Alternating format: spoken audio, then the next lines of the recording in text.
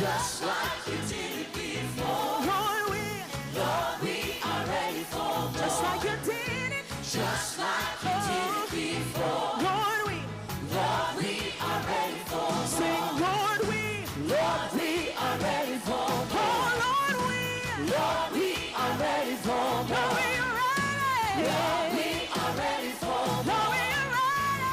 Lord, we are ready for more.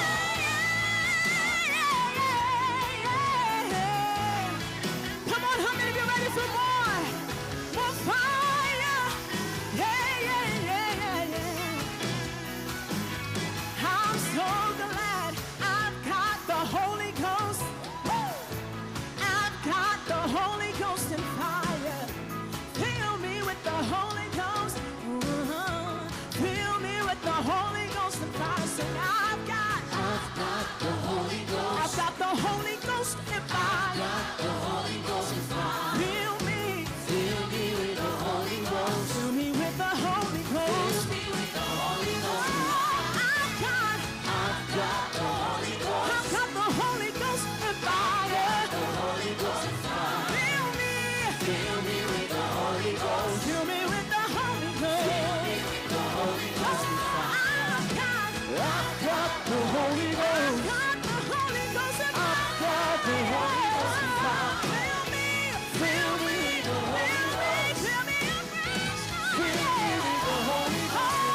I've got the Holy Ghost. I've got the Holy Ghost and fire. I've got the Holy Ghost and fire. Fill me with the Holy Ghost. Fill me with the Holy Ghost. With the Holy Ghost and fire. I've got the Holy Ghost and fire. I've got the Holy Ghost. I've got the Holy Ghost and fire. The Holy Ghost and fire. I've got the Holy Ghost and fire. With the Holy Ghost. I've got the Holy Ghost.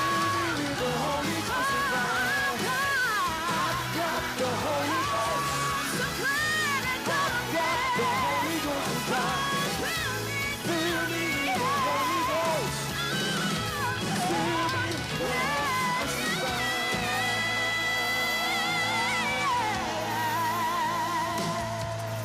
Hallelujah.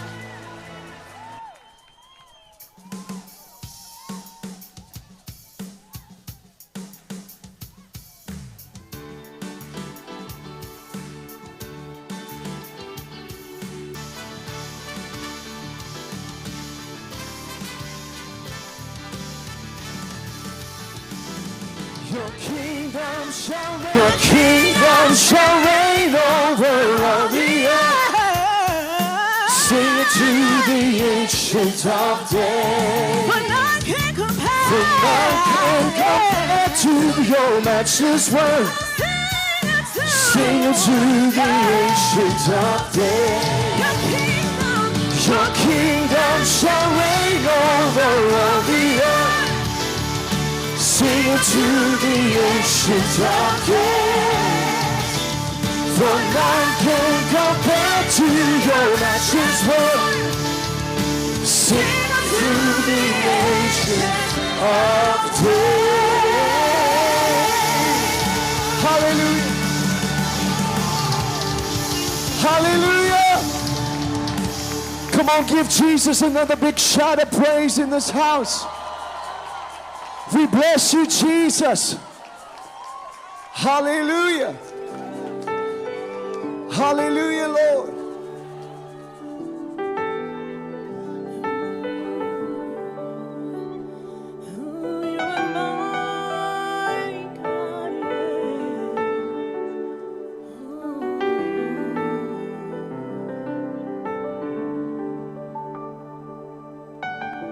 Stand amazed in your presence.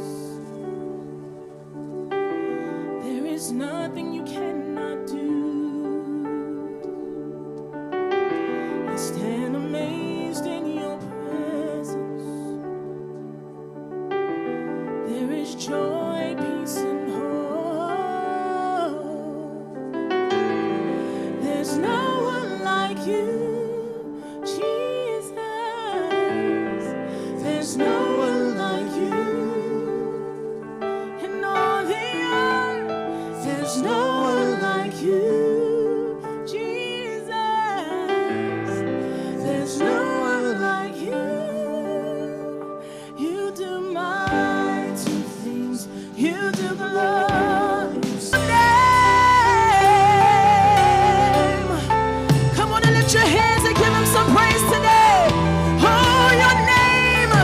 a strong and mighty tower. The righteous run in and are saved. The name above every name. The name of Jesus. It's the name of Jesus. Oh, you do mighty things. You do mighty things. Yeah. You're a faithful God. Awesome is your name. Oh, you do mighty. Yeah. You do glorious. You're a faithful God. Awesome is your name. Yes. You do mighty things.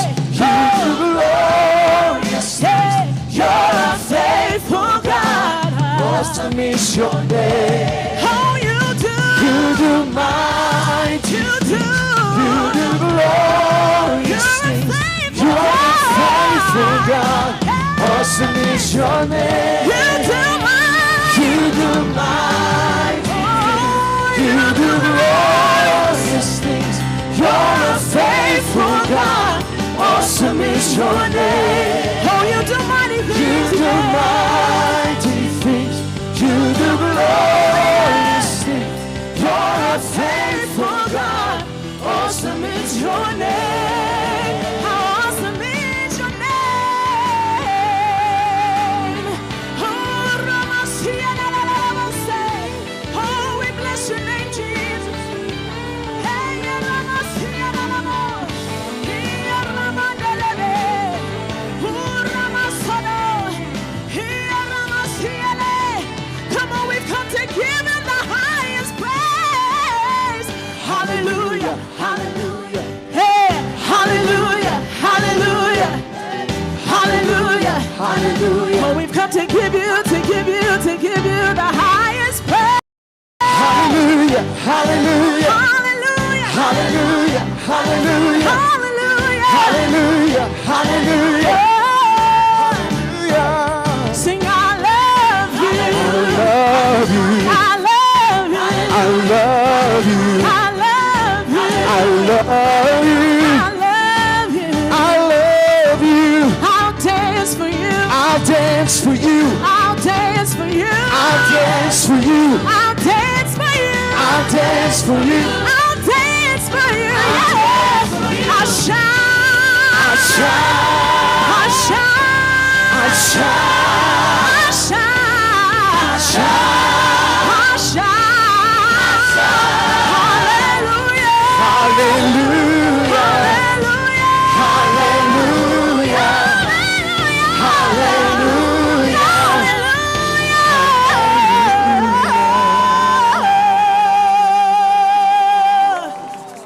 Hallelujah. Hallelujah. Thank you, Jesus. Hallelujah. Worship you, Jesus. Come on, just lift your hands to the King of Kings tonight. We worship you, Jesus. You're wonderful.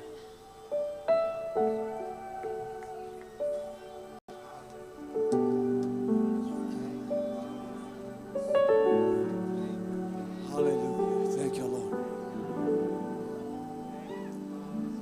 As I walk through the door, I sensed His presence, and I knew this was a place where love abounds. For the sins and power, Jehovah God abides here.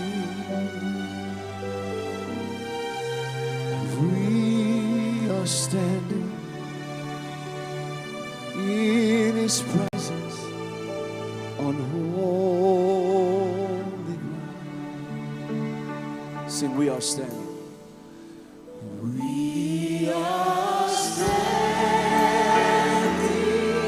Yes, we are standing on holy ground. And I know that there are angels all around. And I know that there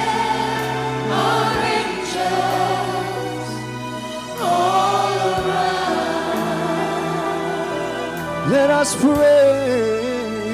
Let us pray. Let us praise Jesus now. We are standing in His presence on holy ground. Hallelujah. Sing, this is holy ground. This is holy ground. We're standing on holy ground. We're standing on holy ground. For the Lord is here. For the Lord is here, and where He is holy. This is holy ground. This is holy ground. We're standing on holy.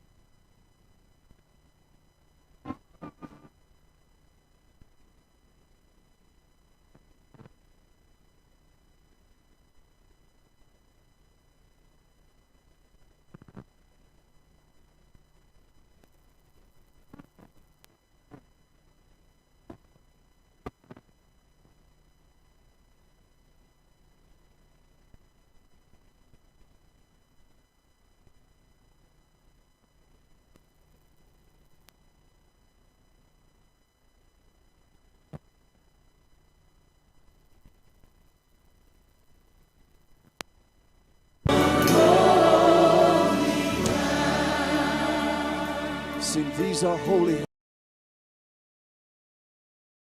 hands. These are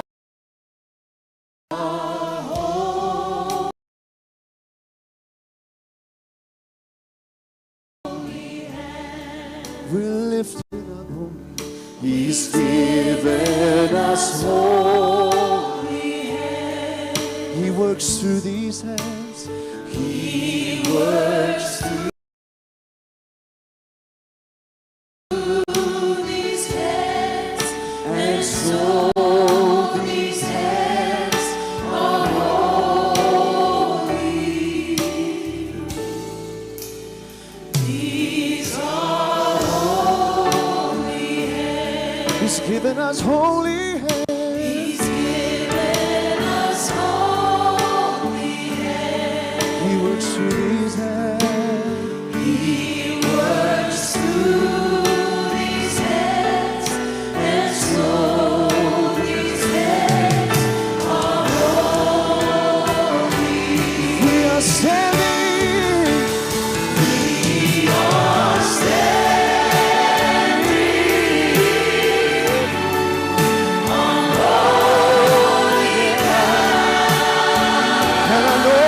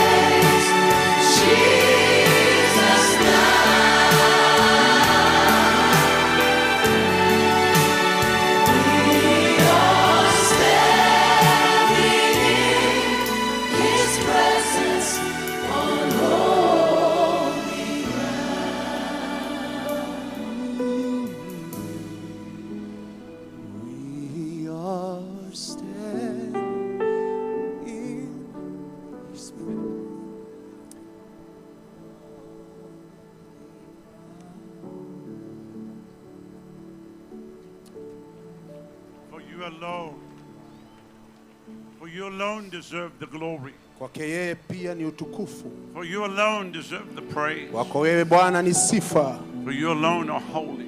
Kwako wewe Baba mtakatifu. We worship you. Tukuabudu leo. Who sits on the throne. Umeketi kwenye kiti cha enzi. And we cry holy, holy. Baba twasema mtakatifu ni wewe. Lord God Almighty, Bwana Mungu uliye juu, which was and which is and which is to come. Baba aliye ndiye na atakuwa hata milele. Father, in this the final session, Baba katika kipindi cha lala salama, complete the work Baba ukamilishe kazi that hii you have done ambayo umeanza and started here. Ambao ulianza hapa, that this fire will not go out kwamba moto huu hautazimika by day or by night, usiku mchana, but shall burn across this land, lakini itachoma nchi kote, and multitudes shall come into the kingdom. Na vikundi vote watakuja kwenye utukufu. Thank you for the privilege, asante kwa heshima, of allowing me ya kuniruhusu to be mimi here today, nisimame mahali hapa leo. and I give you the glory. Baba nakupa sifa and the honor, the praise. Thank you, Jesus. Okay, utukufu wote Baba. Bless the Kenyan people, Lord. Bless them. Bariki watu wote wa Kenya, Mungu. Bless them, Lord. Bless them. Bariki Bwana wa majeshi. Bless them mightily and use them in a powerful way. Bariki na watumie kwa nguvu. We thank you for the nation, this nation. Asante kwa taifa hii. And thank you that the power, every plan of the enemy is brought to naught. Asante kwa sababu kila kazi ya shetani imeondolewa. And heaven's plan is enacted. We thank you for ule mpango wa mbinguni tayari umekamilika. In Jesus' name. Kwa jina tukufu la Yesu. Amen. Amen. Hallelujah. Hallelujah. Glory to God. Bwana tukuzwe. Well, just turn and greet 2 or 3 people. Tell them you love them. Jesus loves them, and you may be seated. Salimia watu watatu, wakumbatie, waambie unawapenda, Yesu anawapenda, alafu kisha afanya vile, pata mahali pazuri ukae.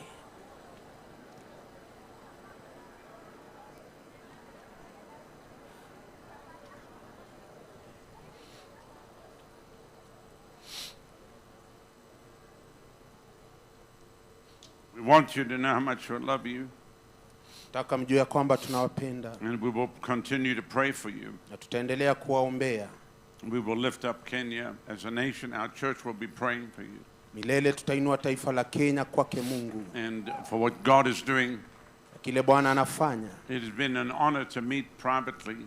Ni heshima kabisa kwa kukutana na with many of the great men of God. Na pia katika mahali faragani na watumishi wa Bwana. Senior men of God. Wengi wakuu sana. And it's great to see all the fathers here. Ni vyema kuona baba zote wa injili katika hema hii. And we salute you. Na tunawapungia saluti. We salute you. Amen. Tunawapungia saluti mababa wetu wa injili. Tuwapigie makofi tafadhali baba zetu wa injili. Asante baba. Asanteni sana kwa kuja. Asante. Looks like the flies have come out here. There's a lot of flies around. Onekana ya kwamba basi I want to just get Bishop Katonga to just greet you. Napenda tu nimlete baba askofu Kitonga akusalimie. I want him to tell you what happened to him. Penda kuambia kile kilichotendeka leo. Something happened. Kuna kitu kilitendeka. He was telling me what took place. Tafadhali tuambie kile ambacho kilitendeka. Tell the people what happened. Ni nini kilitendeka baba askofu? This morning what took place. Tafadhali tuambie kile ambacho kilitendeka. Tell the people what happened. Ni nini kilitendeka baba askofu? This morning when I was seated here, wakati nilikuwa nimekaa hapa asubuhi ya leo, the prophet was led by God and he came and touched me here. Nabii wa Bwana akaongozwa na Bwana akaniguza kifuani. I've been in hospital for some time and I was feeling very weak. Nimekuwa hospitali siku mingi na nilikuwa nasikia niko mnyonge sana. But when he touched me, lakini aliponiguza, I felt anointing going up to my feet. Nikahisi upako umenishuka hadi miguuni. And now I can even na sasa naweza nikaenda ni kama nimetoka gym. Tazama baba askofu ni kama ametoka gym. This is historical conference. Basi katika osha hii ya kihistoria. And all the people who have stepped here, na wale wote ambao wamekanyaga hapa, your lives will never be the same again. Maisha yako hayatabaki vile tena. And your ministries will be totally transformed. Na huduma zenyu zitabadilika milele. Children of God, watu wa Mungu has come. Wakati umefika. It was a divine appointment for this prophet to come in this nation. Ilikuwa basi ni kutiliwa kiungu kwa mtumishi wa Bwana kufika. Thank you, man of God, for listening to your creator God. Asante kwa kumsikiza Mungu wako. Live long to serve this world of Uishi sana utumikie kizazi hiki. As we prepare the church for the rapture. kwamba tukiandaa kanisa kwa sababu ya muondoko wa kwenda mbinguni. Shalom, shalom. Amani, amani, amani. We love you, we love you. Kupenda baba askofu. Amen. Asante, amina. Well, I want to introduce you to somebody very special. Nataka nimtangulize mtu speciali mno. Outside of the Father, Son, and the Holy Spirit. Baada ya Baba, Mungu, Mwana na Roho Mtakatifu. The best thing that ever happened to me. Kitu kizuri kizima cha speciali kilichonitendekea, rafiki mkuu. She was born in Zimbabwe. Kazaliwa Zimbabwe. And the Lord put us together. Come here, baby, come. Bwana akatuleta karibu. Njoo.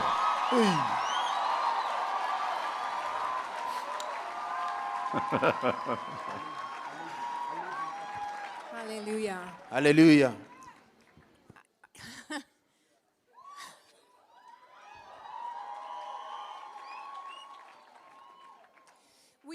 It is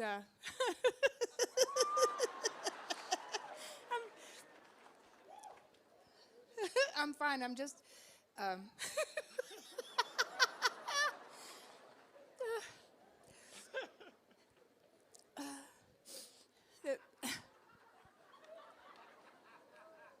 the presence of the Lord is in this place. You may be seated. Uwepo wa Bwana uko mahali hapa, unaweza keti katika kiti chako. You know, when we were married nearly in October will be 42 years. Tumekuwa katika ndoa karibu miaka 42 sasa. I was 19 and he was 20 when we got married. Tulipooana nilikuwa na miaka 19 naye alikuwa na 20. And we have 3 children. Tuna watoto watatu. And we left. I'm an African. I was born in Zimbabwe. Mimi ni Mwafrika, nilizaliwa Zimbabwe. He's an African born in Port Elizabeth, South Africa. Naye ni Mwafrika amezaliwa Port Elizabeth, Afrika Kusini. I was actually born in NYAYO. Shaka's headquarters. NYAYO. I was born in NYAYO. Nilizaliwa katika NYAYO. And sorry. Thank you, Jesus. When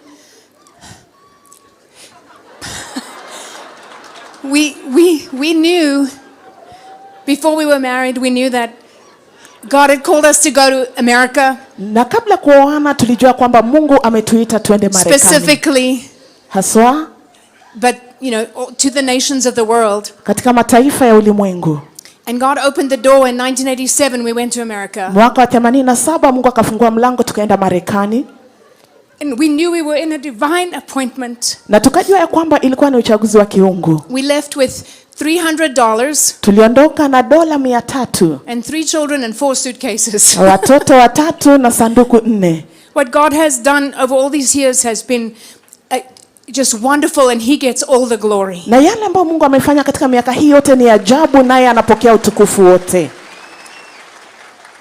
Our commission from God na tume yetu kutoka kwa Mungu was to preach the gospel, ilikuwa ni kuhubiri injili, to demonstrate the gospel, na kudhihirisha injili, for people to come to know Jesus, ili watu wapate kumjua Yesu, to be saved and healed and delivered, waokolewe, waponywe na wakombolewe.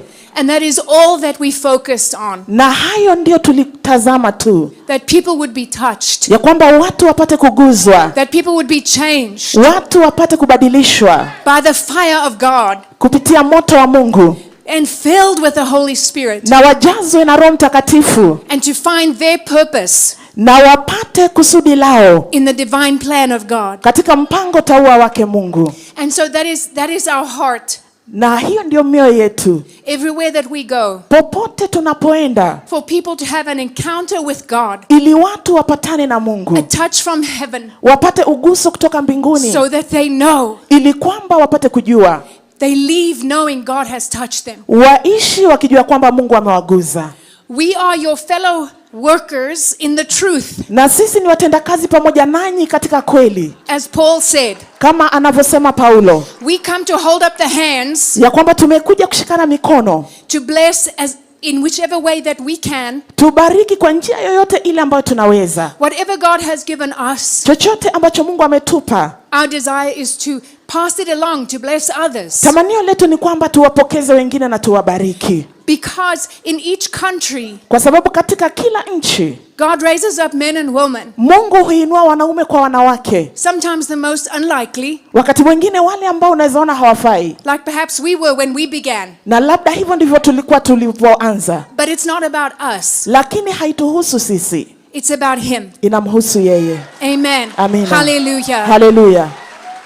And so as each and every one of us live, na kwa hivyo jinsi ambavyo kila mmoja wetu anavyoishi, to bring glory to God alone, kumletea Mungu pekee utukufu. You see, it doesn't matter what people think of you. Haijalishi watu wanakufikiriaje. When you truly preach the gospel, unapohubiri injili kwa kweli, the devil's not going to like it. Shetani hakika hatapenda. Carnal people are not going to like it. Watu wa kimwili hawatapenda vile vile. People will persecute you. Watu watakutesa. People will criticize you. Watu watakusema vibaya. And if you worried about what other people think, nawe ukiwa na wasiwasi vile watu wanavyokufikiria, you will never do what God has called you to do. Hautafanya yale ambayo Mungu amekuitia. You will never accomplish what he has called you to accomplish. Na hautatimiza yale ambayo Mungu amekuita kutimiza.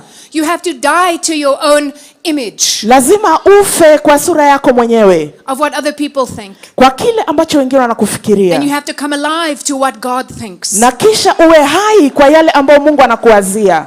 And you must please him every day that you live. Na lazima kila siku unaoishi umpendeze yeye. And like King David, na kama mfalme Daudi, we must have a heart after God. Lazima tuwe na moyo ambao unamfuata Mungu. A humble heart. Moyo mnyenyekevu. A teachable heart. Moyo ambao unafundishika. I don't care how long you've been saved. Sijali umeokoka muda gani. I don't care how much education you have. Na sijali una elimu kiasi gani. I don't care how many titles behind your name. Sijali una vyeo ngapi vimefuata jina lako. Because God doesn't care about those things. Maana Mungu hajalishwi na mambo hayo. Jesus said, everyone who comes to me, Yesu akasema yeyote ajaye kwangu, must come as a little child. Lazima aje kama mtoto mdogo.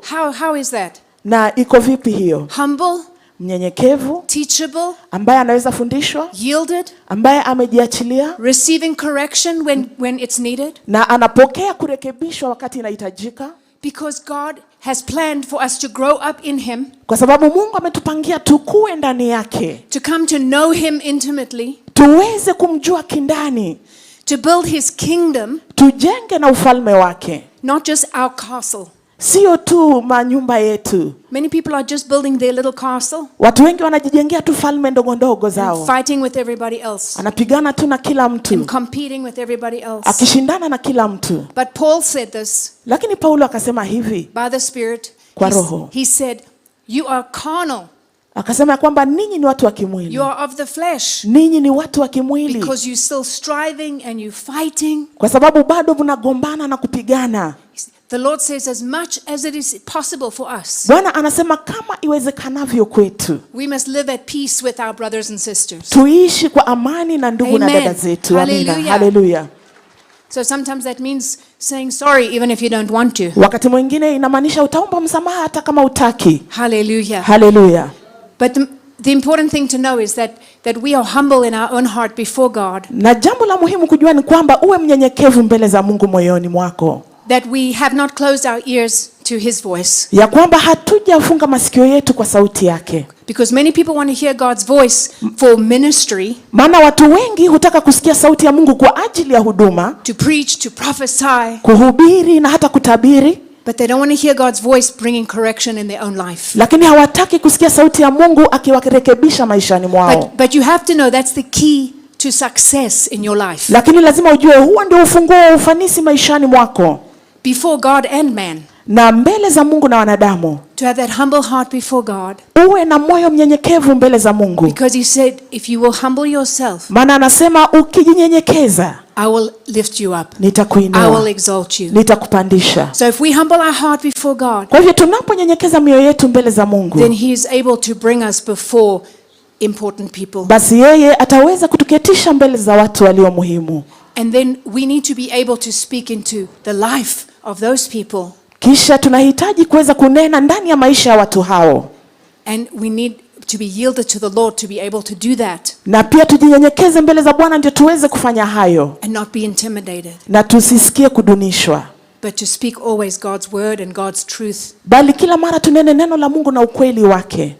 I'm so thankful to the Lord Namshukuru Bwana mno that He has given us this wonderful opportunity ya kwamba ametupa fursa hii njema to come to your great nation. kuja katika taifa lenu kuu.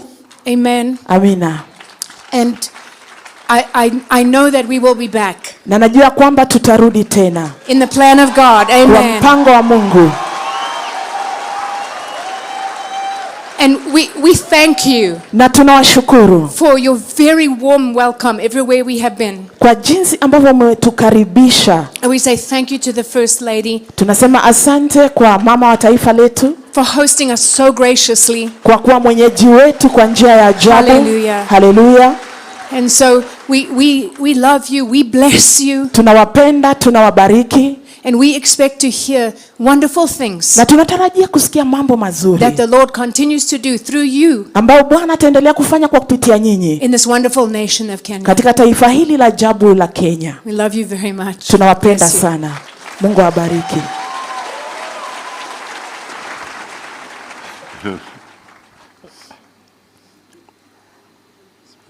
Just take a moment Chukua tu dakika and tell moja the people, Ambia because watu they don't know that you were very conservative sababu hawajajua iko and mbali. would never, if I called you to come speak, you would shake your head and look at me.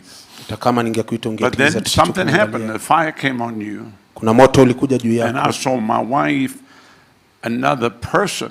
Nikaona mke wangu amebadilika akawa kiumbe So kingine. just tell quickly what happened, because I believe it's going to help a lot of people Waambie kwa haraka maana wengi that are, watasaidika they intellectual katika and they don't respond maybe like some of the others. kujibu kama vile wengine. Just tell what happened to you, because it's remarkable. I see the miracle in you. Waambie niliona muujiza ndani yako specially. Even more now, Hata zaidi sasa because of what God's doing, amazing. kile Bwana anafanya kikuu. Just take a few moments. Chukua tu dakika chache. Hallelujah. I gave my life to the Lord when I was 17. Nilipeana maisha yangu kwa Bwana nikiwa na umri wa miaka I'm the 17. oldest of 5 children. Mimi ndio mzaliwa wa kwanza kwa watoto My watano. whole family got saved, Familia yetu yote walipata kuokoka, filled with the Holy Spirit, wakajazwa kwa Roho Mtakatifu, baptized in water, wakabatizwa majini from Sunday to Sunday in 8 days. kutoka Jumapili hadi nyingine muda wa siku 8. And my whole life turned around. Na maisha yangu yote ikageuka. And my mother signed me up for Bible school. Na nikaenda katika chuo cha Biblia. And I did not have a plan to go around the world and preach, Na sikuwa na mpango ya kusafiri katika ulimwengu nikihubiri. like he knew from the age of 5. Kama vile alivyojua tangu akiwa na umri wa miaka 5. But all I knew Lakini kile ambacho when I nilijua got saved, nilipookoka, I didn't know what God wanted me to do, sikujua Mungu alitaka nifanye nini. but I was willing to do it. Lakini nilikuwa tayari kufanya. And I would press into God in the worship services always. Na ningemtumikia Bwana katika kuabudu na kusifu.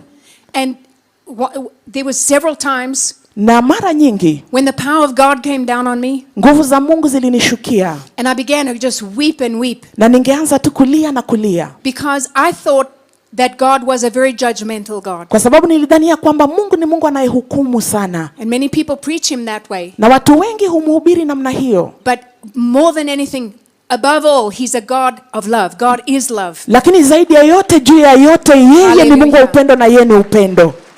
That doesn't mean we can sin and do whatever we want to do, Haimaanishi kwamba tuishi kwa dhambi na tufanye tutakavyo. because if we do that, then we're serving the devil. Maana tukifanya hayo basi tunamtumikia shetani. So once we get saved, Kwa hivyo tunapookoka, we no longer serve the devil, hatumtumikii tena we no longer shetani. sin, Hatutendi dhambi because we tena. love God. Kwa sababu tunampenda Mungu, We live for him. We tunamwishia. consecrate our life to him. Amen. Tunaweka maisha yetu wakfu Hallelujah. kwake. Haleluya. And I thought he was a judgmental God saying, look what you did, look what you did. Nikafikiri Mungu anahukumu kila mara, anakuambia angalia vile umefanya, angalia vile umefanya. That's what the devil tells us, Na hivyo ndivyo shetani so hutuambia, that we run away from God. ili tumtoroke Mungu. Like Adam went and hid himself away. Kama vile Adamu alienda na But akajificha. God says, come to me, Lakini Mungu anasema njoo kwangu, and I will heal you, I will forgive you, nami nitakuponya, I will nitakusamehe, restore you. nitakurejesha. So we must always run to God, Kwa hivyo lazima kila mara tumkimbilie Mungu, even when we mess up. hata tunapokosa. Amina. And so what I felt when God when God touched me with his presence, na kila ambacho nilihisi Mungu aliponiguza kwa uwepo wake, he wrapped his arms around me, akaweza kunikumbatia, and all I felt was unconditional love. na kila ambacho nilihisi ni upendo usio na And he kifani, highlighted the things in my heart na akaweka vitu katika moyo wangu that I needed to get rid of. ambazo nilihitaji kuondoa ama But his kuachilia, presence was so wonderful lakini uwepo wake ulikuwa wa that ajabu, you just want to go, oh, you want that? You can have it. You want that? You can have ya it. kwamba ungemwambia tu Mungu, nataka hii, chukua. Because once we get saved, Maana tunapookoka we must receive the baptism of the Holy Spirit, lazima tupokee ubatizo wa Roho Mtakatifu, because he is the one that does the work on the inside of us. maana ndiye hufanya kazi ndani yetu. He's the one that empowers us to serve God. Yeye ndiye anatutia nguvu ya kumtumikia Mungu. He's the one that will clean us out on the inside if we allow him to. Ndiye atakayetusafisha tukimruhusu. Amen. Hallelujah. He's the one that will enable us to overcome sin Ndiye atatuwezesha hata kushinda dhambi and temptations. na tuweze kuvumilia majaribu. And so I would just weep and weep. Ningelia na kulia tu. Anyway, we went to America, Tukaenda Marekani, and the church was a little bit dead over there at the time. na kanisa ikawa ndogo wakati And huo. we were praying, Jesus, please show up and touch these people. Tulikuwa tunaomba, Yesu tafadhali njoo na uguze watu We hawa. don't care if they don't remember our name. Hatujali kama hawatakumbuka majina We yetu. want them to know that you touched them. Tunataka wajue ya kwamba ni wewe umewaguza. We want them to leave changed. Tunataka waishi wakiwa wamebadilishwa. Not just listening to a nice sermon and going home the same as they came, Sio tu kusikiza ibada nzuri kisha warudi nyumbani vile walivyokuja, but changed. lakini warudi wamebadilishwa. And God honored that prayer of our heart. Na Mungu akaheshimu ombi la mioyo yetu. And the power of God fell one Tuesday morning in upstate New York. Na siku moja asubuhi Jumanne, nguvu za Bwana pale New York zikaanguka. Pastor Rodney cried out for the fire when he was an 18-year-old young man. Mchungaji Rodney akiwa kijana wa miaka 18 alililia nguvu za Mungu. And God baptized him in fire. Na Mungu akambatiza kwa moto. Well, that anointing came down in our services. Upako huo ukashuka katika ibada zetu. And people were weeping. Na watu wakawa wanalia. And shaking. Na kutetemeka hata. And falling out on the floor. Wakawa wanaanguka. There were some people could not speak in English anymore. Kuna wengine hawange nena Kiingereza tena. Speaking in tongues. Walikuwa wanazungumza tu kwa ndimi. And then some people were laughing. Na wengine pia walikuwa wanacheka. Now, I got saved in the Holy Ghost Church. Niliokoka katika kanisa la Kiroho Mtakatifu. So I've seen people shake and cry and fall down. Kwa hivyo nimeshaona mambo haya, watu wanalia, wanaanguka chini. But I never saw a whole place get hit with joy. Lakini sikuiona sehemu kama hii yote imegongwa na furaha. And I was very shy. Na nilikuwa mtu ambaye My testimony ushuhuda wangu of what God has done in me ya yale ambayo Mungu amefanya ndani yangu is that I can stand up before you ni kwamba naweza kusimama mbele yenu and preach with boldness. na nihubiri kwa ujasiri. Amina. Hallelujah. Because it's the Holy Ghost that gives us boldness. Maana Roho Mtakatifu hutupa ujasiri. And so because I was so shy, na kwa sababu nilikuwa mtu ambaye alikuwa na haya, I saw these people on the floor rolling and laughing. Nikaona watu sakafuni wanavingirika huku wanacheka. And to the natural mind it looks ridiculous. Na kwa akili ya kikawaida inakaa ni mambo ya kipuzi. But you know what? Your natural mind, it's a carnal mind. Lakini akili zako ni za kimwili tu. The word in the Greek is carne. Na neno la Kiyunani ni carne. It means meat. Inamaanisha nyama. So your meat head, kwa hivyo kichwa chako cha nyama, the Bible says cannot, Biblia inasema haiwezi and will not, na wala haitawahi obey God's law. tii sheria za Mungu. That's why we have to change from the inside out. Na ndio maana lazima tubadilike toka ndani tukija nje. And renew our mind to the word. Na nia yetu ifanywe upya kwa neno. God does not speak to your head. Mungu huwa hazungumzi na akili zako. He speaks to your heart. Yeye hunenea moyo wako. So you need to open the ears of your heart. Kwa hivyo lazima utafungua masikio ya roho yako. And so I looked at those people and I knew God was touching them. Nikaangalia wale watu na nilijua kwamba Mungu alikuwa anawaguza. That was undeniable. Na ilikuwa haungeipinga. But I thought if that happened to me I would be so embarrassed. Lakini mimi nikajiambia nikifanyikiwa na hayo nitaona haya. Because I was trying so hard to be dignified. Maana nilikuwa najaribu sana kuwa muungwana. Because I'm the preacher's wife. Maana mimi ni mke wa mhubiri. And so and I thought, well, they are just very extroverted people. Na mimi nilifikiri tu hawa ni watu wa msisimko. But I'm introverted and shy. Lakini mimi ni yule mtu mpole ambaye huwa nina haya. So maybe that's why I weep and they laugh. Ndio labda pengine mimi hulia na hawa wanacheka. But I want to tell you something. Lakini nataka nikwambie jambo. In the Bible, katika Biblia, Feast of Tabernacles, katika zile karamu za maskani, God commanded them, Mungu aliwajia, you will rejoice. aliwaamuru ya kwamba You will mtafurahi, be joyful. ya kwamba mtakuwa na That's in furaha. Deuteronomy 16. Kumbukumbu la Torati 16. Then in Nehemiah, Kisha katika Nehemia they were celebrating walikuwa na Feast sherekea of Tabernacles. karamu zile za And they're reading the word. wakisoma neno, The people are weeping. na watu walikuwa wanalia pale, And the priest, he says something funny. na kuhani alikuwa anasema kitu cha He kuchekesha. says, stop crying. Akasema acheni kulia, Today leo is holy. ni takatifu. Hallelujah. Haleluya. He said, go and rejoice. Akasema enendeni mkafurahi. Do you know it's holy to rejoice? Je, unajua kufurahi ni takatifu? It is holy to rejoice. Ni takatifu kufurahi. Hallelujah. Haleluya.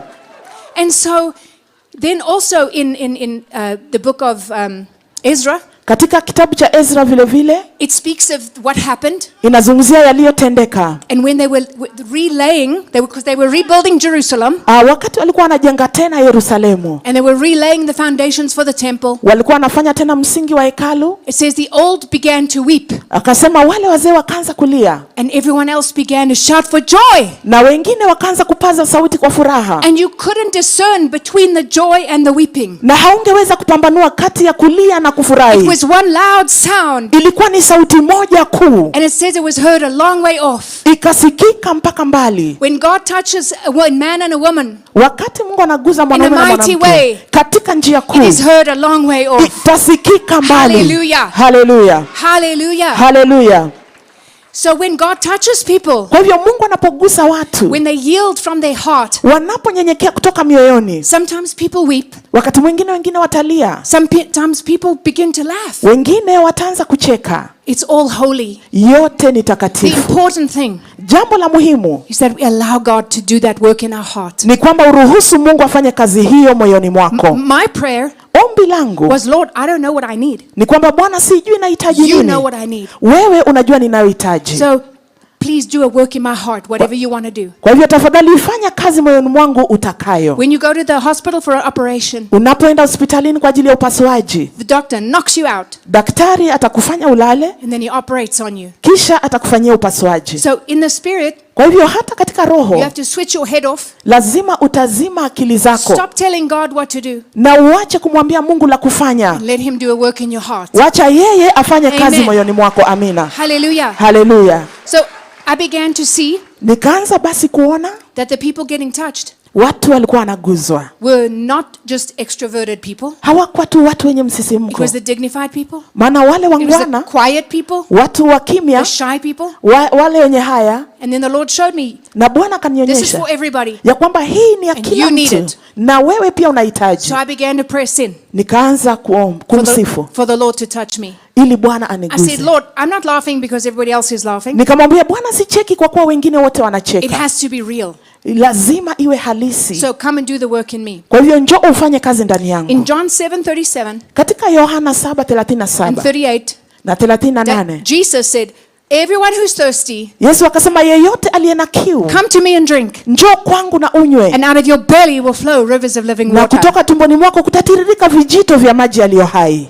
That was the final day of the Feast of Tabernacles. Na hiyo ndio ilikuwa siku ya mwisho ya karamu ya maskani, The Feast of Joy. na ile karamu ya furaha. And he's speaking about a river coming out of your belly. Anazungumzia mto unaotoka tumboni mwako.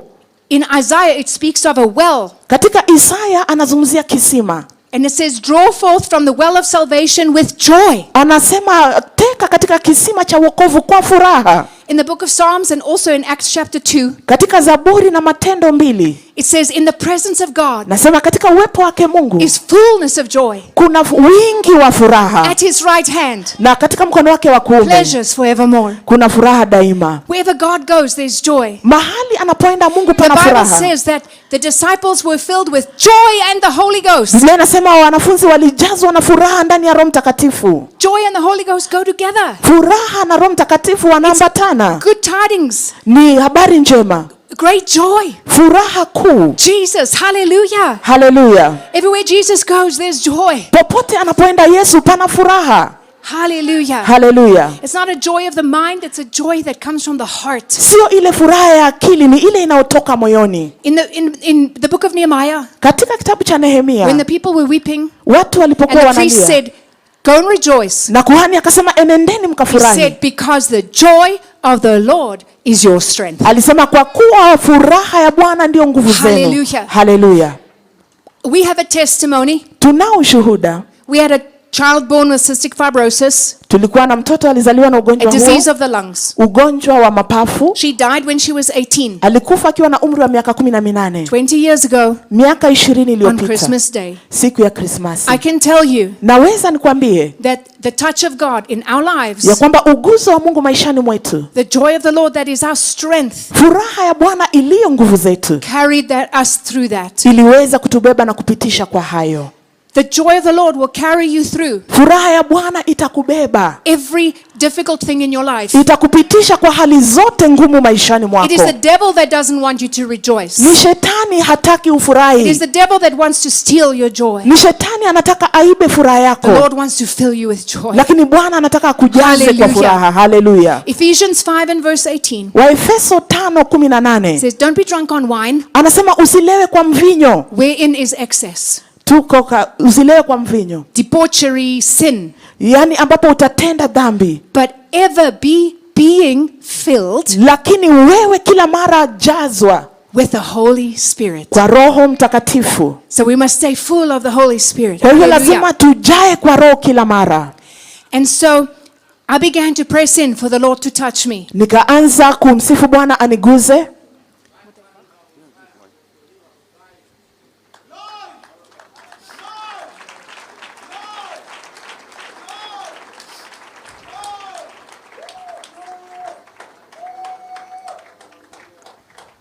Hallelujah. Haleluya.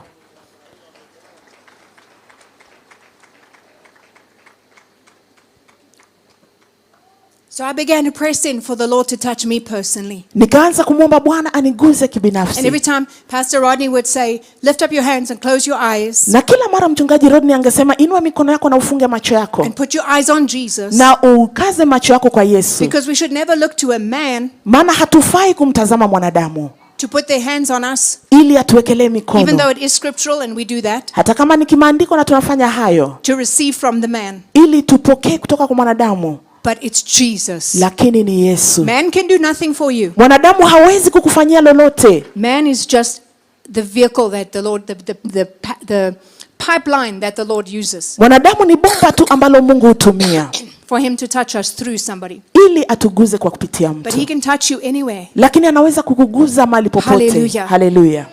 And some of the most wonderful encounters with the Holy Spirit I have had Na mojawapo ya mapatano ya ajabu na Roho Mtakatifu ambayo nimekuwa nayo is not when anybody laid hands on me, sio wakati nimewekelewa mikono na mtu, but I just pressed into him bali nilimsongea tu and his power came down on me. na nguvu Amen. zake So you zikanishukia. can receive it anywhere that you are. Even if you're watching, Kwa hivyo unaweza pokea popote ulipo, hata kama unatutazama. you can receive right where you are. Unaweza pokea hapo ulipo Everything that anybody receives here. kila Amen. kitu ambao watu wanapokea hapa. And so the Lord touched me many times over that 6 months.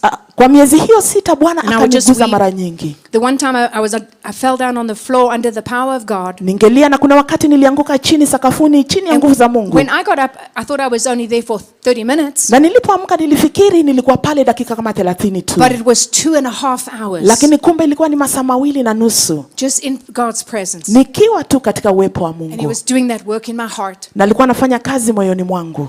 And we were in Pennsylvania, Na tulikuwa katika jimbo hilo la at Pennsylvania this church in Pennsylvania. na kanisa And huko. I was sitting on the front row on the Tuesday Nilikuwa nimeketi katika viti vya mbele night, and I felt this bubbling in my belly. na nikasikia bubujiko tumboni mwangu And it bubbled and bubbled. na ikabubujika And my head starts thinking na kichwa changu kikaanza kufikiria and trying to analyze it. na ninajaribu kuikagua. And I heard the voice of God, Kisha nikasikia sauti ya Mungu very strong. kwa nguvu, He said to me, akaniambia, stop thinking about it. wacha kuifikiria, Just let me do it. wewe acha tu nifanye. When God speaks to you like that, Na Mungu anapokuzungumzia namna hiyo, you have to say, yes, sir. lazima useme ndio Bwana.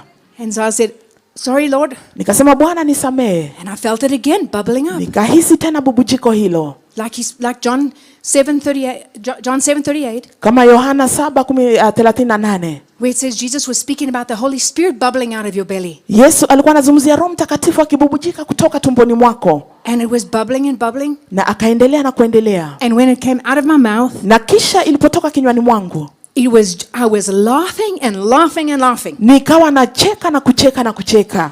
And because I was shy, I always laughed even quietly around other people. Na kwa sababu nilikuwa mtu mwenye haya na singecheka kwa nguvu. Now I'm laughing loud. Nilikuwa hapa nacheka kwa nguvu. I end up on the floor. Nikaanguka sakafuni. Hands and knees. Nikawa nimepiga magoti. Very undignified. Na nikawa mtu ambaye sio muungwana tena. And I'm crying. Nikalia pia. Because I'm laughing so hard. Nikalia kwa kuwa nilikuwa nacheka kwa nguvu. And tears are coming off my nose. Na machozi yanatoka hata kwa pua. Very undignified. Ikawa mchafuko. But you know, when David danced before the Lord, lakini wajua Daudi alipocheza mbele za Bwana, his wife despised him. Mke wake alimdharau. Michelle represents the flesh. Michelle anawakilisha despising the precious things of God. Mwili ambao unadharau mambo ya Mungu ya thamani. Because David had a precious heart before God. Maana Daudi alikuwa na moyo wenye thamani mbele za Mungu. And when God wrapped his arms around me, na Mungu aliponikumbatia, it was a precious moment for me. Ilikuwa ni wakati wa thamani kwangu. And David said, I will be even more vile than this. Daudi akasema hata nitakuwa mbaya kuliko hii.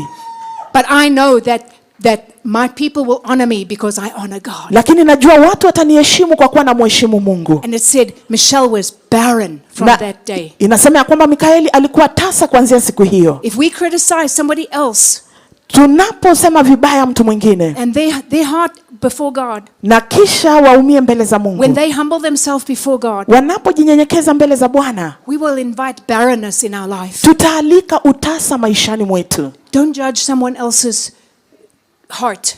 Usihukumu mtu ambaye ameumia mbele za Bwana. Mbele za Bwana. Hallelujah. Hallelujah. Hallelujah. Hallelujah. I know when you're a minister, najua wakati wewe ni mhuduma, people expect you to be very dignified. Watu wanatarajia uwe mtu muungwana. But you must resist that urge. Lakini lazima upinge hiyo tamaa hiyo ya kupendeza watu. And you have to choose to please God. Na uchague kumpendeza Mungu. Amen. Amina. Hallelujah. Hallelujah. Hallelujah. Hallelujah.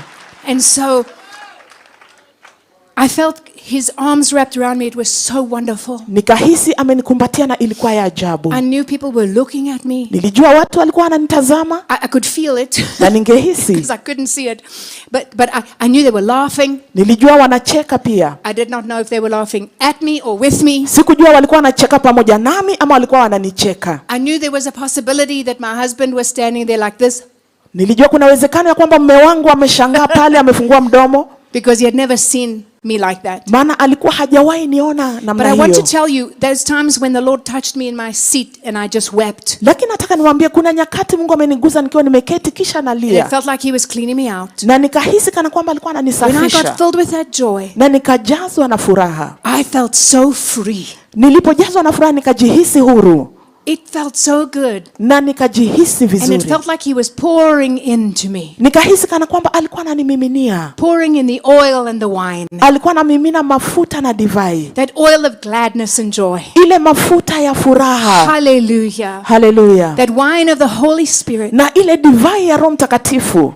And it was so wonderful. Na ilikuwa ya ajabu. And my daughter, who she's not here today, but she was just turning 7 years old. Na binti yangu ambaye hayuko nasi alikuwa anaingiza miaka 7. And the power of God touched her. Nguvu za Mungu zikamguza naye. And she began to laugh. Naye akaanza kucheka. And she just laughed for hours. Akacheka kwa masaa. And we picked her up and carried her to bed. Tukambeba tukampeleka kitandani. And she's been serving the Lord her whole life. Naye amekuwa akimtumikia Mungu maisha yake yote.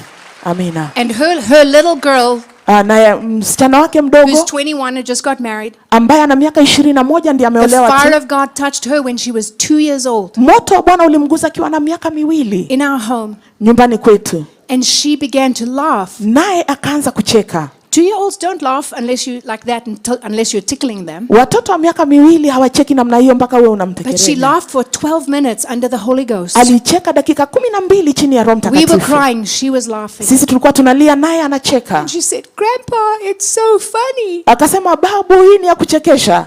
But that girl has served the Lord all of her life. Lakini huyo msichana amemtumikia Mungu Amen. maisha yake yote. Hallelujah. Amina. Hallelujah.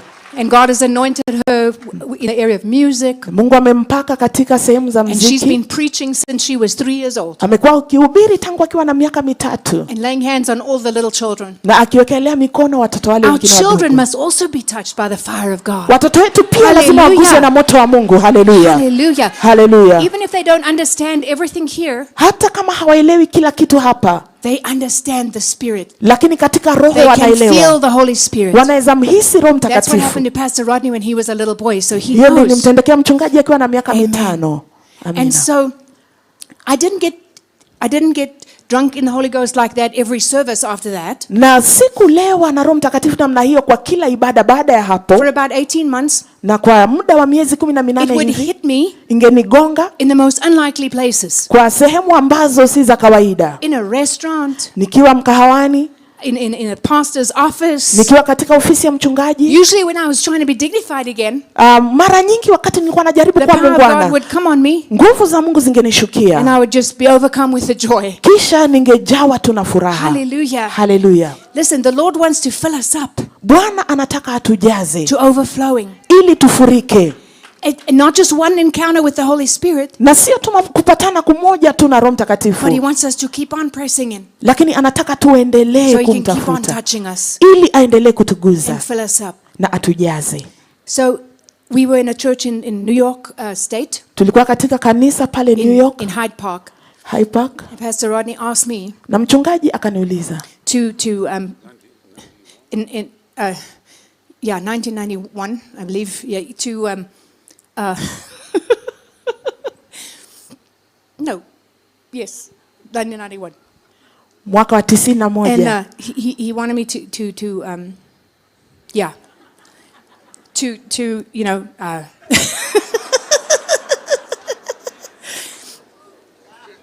so I was gonna, you know, so that I can, you know, but then when I was, you know, I wanted to then, and what happened was, it was like when I was, and then it like it just, like it you know. And we were that we were for Masaa matatu. yeah. And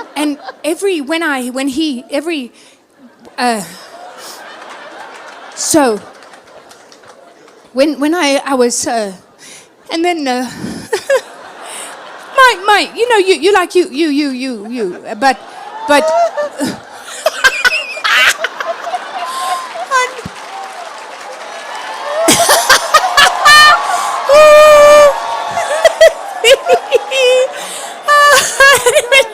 and I was trying to remember sort of bakete besho tribolo kazana na amore bochikile bosiri.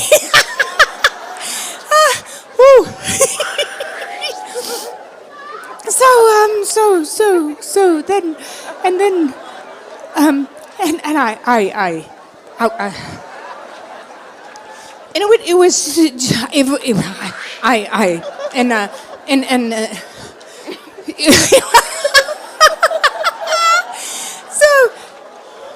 so then it was like when on in you know in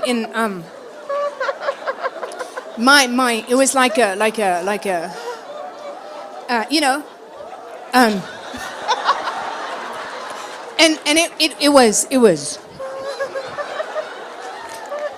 so when I was you know and then it was like you know when I was and then it was like it was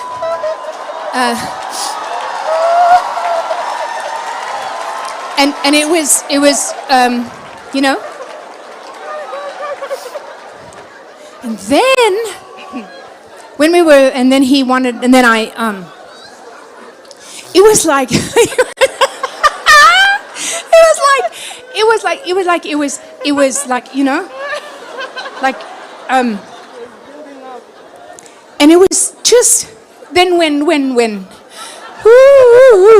it was, it was like just, you know, and then it went, and everything, it was, oh, and it's so,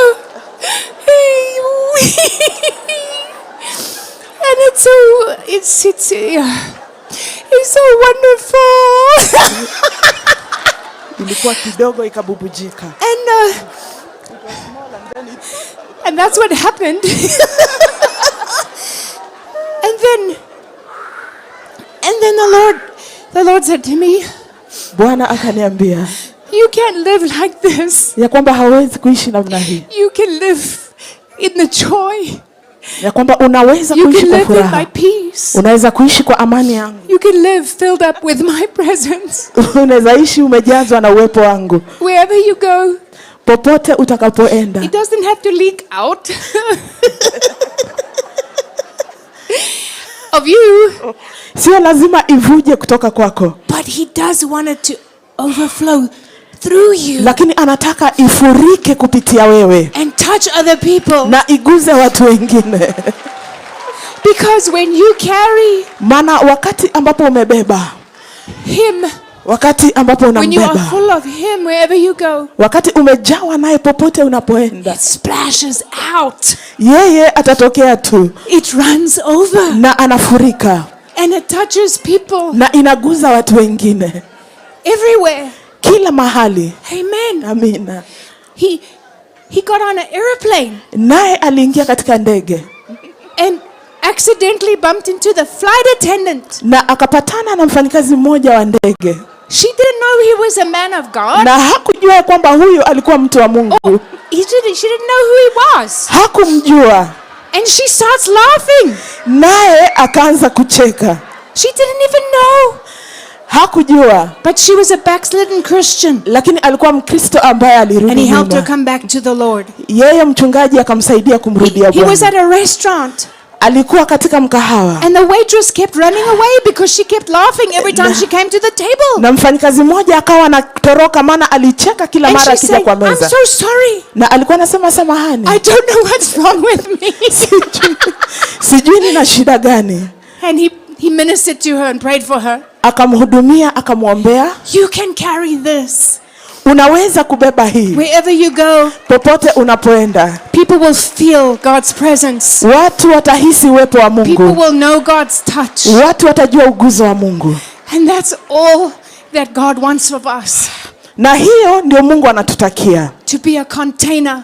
Tuwe vyombo of his presence and his joy. Vya uwepo wake na furaha yake. To bring life where there has been death. Tulete uzima mahali pamekuwa na kifo. To bring people back to life. Turudishe watu to kuwa bring hai. Churches back to life. Turudishe kanisa ziwe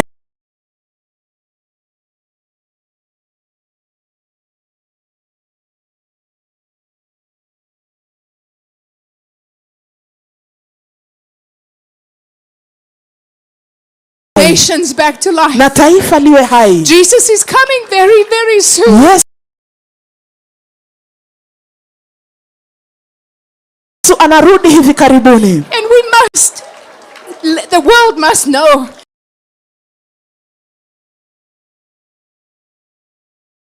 Na ulimwengu lazima ujue. They must know him. Lazima wamjue. And they must make heaven. Na lazima wafike mbinguni. Hallelujah. Hallelujah. We love you very much. God bless you. Tunawapenda sana. Mungu awabariki. It's living water. Maji yaishio. It's living water that will go from this field today. Ya maji ya uzima itatoka katika uwanja huu leo. Kenya. The drought is over. Sasa ile ukame imeisha. The rain has come. Sema basi baraka imefika. The rain of heaven has come. Mvua ya mbinguni imefika. Drought is over. Kiangazi imeisha.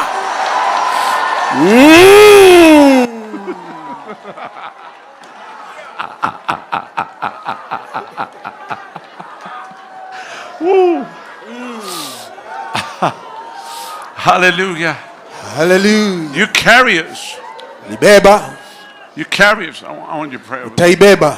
You carriers of this living water. Unabeba maji hii ya The uzima. devil tries to stop the water from Shetani coming. anajaribu kukuzuia na So don't be kukufungia. quiet, sit down. Nasema nyamaza, But you keti. can't. You're going to let it go. Lakini hautamruhusu You're going shetani to let living akufungie. water. Utapasuka Let it tu. flow. Itatiririka. This next Sunday, the church is going to flood with water, with living water. Jumapili hii ijayo makanisa utajaa kicheko na furaha ya Bwana. Maji ya uzima. Amen. Amen. Now, I'm seeing something in the spirit. Kuna kitu naona katika roho. As my wife was ministering, Wakati mke wangu alikuwa na hudumu. and you can see she's a powerful lady of God. Na unaona ya kwamba yeye ni mtumishi wa Bwana Many mkuu wa hours in the kike. word and prayer. Biri masaa mingi na kuomba pia. So if I'm start doing something, she will talk to me. Kwa hivyo nikianza kufanya mambo She's very, ataniongelesha. very strong. She's a very strong lady. Yeye ni mjasiri mno. But I saw something in the spirit. Lakini kuna kitu nimeona katika roho. I saw something happening with the youth. Kuna kitu niliona kifanyika na All vijana. the young people of Vijana Kenya. wote chipukizi na vijana wote barubaru. I'm trying to put it into words right now what I see. Napenda niweke kwa maneno kile naona. And I'm going to pray about it. Na nitaiombea. But maybe I'm going to send a team of people here Lakini kuna timu ya watu to nitatuma. do a conference for the youth. Waje wafanye washa vijana chipukizi na barubaru. I'm going to pray. And we will bring thousands of youth together. Na tutawaleta And we pamoja will put vijana the wengi. fire on them. Tawawekea moto. And turn them loose. Na tuwageuze tuwaondoe. We've got to put the anointing on everybody. Taweka upako kwa kila moja. From the senior saints Kutoka walio wateule to even wakuu. the little children Pia hata watoto wadogo. under the power. Chini ya upako. So I don't know when, I don't know how, but that's what I saw in my Sijui spirit. lini, sijui namna gani, lakini nikaona And hii. I'm going to pray about it. Nitaiombea. But I feel if you pray of everybody. Lakini nahisi ya kwamba ukiwaombea. So if you can take your hands, put it on your belly here. Na uweke mkono wako kwenye tumbo huku. Because that's where the river comes from. Maana huko ndiko maji na chemichemi And as you inatoka. just pray Na uombe tu mama. and release it. Na uachilie. Many that have never been touched will be touched. Wengi ambao hawajawahi cheka leo watacheka. Amen. Amen. Thank you, Jesus. Close your eyes, put your eyes on Jesus. Funga macho yako na umkazie Yesu macho yako. Hallelujah. Hallelujah.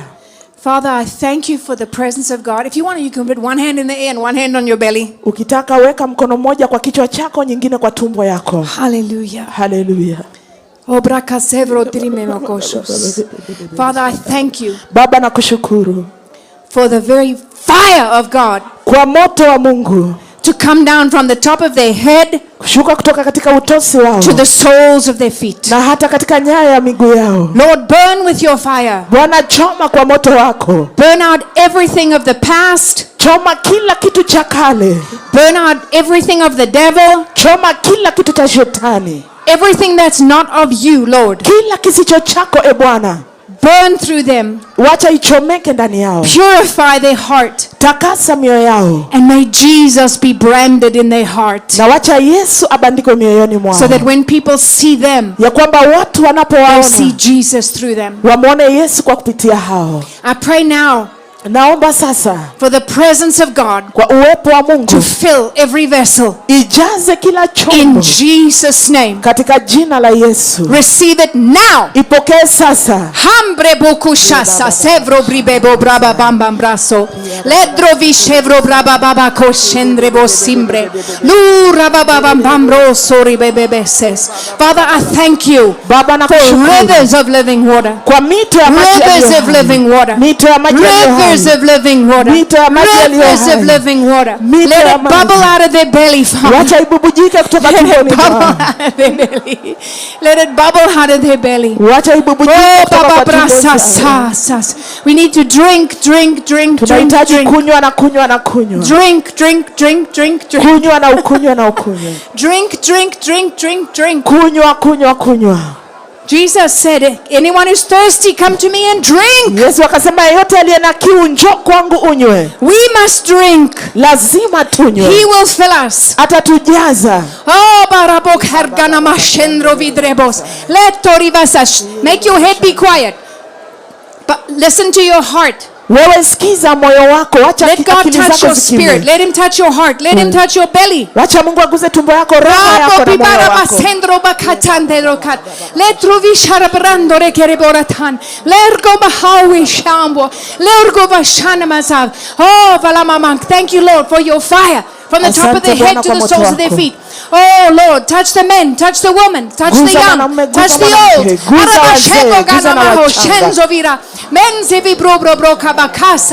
Oh, break every spirit of pride. Every spirit that would hold them back. I break the fear of man off of them.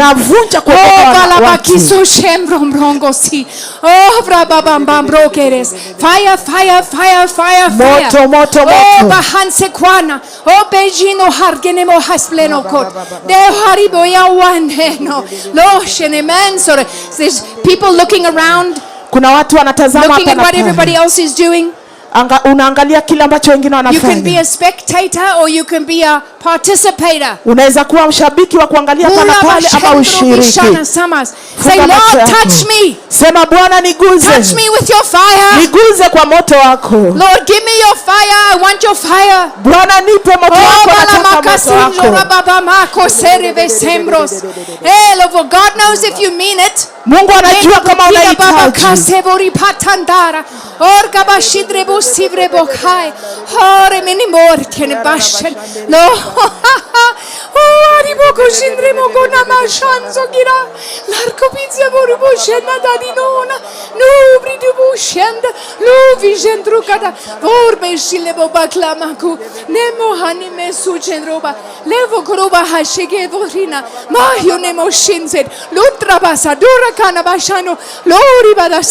Because the presence of God is falling right Uwepo wa Bwana now. unashuka hivi sasa. All across this place. Unashuka mahali hapa. Mindeshura barakanda. Oh, la mamange son centro pica. Mino mongo shine mingo varabakwasa. La baba bakasaba. Huri beshon zeberebokasa. Hur barabarabakasa faraba. If the Lord touches you and you want to weep, you weep. Bwana akikuguza na unasikia If he kulia, touches you unaweza and you lia. feel joy, laugh. Akikuguza na unasikia furaha, cheka tu. But let him touch your heart. Lakini wacha aguse Let moyo him do the wako. work in your heart. Wacha afanye kazi moyoni mwako.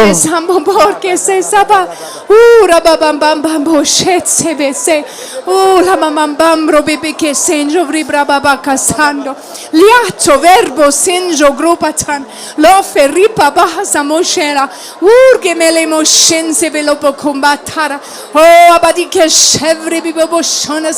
I break every spirit of bondage Navunja that roho has za held the utumwa Kenyan people back ambayo in the name imeshikilia of watu wa Kenya katika Jesus. jina la Yesu. Oh, set them free in Jesus' Nawaweka name. huru kwa jina la Yesu. Set them free with boldness Naweka huru kwa and with ujasiri fire na kwa moto. to run across this nation. Wakimbie katika nchi Oh, hii. pakalivendora. Apo kide hoane shenzo wakwanendo bido. Rive haspuruna maka joledo. Tereve korebatande me kostine. Lofri bra haidaba. Haila makoshere. Horge berebe kosharas. Oh, vrapama mandora. Oh, himes. Oh, klababa shurgebo. Menho faraba. Heno severe. Boritara barke boshanaste. Miano momongolobo la bage lebo shindere poco.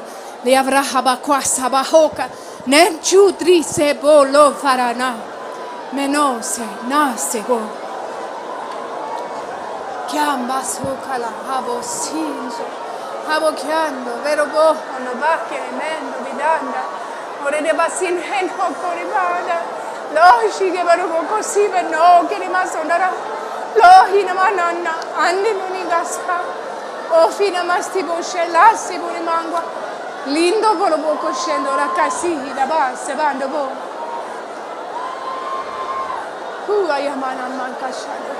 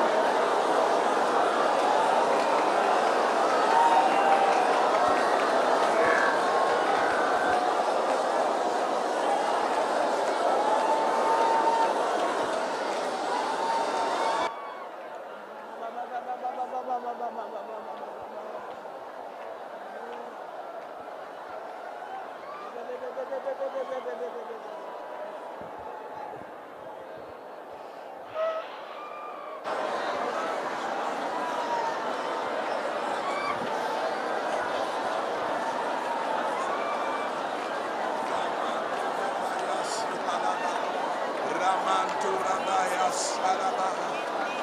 Oh God.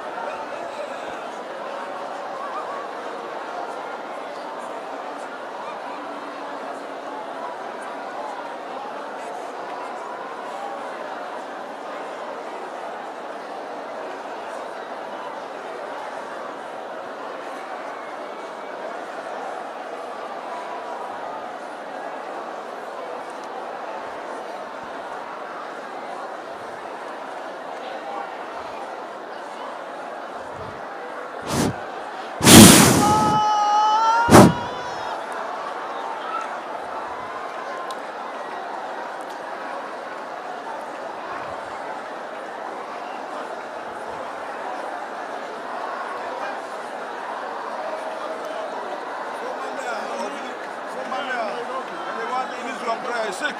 You're sick.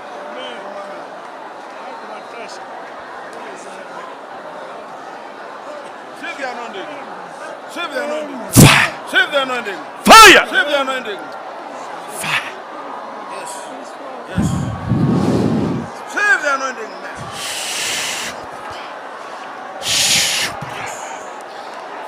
Suprapata. Sapradobo sapata tatebo. Sapratosata. Lambroso propriata. Bless him, Lord. Bariki Bwana. Bless him. Bariki. Bless him. Bariki. Bless him. Bariki. Bless him. Bariki. Bless him. Bariki. Bless him. Bariki. Bless him. Bariki.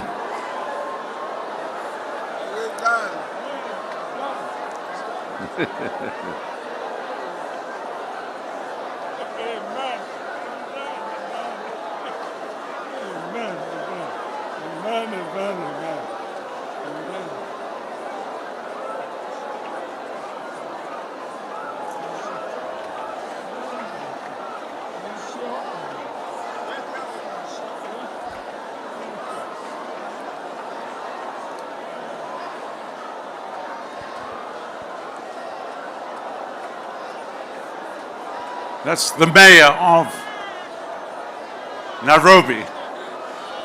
God Nairobi. will touch everybody.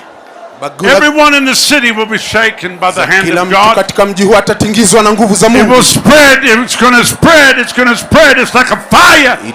Itaenea kama moto ulao. It cannot be stopped. There's not enough fire extinguishers to put it out. Kuna mtu ambaye ataweza kuzima moto huu. This is what you prayed for. This is what you've cried out for. Hii ndio tutalilia, hii ndio tutamwita God has Bwana. answered your prayers. Baba, tuguse katika uwepo wako. And the fire will burn. Na moto utachoma. And the wind will blow. Pia mawimbi yatapiga. And the fire will spread. Moto utaonekana kila mahali. Hallelujah. Hallelujah. Into places of government.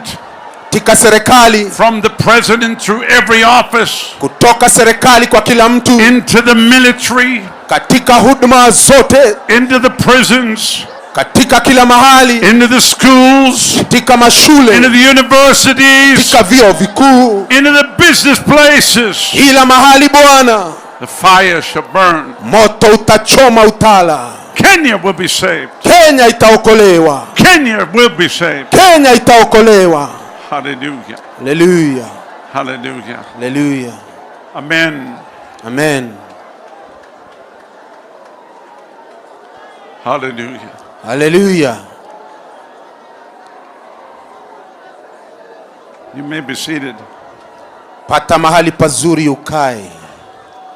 Now, just so you know, Sasa ili ya kwamba ujue tu, none of what's happened here already hakuna kile ambacho kimetendeka hapa was on the protocol.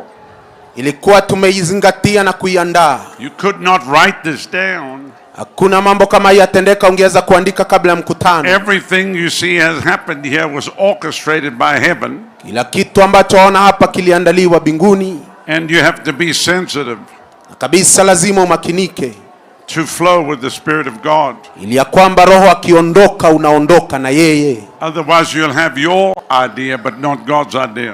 Na kabisa basi Mungu ndio anayeyatenda haya. Can you say amen? Sema amina. Hallelujah. Hallelujah. I want to take a few minutes Napenda nichukue dakika chache tu and I want you to go to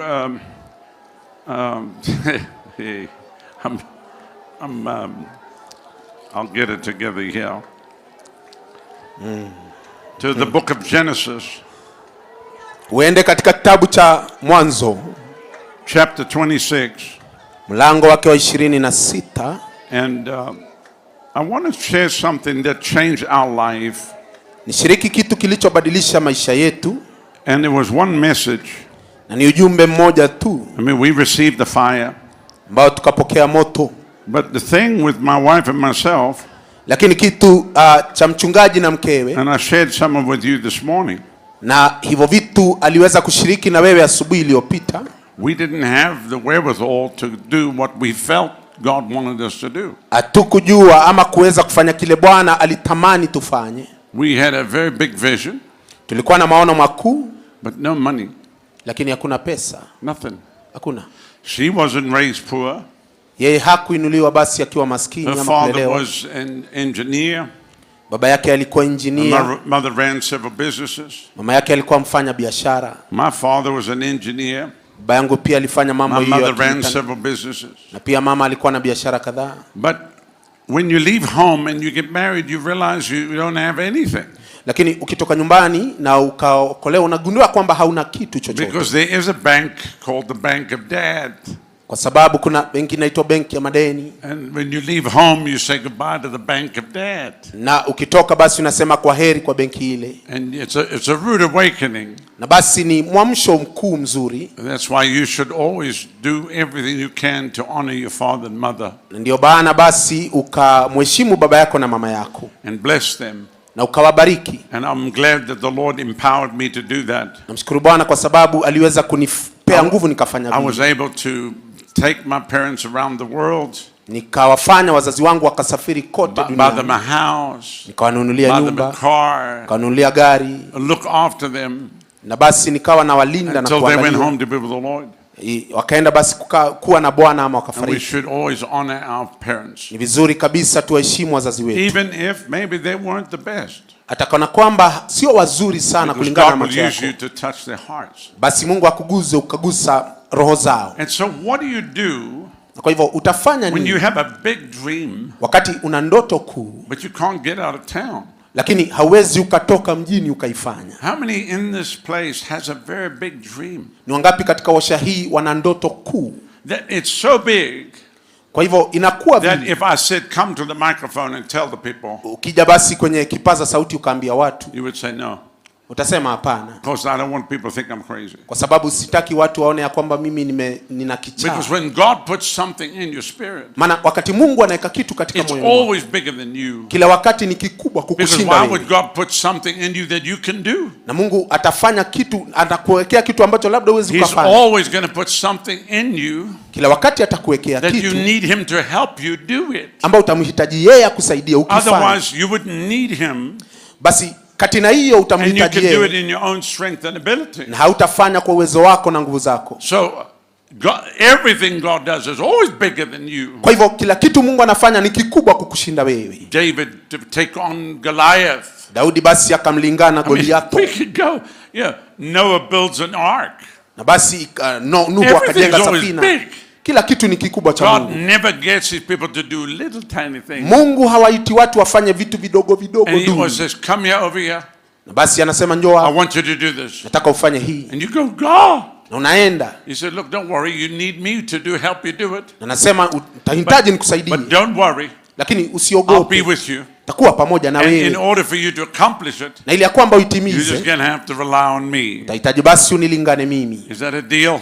Hiyo basi ni kweli At the kabisa. moment you rely on yourself, you're going to fail. Kwa hivyo ukijaribu mwenyewe utaanguka But jamani. if you let me do it, Lakini ukiniruhusu nifanye, I'm going to do it through you. basi mimi nitaifanya kukupitia wewe. God's got some very big things, Na kwa hivyo Mungu ana vitu vikuu, dreams, ndoto that are in the hearts of the Kenyan people, ambazo ziko katika mioyo ya that Wakenya, this fire is releasing now. kwamba huu moto And you're going unaachiliwa to see it sasa, happen in the next 3 years. na utaona ikitendeka kwa You're going miaka to see mitatu things ijayo. begin to accelerate. Can you Utaona say amen? ikitendeka, basi tumchukulie Bwana kwa Kenya. Just like the trees Ni kama that miti have cones ambayo that are the ina seeds mbegu that only get they only germinate when the fire comes through and opens up the pod. yafunguka basi wakati moto unakujia juu, na basi inafunguka. So in America, Kwa hivyo kule they won't Amerika allow forest fires. hawataruhusu mioto Which bandia, you need a forest fire, lakini unahitaji because if it kuu. comes through, it won't burn everything. Maana ikija haitachoma kila It'll kitu, just burn the top,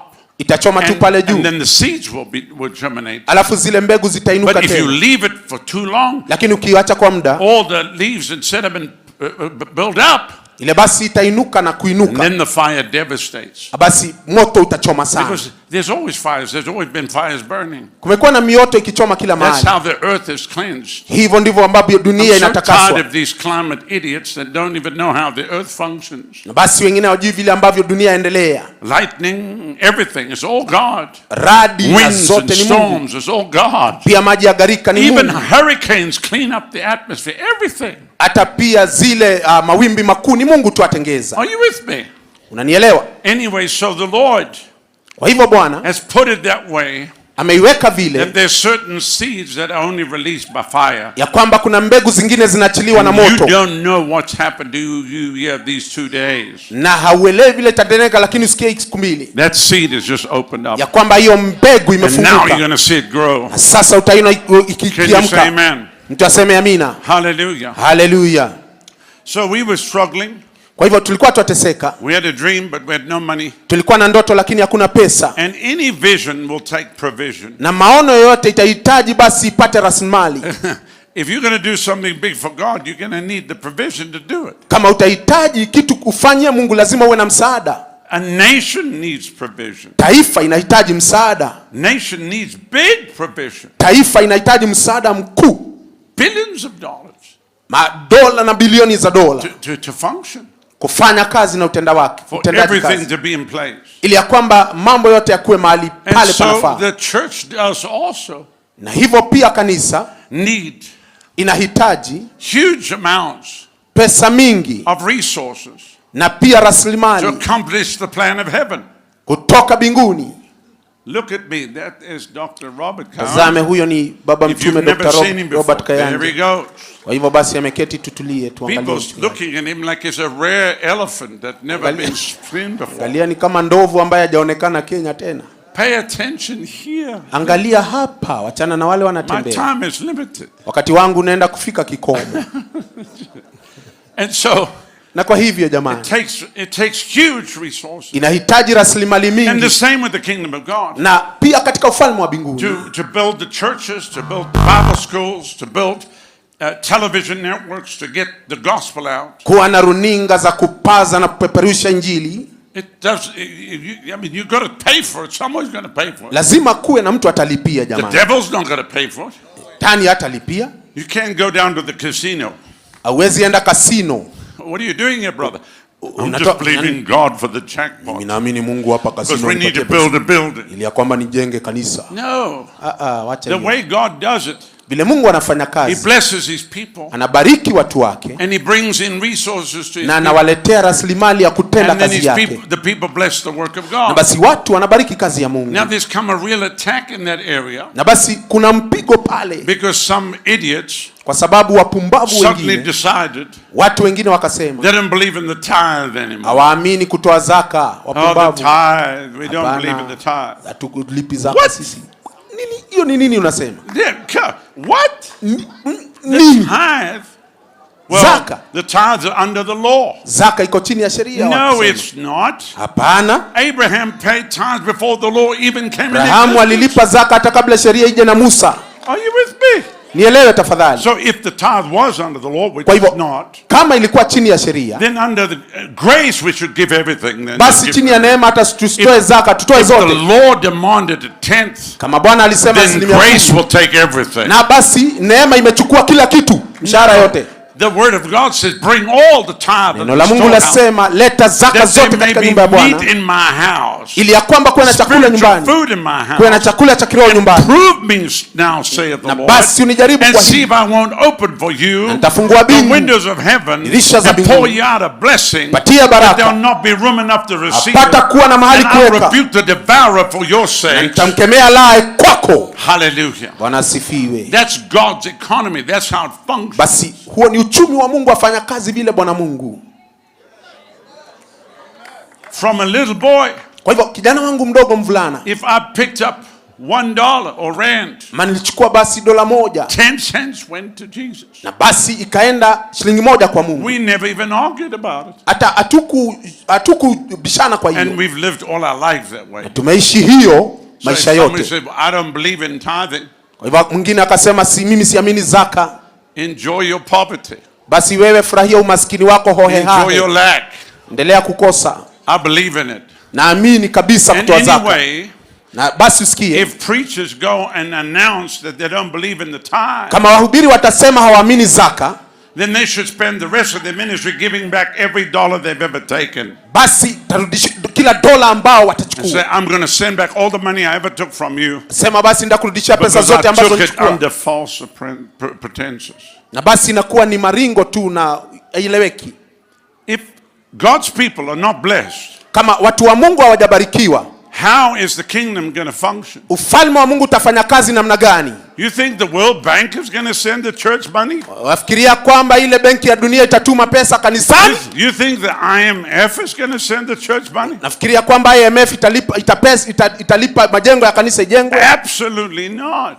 Hiyo hapana itafanyika. But it's God's people being blessed. Lakini watu wa Mungu watabarikiwa. And then bring to the Lord. Na basi walete kwa Bwana. In proportion to the blessing. Kabisa kilainika kwa baraka ya Mungu. A tithe and offering.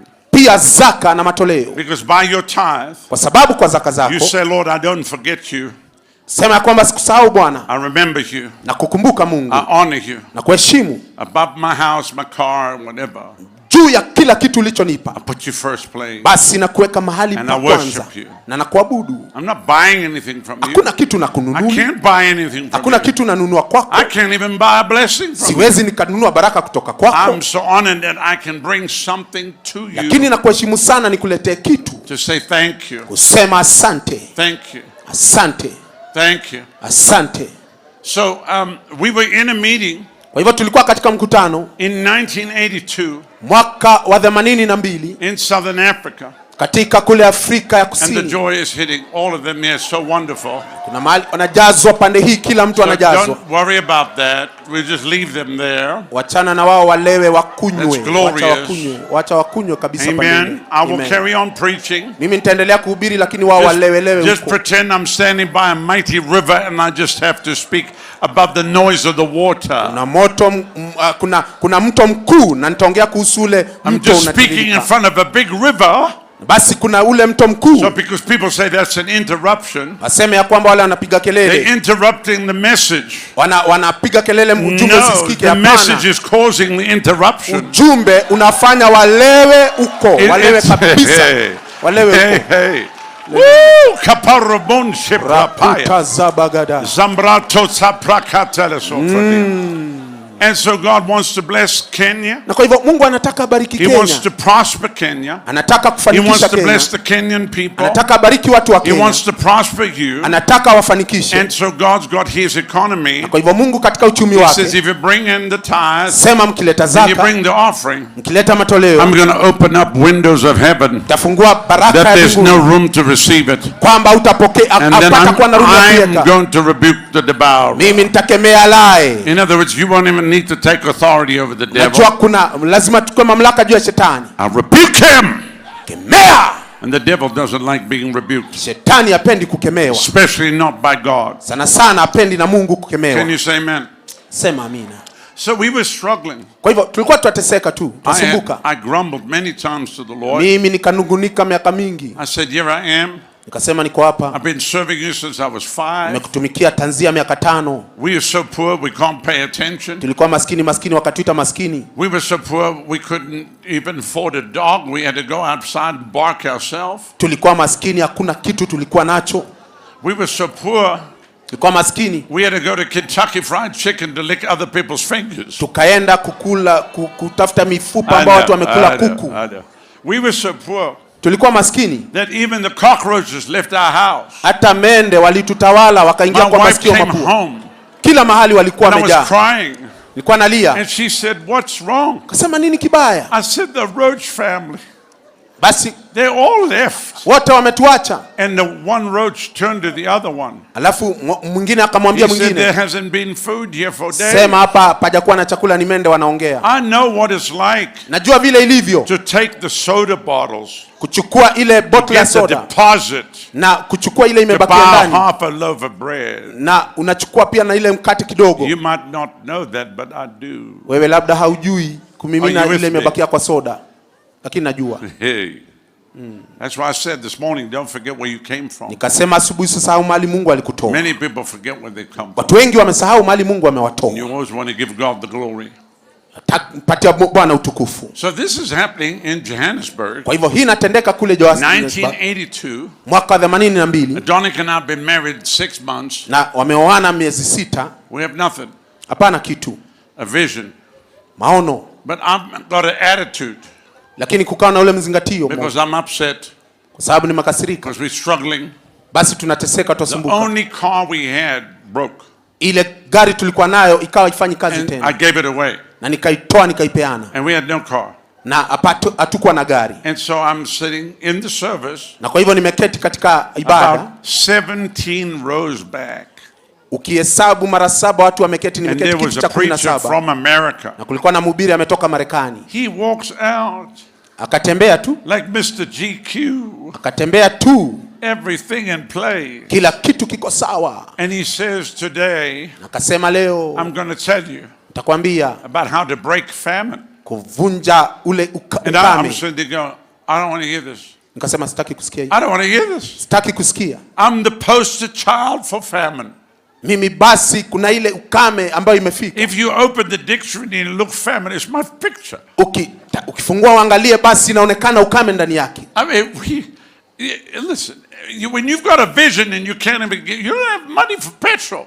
Ukiwa na maono basi hata kitu cha gari hauna. And people ask you, what are you going to do? I'm going to the nation of the world. Na watu wanakuuliza utafanya nini? Sema nitaenda katika. I'm going to preach the gospel. Tena nihubiri injili kote. And I'm going to pay for everything and I'm going to bless people. Talipia kila kitu, nitabariki watu. Yeah, right. Yeah. Sema wewe utaweza kweli. Rodney, somebody help him to a home. Tulia tu.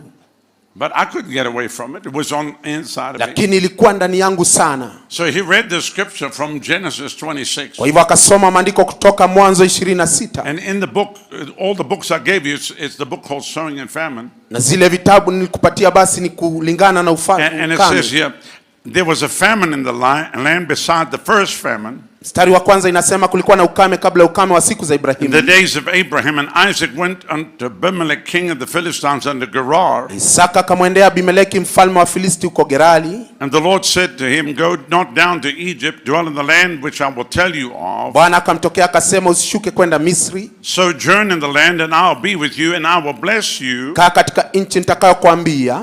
And for unto your seed I will give all these countries. Na nitakupa wewe una uzao wako nchi hizi zote. And perform the oath which I swore unto Abraham thy father. Nitakifanya imara kiapo nilichomwapia baba yako Ibrahim. And I will make thy seed to multiply as the stars of the heavens. Nitazidisha uzao wako kama nyota za mbinguni. And I will give thy seed all these countries, and in thy seed shall all the nation earth be blessed. Nami nitawapa uzao wako nchi hizi zote, na katika uzao wako mataifa yote ya dunia watajibika. Because that Abraham obeyed my voice and kept my charge and my commandment. Kwa sababu Ibrahim alisikia sauti yangu akahifadhi maagizo yangu. My statutes and my laws. Na pia akaangalia sheria zangu na kuzingatia. Now if you look down at verse 12.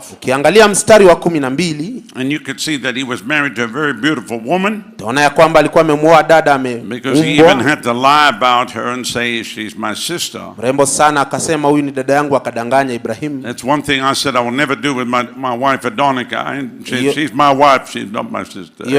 Hiyo ni kitu nilisema sitafanya na Isabel mke wangu, yeye ni mke wangu, sio dada yangu.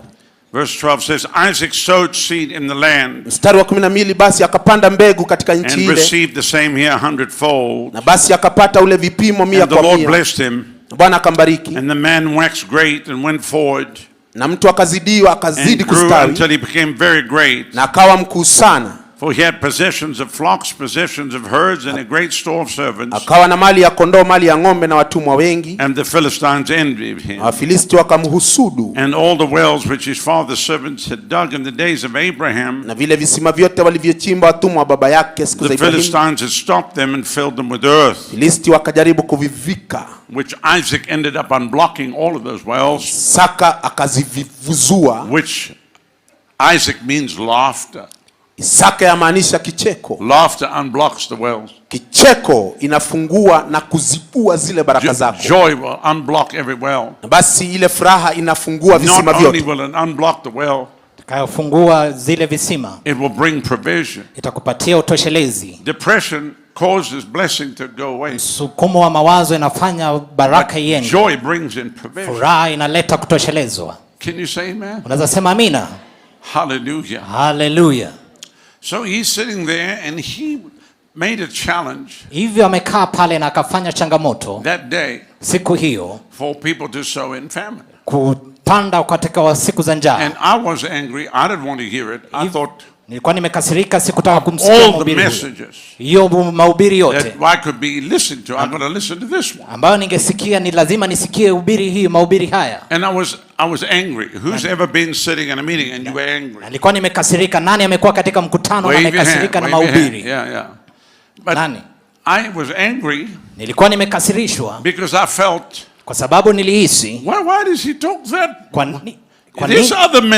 nini anahubiri kuhusu jambo hili, angelihubiri jambo lingine? And the Lord said to me, na Bwana akaniambia, I sent him all the way from America for you. Nilimtuma kutoka Amerika akaja hapa kukuhubiria wewe. If you listen, ikiwa utamsikiza, I'm going to give you a key. Nitakupatia ufunguo that will break the back of lack ambayo itavunja ukosefu off of your life. Juu ya maisha yako. And you'll live that way for the rest of your life. Utaishi kwa njia hiyo kwa maisha yako yote. And so I started to have to change my attitude. Hivyo nikaanza kubadilisha nia na taswira yangu. And so anyway, he challenged people that day. Hivyo akatia watu changamoto siku hiyo. To sow a seed. Akawapande mbegu in drought. Katika siku za njaa. Let me just say this. This is very holy to me. Wacha niwaambie hii ni takatifu sana. And I've watched many ministers do this and manipulate. Na nimeona watu wahubiri wengi wakifanya hivi na wengine wameamini. That's not what this is.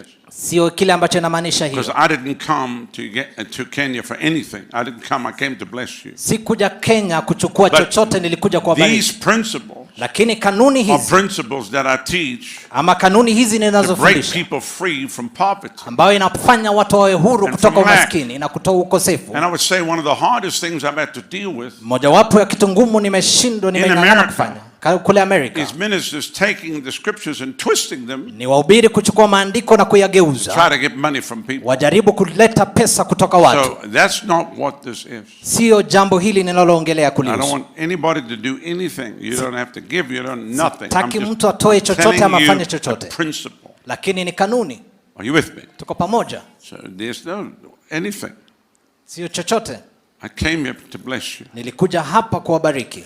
But I believe that this is going to break lack off of the nation. Lakini naamini hii itavunja nira ya ukosefu juu ya taifa letu. Every church and every ministry na juu ya makanisa na and every businessman and woman represented. Na wanabiashara walio hapa leo. Can you say amen? Unaweza sema amina. So I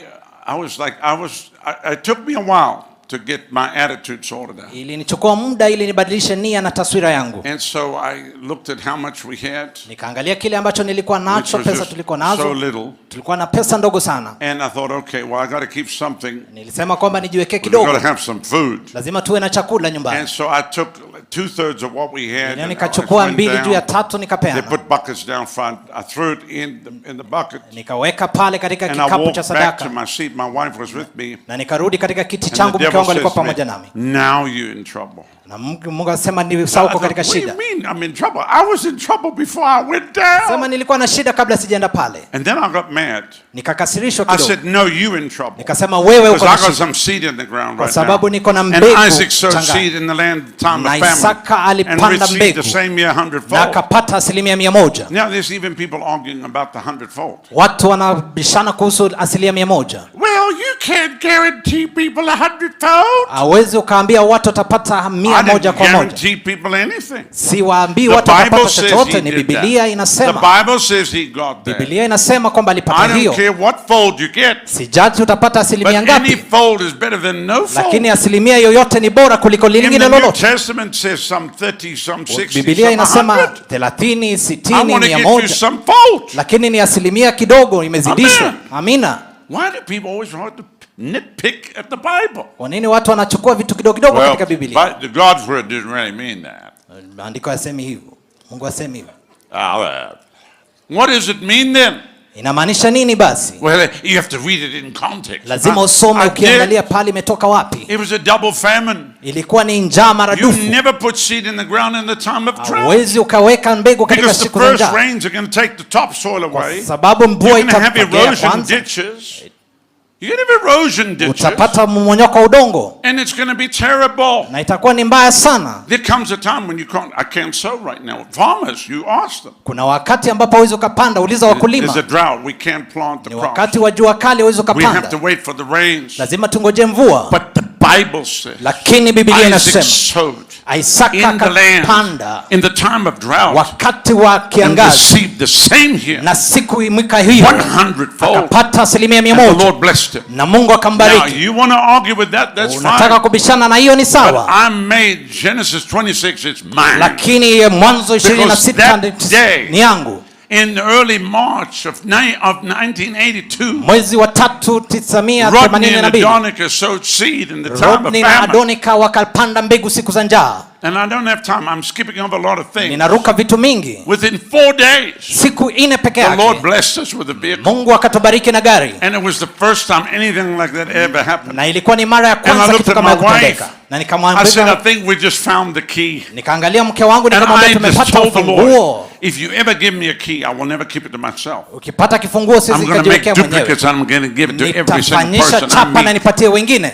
So listen, I'm just telling you right now. Hivyo sikiza, nataka God is kuambia no respecter of persons. Mungu ana He does mapendeleo, not favor me more than you. anionei I vizuri come kuliko from wewe. Africa. Nakuja natoka I Afrika, had nothing. natoka And bila now He kitu, sent me to na 89 amenituma countries of the mataifa world. 89, And I'm here with the most beautiful people of na niko na Kenya, hapa na watu wazuri wa Kenya with the most amazing people of God. na watu wa Mungu wazuri sana. Why do you think we stand here crying? Kwa nini tunasimama hapa? Unafikiria tunasimama hapa kulia kwa nini? Because you can't buy this. Kwa sababu huwezi ukanunua hili. We actually have to pinch ourselves. Lazima tujichune na tujiulize, Are you real? wewe uko sawa? Is this real? Hii ni halisi? Are you real? Wewe ni halisi? I'm looking out. Ninakuangalia wewe.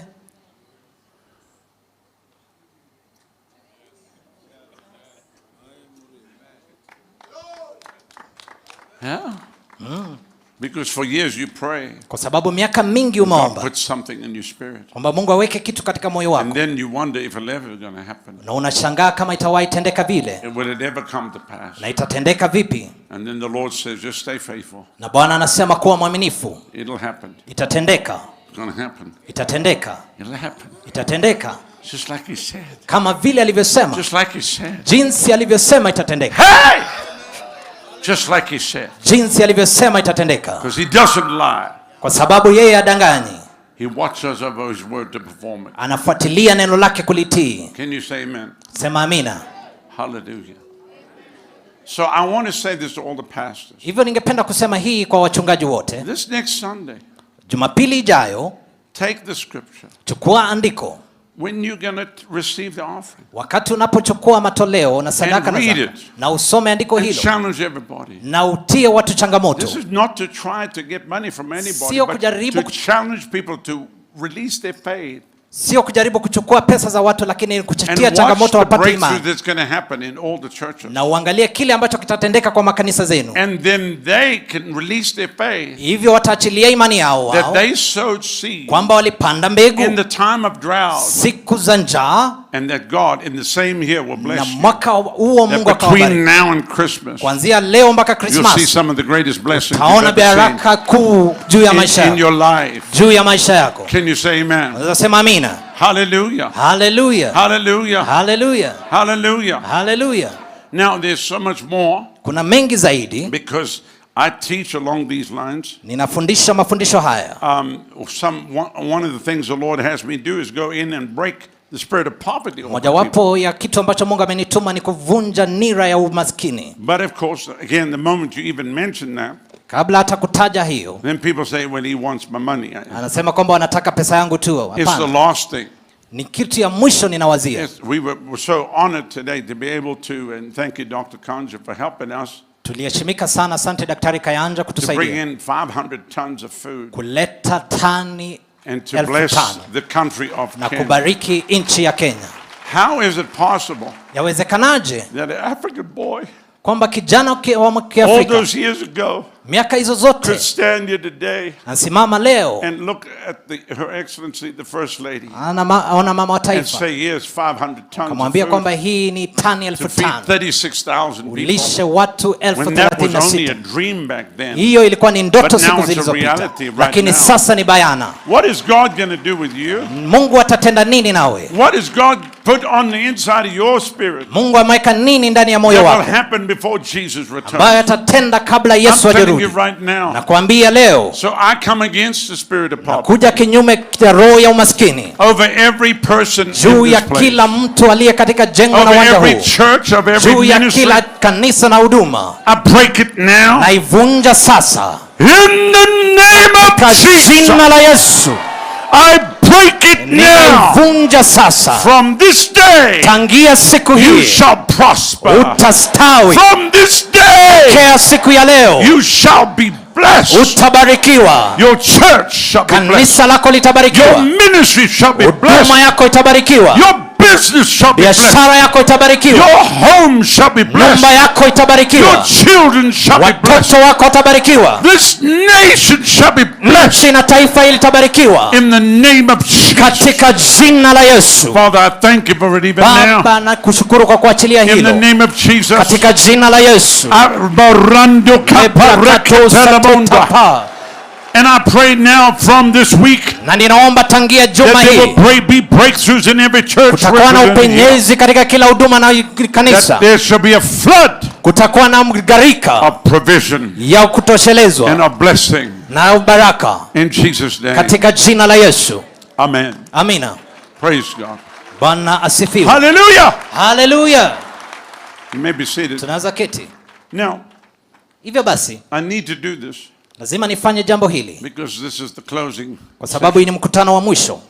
And I would be wrong not to do this. I have to do this. Itakuwa ni makosa kama sitafanya hivi. Because this is why we came. Kwa sababu ni sababu hii tulikuja. You know, Majua, before God even asks anything of you, kabla Mungu hajakuuliza chochote, He wants your heart. Anataka moyo wako kwanza. Everybody wants the blessing of the Lord. Kila mtu anataka baraka za Mungu. But they have a reservation about giving him their heart. Lakini wanajizuilia wasipeane mioyo yao. When God gets your heart, he gets everything. Wakati Mungu anapata moyo wako atakupatia chochote unachohitaji. If he says, I would like that, yeah, whatever you want. Because he's got your heart. Kwa sababu wako na moyo wako. So I want everyone to just close your eyes. Hivyo ningeuliza kila mmoja wetu afunge macho yake. Bow your heads across this field. Kila moja katika uwanja huu. And I want you to look inside your heart. Nataka uangalie ndani ya moyo wako. Because I want to give an invitation right now. Sababu nataka nitoe mwaliko.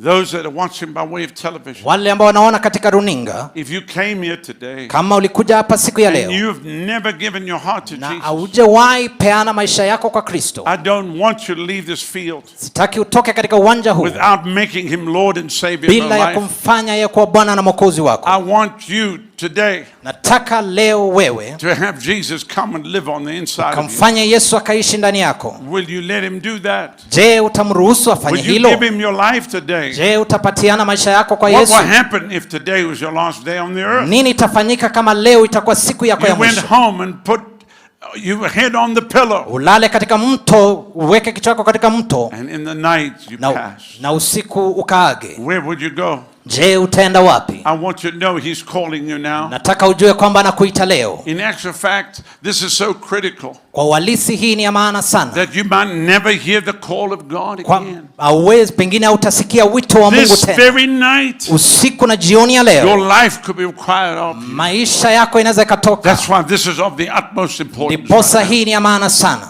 And will you surrender your heart to Je, Jesus? utatoa maisha yako? You can't buy this. Ulikuja hapa. You can't give money or hauwezi kununua hii. You can give God millions of dollars, you go to hell. Hauwezi kupatia Mungu mamilioni ya madola usiende jehanamu. The blood of Jesus. Pesa haiwezi kununua damu ya Yesu. Jesus is free. Damu ya Yesu ni bure. But your heart must humble. Lakini moyo wako lazima ujinyenyekeshe. Na useme na kuhitaji Yesu. Na kuhitaji Bwana. Will you surrender to him? Je, utajitolea kwa Bwana? I call for the last time here in Kenya on this trip. Ninaita mara ya mwisho hapa Kenya. Will you surrender to him? Je, utatoa maisha yako kwa Kristo? He loves you, Kenya. Anakupenda Kenya. He loves every single one of you. Anapenda kila mmoja wenu. You might feel despair. Pengine unaweza kuwa umetahayari. Unaweza sikia kwamba uko peke yako. You might feel like everything's on top of you. Unahisi kwamba kila kitu kiko juu yako. No one cares. Hakuna mtu anakujali. But Jesus does. Lakini Yesu anakujali. And he says, come unto me. Anasema njooni. I'll give you rest. Nitakupa pumziko. Take my yoke upon you. Chukua nira yangu juu yako. Learn of me. Jifunze kwangu. My yoke is easy. Nira yangu ni laini. And my burden is light. Na mzigo wangu ni mwepesi. Will you surrender to Je, him? utapeana maisha yako kwa Kristo? Right across this field. Katika uwanja huu wote. I want to give you a call. Nataka nitoe mwaliko. Today is a day to come. Leo ni siku yako kuja. Secondly, maybe you here on the field today. Jambo la pili, pengine uko katika uwanja huu. You used to be on fire for God. Ulikuwa na moto kwa sababu ya Mungu. But storms came. Lakini dhoruba ilikuja. Winds blew. Upepo ukapuliza. And the devil got in. Na shetani akaingilia kati. And robbed you. Na akakunyang'anya. Of your joy and your freedom and your liberty. Furaha na uhuru wako na unyenyekevu wako. But as you're sitting here today. Lakini unapoketi hapa leo. You felt the wave of heaven go across this place. Umehisi upeo wa Mungu. And you felt the Lord pulling you. Na umehisi Mungu akikufuta. Come on now, come home. Kuita njoo sasa. Come home. Rudi nyumbani. Come in from the life of self and sin. Toka katika maisha ya dhambi. Come. He's calling you. Will you surrender? Je, utatoa maisha yako? The way of the transgressor is hard. Njia ya mtu mwovu. Sin might be pleasurable for a season. Dhambi inaweza kuwa ni ya kufurahisha kwa muda mfupi. It is death. Lakini ni maafa. It is total despair. Ni kuvunjika moyo. Total loneliness. Ni upweke. And then hell. Jehanamu basi. Is very real. Ni halisi. And it's a place of torment. Ni pahali pa kuteseka. It's a place where the fire is never quenched. Ni pahali ambapo moto uzimwi. And the worm doesn't die. Na ujotaishi. The same people in America that don't believe in the tithe, they don't believe in hell. Wale watu ambao waamini zaka pia wao waamini kuzimu. But I don't care, you know, I know what the Bible says. Sijali, ninajua Biblia inasema nini. And I know what the gospel message is. Ninajua injili inasema nini. You don't have to go to devil's hell. Si lazima uende katika jehanamu. Jesus has come. Kwa sababu Yesu anakuja. He says, come to me. Anasema njooni kwangu. Njooni kwangu. I'm going to set you free. Nitakuweka huru. Come to me. Njooni kwangu. I'm going to deliver you. Nitakukomboa. And your life will never be the same. Na maisha yako yatabaki kuwa sawa. Amen. Amina. Because even if money came into your hands right now, hata pesa ikija mikononi mwako, it would be gone before you knew what happened. Itaisha ghafla. Because your heart's wrong. Kwa sababu moyo wako uko. You got to get your heart right. Lazima upange mioyo yako. And how do I do that? Unajiuliza nitafanya vipi? You give it to Jesus. Upe moyo wako kwa Yesu. In actual fact, I must say something to you. Kwa hakika ningekuambia hivi. You actually kwa hakika have to receive grace. Lazima upokee neema to repent. Ili ukatubu. If God's grace does not come on you, kama neema ya Bwana ikuji juu yako, in your arrogance you'll go to hell. Katika kiburi chako utaenda jehanamu. Because it takes the grace of God. Kwa sababu inagharimu neema ya Mungu. For you to realize. Ili ukatambue. That you have a savior. Kwamba uko na Mwokozi. And you need a savior. Na unahitaji Mwokozi. And so today you surrender to him. Hivyo leo ujitolee kwake. And you say, Jesus, come. Na useme Yesu njoo. Will you do that? Je, utafanya hivyo? Will you do that? Je, utafanya hivyo? He loves you. Anakupenda. He loves you, Kenya. Anakupenda sana. Will you surrender to him? Je, utatoa maisha yako kwake? Will you say, Jesus? Je, utasema Yesu? I give you my life. Nakutolea maisha yangu. It's battered, it's tattered, it's torn. Imeraruliwa, imeharibiwa. I've been through every form of abuse. Nimepitia kukataliwa. I've tried everything known to man. Nimejaribu kila kitu. But nothing satisfies. Lakini hakuna kitu kinatosheleza. But today on this field. Lakini leo kwa uwanja huu. This field of dreams. Uwanja huu wa ndoto. Where records are broken. Pahali ambapo watu wanashinda mbio. On this field of dreams. Katika uwanja wa ndoto. I'm coming. Naja. For gold. Nikifuatilia. Eternal life. Uzima wa milele. Eternal life. Uzima wa milele. He that hath the Son hath life. Yeye aliye na mwana ako na uzima. And he that hath not the Son. Na yeye asiye na mwana hath not life. Ana uzima. He calls you. Anakuita. He loves you. Anakupenda. Will you come? Je, utakuja? And then maybe ama pengine you go to church. Ndio unaenda kanisani. You carry a Bible big enough to choke a donkey. Unabeba Biblia kubwa inaweza ikazimisha punda. And you shout amen, hallelujah. Na unapaza sauti kuu ukisema amina na haleluya. There's an emptiness. Lakini kuna utupu ndani yako. You leave church, you go, unatoka kanisani uko mdhaifu. I really put on a good show. Mimi nilijifanya sana. Everybody thinks I'm really on fire. Watu wanafikiria niko na moto sana. But really I'm empty. Lakini kwa uhakika niko tupu. I got to have something. I don't know what. Nahitaji kuwa na kitu sijui ni nini. I need you fresh. Ninakuhitaji kwa upya. Will you surrender afresh to him tena kwa Bwana? Right across this field. Katika uwanja wote. If this is you, kama wewe uko na ombi hili, I want to have the privilege of praying for you. Niko na tunuku kukuombea. Quickly. Kwa haraka. Without any hesitation. Bila kukoma. Put your hand up now. Inua mkono wako kwa haraka. And say pray for me. Na useme niombee. Hands are going up all across the field. Mikono zinainuka kila pahali. Jesus is calling you now. Yesu anakuita leo. He's calling you now. Anakuita leo. He says come. Anasema njoo. Come. Njoo. I want you to stand, every person with your hand in the air. Kila mmoja wetu aliyeinua mikono yetu tuinuke na tusimame hapa na tuje hapa mbele. We're going to pray together. Tutaomba pamoja nanyi. Today is your day of freedom. Leo ni siku ya ukombozi. Every person that raised your hand. Kila mmoja wetu aliyeinua mikono yake. Now he calls you. Njoo hapa anakuita. Get up from where you are. Toka katika uwanja wako na uje. Today is the day of salvation. Leo ni siku ya wokovu. Today is the day of deliverance. Leo ni siku ya ukombozi. Don't just sit there. Usikae pale tu. I don't care if the people are everywhere. Kama watu wamejaa kila pale. on the back of chairs and come down here. Njoo kuja katika pita katika viti na uje mbele. Tonight. Leo usiku. It's heaven or hell. Ni kuzimu ama bingu. It's heaven or hell. Ni bingu ama kuzimu. Tonight. Leo. Come. Njoo. He calls you. Anakuita. He calls you now. Anakuita sasa. He's calling you now. Anakuita sasa. He's calling you now. Anakuita sasa. He says come. Anasema njoo. He says come. Anasema njoo. He's calling you now. Anakuita sasa. Come. Njoo. Come. Njoo. Come. Njoo. That ark of safety is still there. Ile iko pale. The gangplank is down. Try to listen to what I'm saying so you can interpret. The gangplank is down. Mpango uko. And you can come. Naweza kuja.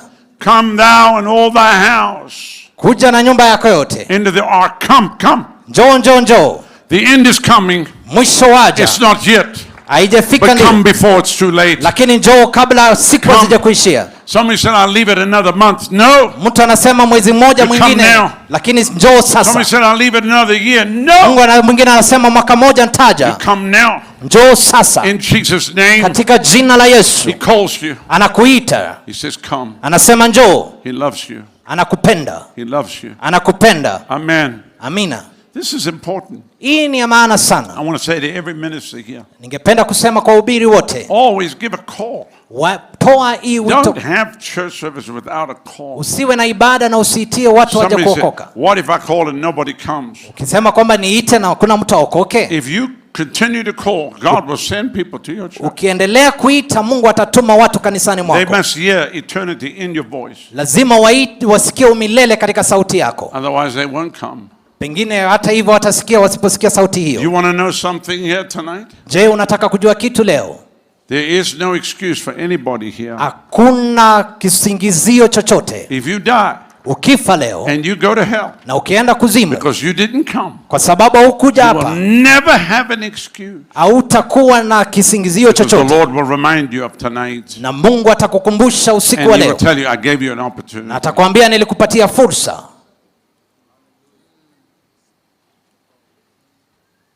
This is why we came to Kenya. Hii ndiyo sababu tulikuja hapa Kenya. And I know what I taught. Najua nilifundisha nini. But I didn't come for your money. Lakini sikuja kwa pesa zenu. I came for your hearts. Nilikuja kwa sababu ya mioyo yenu. Can you say amen? Tunaweza sema amina. Hallelujah. Hallelujah. Thank you, Jesus. Asante Yesu. I want everybody in the congregation to stretch your hand out. Nataka ni kila mmoja katika umati huu ainue mkono wake. Several hundred have come. Mamia wamekuja. And today is your day of freedom. Na leo ni siku ya ukombozi wako. I want you to look at me. Nataka uniangalie.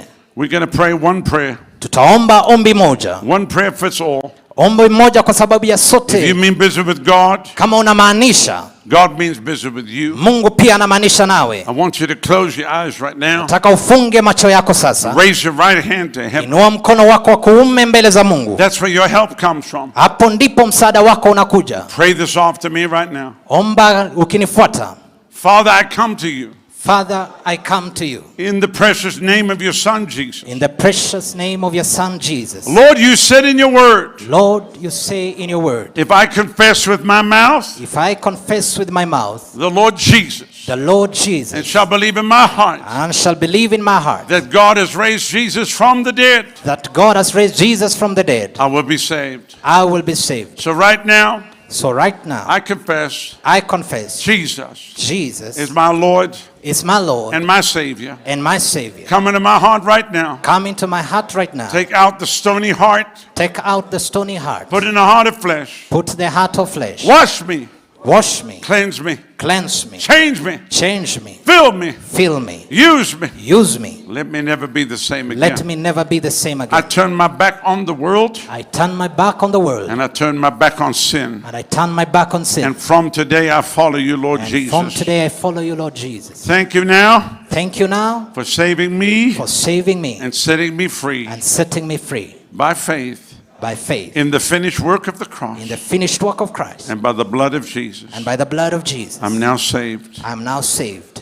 Now, Father, I pray that you would seal them now by your blood and by your Spirit. Baba, naomba kaweke muhuri kwa damu yako na kwa roho wako. That on that day not one would be missing. Kwamba hakuna mmoja wao atapotea. Raise them up to be mighty men and women of God. Fanye kuwa watu wakuu wa Mungu. And use them to impact this generation. Tumie katika kupachika kizazi chao. We pray this now. Tunaomba hili leo. In Jesus' name. Katika jina la Yesu. Amen. Amina. Hallelujah.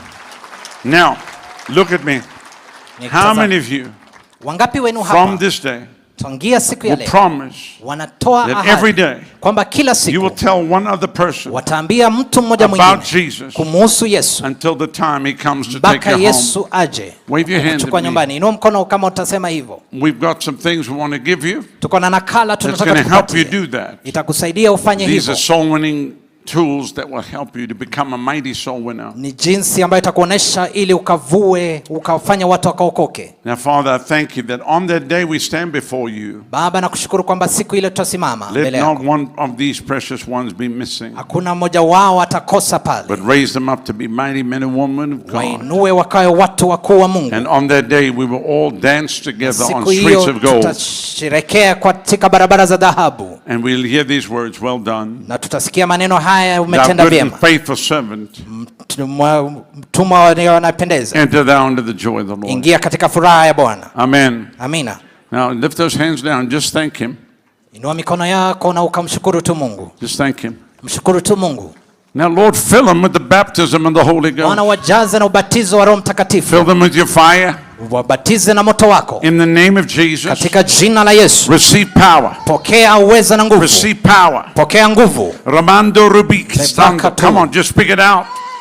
Not in your language, in a heavenly language. Just speak it out. Ndimi na lugha yako, lakini kwa lugha ya mbinguni. Fill them now with the Holy Ghost. Wajaze na Roho Mtakatifu. Fill them now to overflowing. Wajaze wakafurike. Restore to them. Rejeshe everything the enemy has taken. Kila ambacho shetani ameiba. Restore to them the joy of their salvation. Furaha ya wokovu. And use them from this day. Watumie tokea siku ya leo. Everywhere they go. Popote waendapo. I thank you, Lord. Asante Bwana. Put a hunger for your word on the inside of them. Njaa ya neno ndani yao. Put a passion for the lost. Wakawe na juhudi kwa sababu ya waliopotea. Raise them up to be mighty men and women of God. Wakawe watu wa nguvu. And use them, we pray. Na watumie kwa njia kuu tunaomba. In every town and village kila kijiji kitongoji. And city in Kenya. Na kila mji nchi ya Kenya. In Jesus' name. Katika jina la Yesu.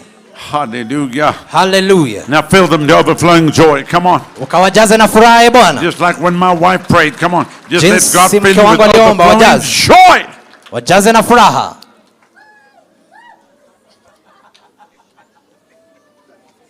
Let him fill you with overflowing joy. Akujaze na furaha inayobubujika. Let him fill you with overflowing joy. Akujaze na furaha inayobubujika. Hallelujah.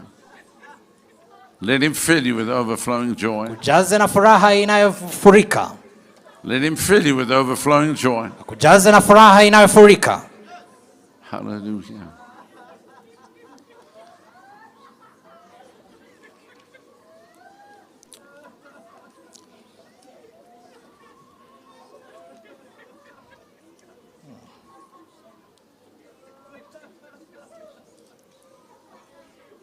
Praise God. Bwana asifiwe. Thank you, Jesus. Asante Yesu.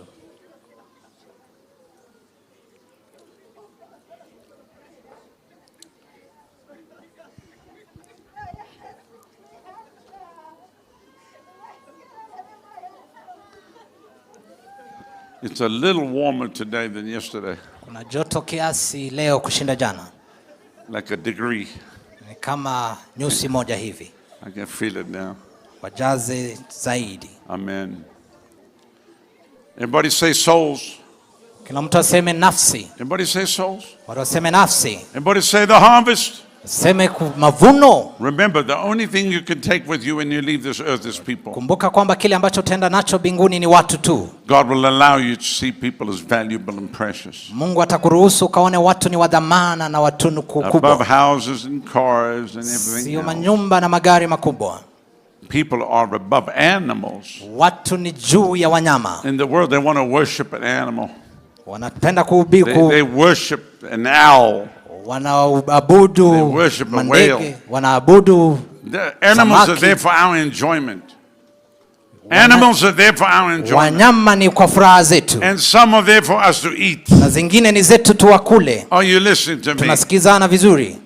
These people come here tell me they tell me I cannot eat meat. Watu wanakuja wananiambia siwezi kula nyama. I said, you devil you.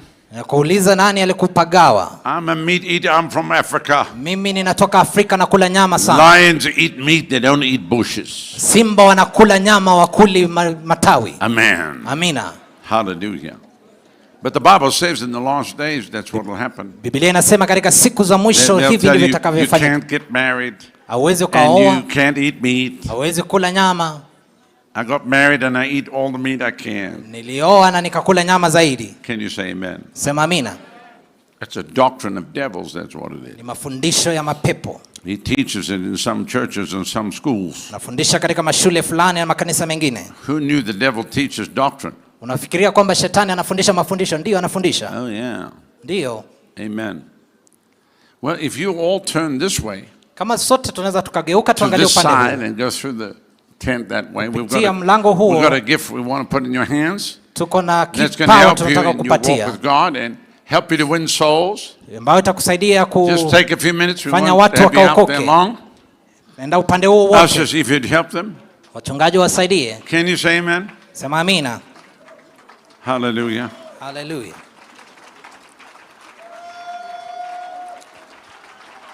All of heaven rejoices over one sinner that comes to repentance. Mbingu inafurahia mtu mmoja akiokoka. All of heaven rejoices. Mbingu inafurahia. All of heaven rejoices. Mbingu zima inafurahia. Over one sinner that comes to repentance. Mtu mmoja akiokoka. Hallelujah. Hallelujah. Hallelujah. Hallelujah. Hallelujah. Hallelujah. Hallelujah. Hallelujah. Hallelujah. Hallelujah. Hallelujah. Hallelujah. Hallelujah. Hallelujah. Glory to God. Utukufu kwa Mungu. Glory to God. Utukufu kwa Mungu. Amen. Amina. Well, hivyo basi we are on some protocol here. We have another meeting we have to go to now tonight. Sababu ya mikutano na mkutano ibada government and mambo ya kiserikali. the final cherry on the top. Kuweka lile tunda katika keki. Tomorrow we leave for Malawi. Na kesho tutaenda nchi ya Malawi. Please pray for us. Tafadhali mtuombee. And we will have you in our hearts. We will pray for you. Na sisi katika manyumba zetu tutawaombea. We love you. We love you. We love you so much. Sana. Dr. Robert, you can come up quickly. Daktari Robert njoo. We love you all. Tunawapenda sana. Thank you for receiving us. Asante kwa kutupokea. Thank you to Her Excellency the First Lady. Thank you so much. Mama wa taifa. Asante. I can say this with all clarity and boldness. Nasema hii kwa bayana yote na ujasiri wote. That we have never been received in any nation of the world. Kwamba hatujapokelewa katika taifa lolote kwa jinsi ya ubora zaidi kama hapa Kenya. Never, ever, ever. Hapa Kenya tumepokelewa kwa uzuri sana. We were wrapped in blankets, which the first night I was cold. Siku ya kwanza and I used the blanket that I got wrapped in. Na nikatumia lile blanketi niliyopewa. And we want to say thank you so much. Tunapenda kusema asante. Thank you for your kindness to us. Asante kwa ukarimu wenu. We have you in our hearts. Tunawapenda mioyoni mwetu. Amen. Amina. Love you so much. Tunawapenda sana. And I'm coming to Uganda in a few weeks. Yes. I'm going to be in Uganda at his church. I can't wait. Ngoja natazamia kuja Uganda.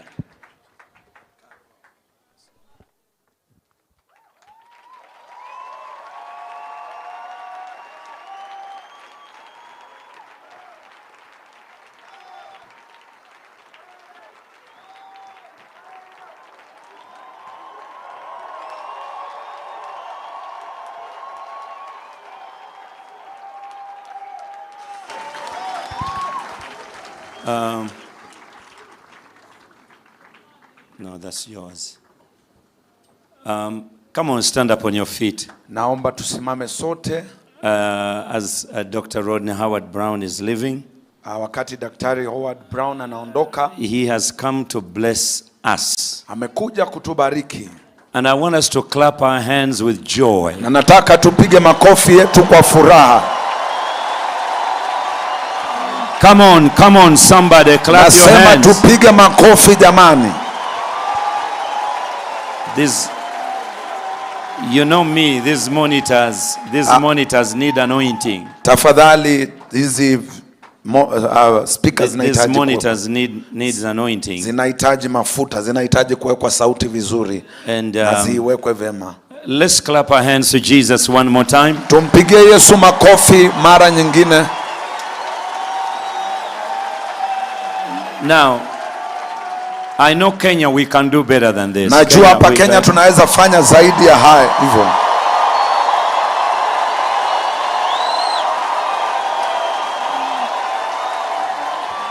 Whoever is not clapping their hands and rejoicing, you are not for Kenya. Asiyepiga makofi anaonekana yes. You are not for Kenya. Wewe si haupendi Kenya. Come on, somebody. Nasema jamani tupige makofi. You know the art of receiving. Unajua moyo wako wa kupokea. You know the art of receiving. Waelewa moyo wa kupokea.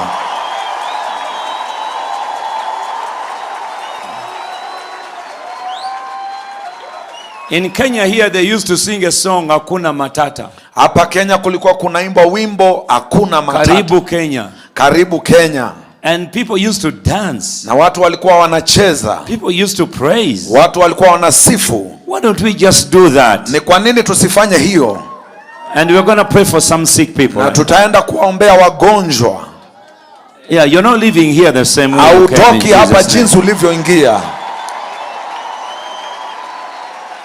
So I want you to clap your hands more than you have ever clapped your hands to Jesus. Hivyo nataka upige makofi zaidi ya vile hujawahi piga mbeleni. Thank you, Holy Spirit. Asante Roho Mtakatifu. Thank you, Jesus. Asante Yesu. Thank you, Master. Asante Bwana. Thank you, King of Kings. Asante Mfalme wa wafalme. Thank you for the Republic of Kenya. Asante kwa taifa la Kenya. Thank you for all the counties. Asante kwa magatuzi yote. Thank you for the President and the First Lady. Asante kwa ajili ya rais na mke wake. Thank you for the pastors. Asante kwa wachungaji. Thank you for the national altar. Asante kwa madhabahu ya kitaifa. Thank you for all the fathers. Asante kwa kina baba wote, maaskofu, ministries. Na mihuduma. Thank you for this week. Asante kwa wiki. Hands to Jesus and give God the glory. Yesu makofi mazuri.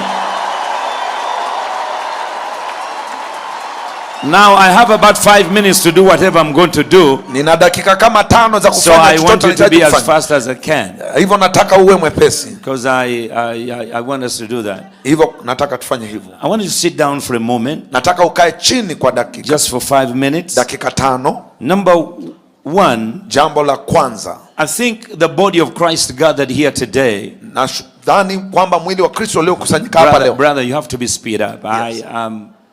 You have to speed up. So, the body of Christ that is gathered here today, mwili wa Kristo uliokusanyika hapa leo, we must reflect on 3 things. Lazima tuwaze mambo matatu. I'm not Kenyan. Mimi sio Mkenya. But I'm a neighbor. Lakini mimi ni jirani. And Uganda for some time. Na tumekuwa katika uvuvi. Pigia Yesu makofi mazuri. Now I have about 5 minutes to do whatever I'm going to do. Nina dakika kama 5 za So I want you to be as fast as I can. Hivyo nataka uwe mwepesi. Because I want us to do that. Hivyo nataka tufanye hivyo. I want you to sit down for a moment. Nataka ukae chini kwa dakika. Just for 5 minutes. Dakika 5. Number is has recovered mileage. Kanisa la Kristo limeweza kupata nafasi na kuokoa muda uliopotea. To the extent that even the daughter of the president is one of us. She's a pastor now. Kiasi kwamba hata binti wa rais ni mmoja wetu, ni mchungaji katika kanisa letu. What is happening in Kenya? Kinachofanyika Kenya with your president and the first lady. Katika kupitia kwa rais na mke wake. The table has been set already. Meza imewekwa tayari. You are about to see ministries you've never seen before. Utaona huduma mtaziona hapo mbeleni. But the ministry of Dr. Rodney Howard Brown, na huduma ya Dr. Howard Brown, this is the first time to come to Kenya. Ndio mara ya kwanza kuja Kenya. First of all, God had to set the state house. Ilibidi Mungu aweke ikulu so that different anointings can be able to come which have never been here before. Posa upako na neema tofauti ziingie.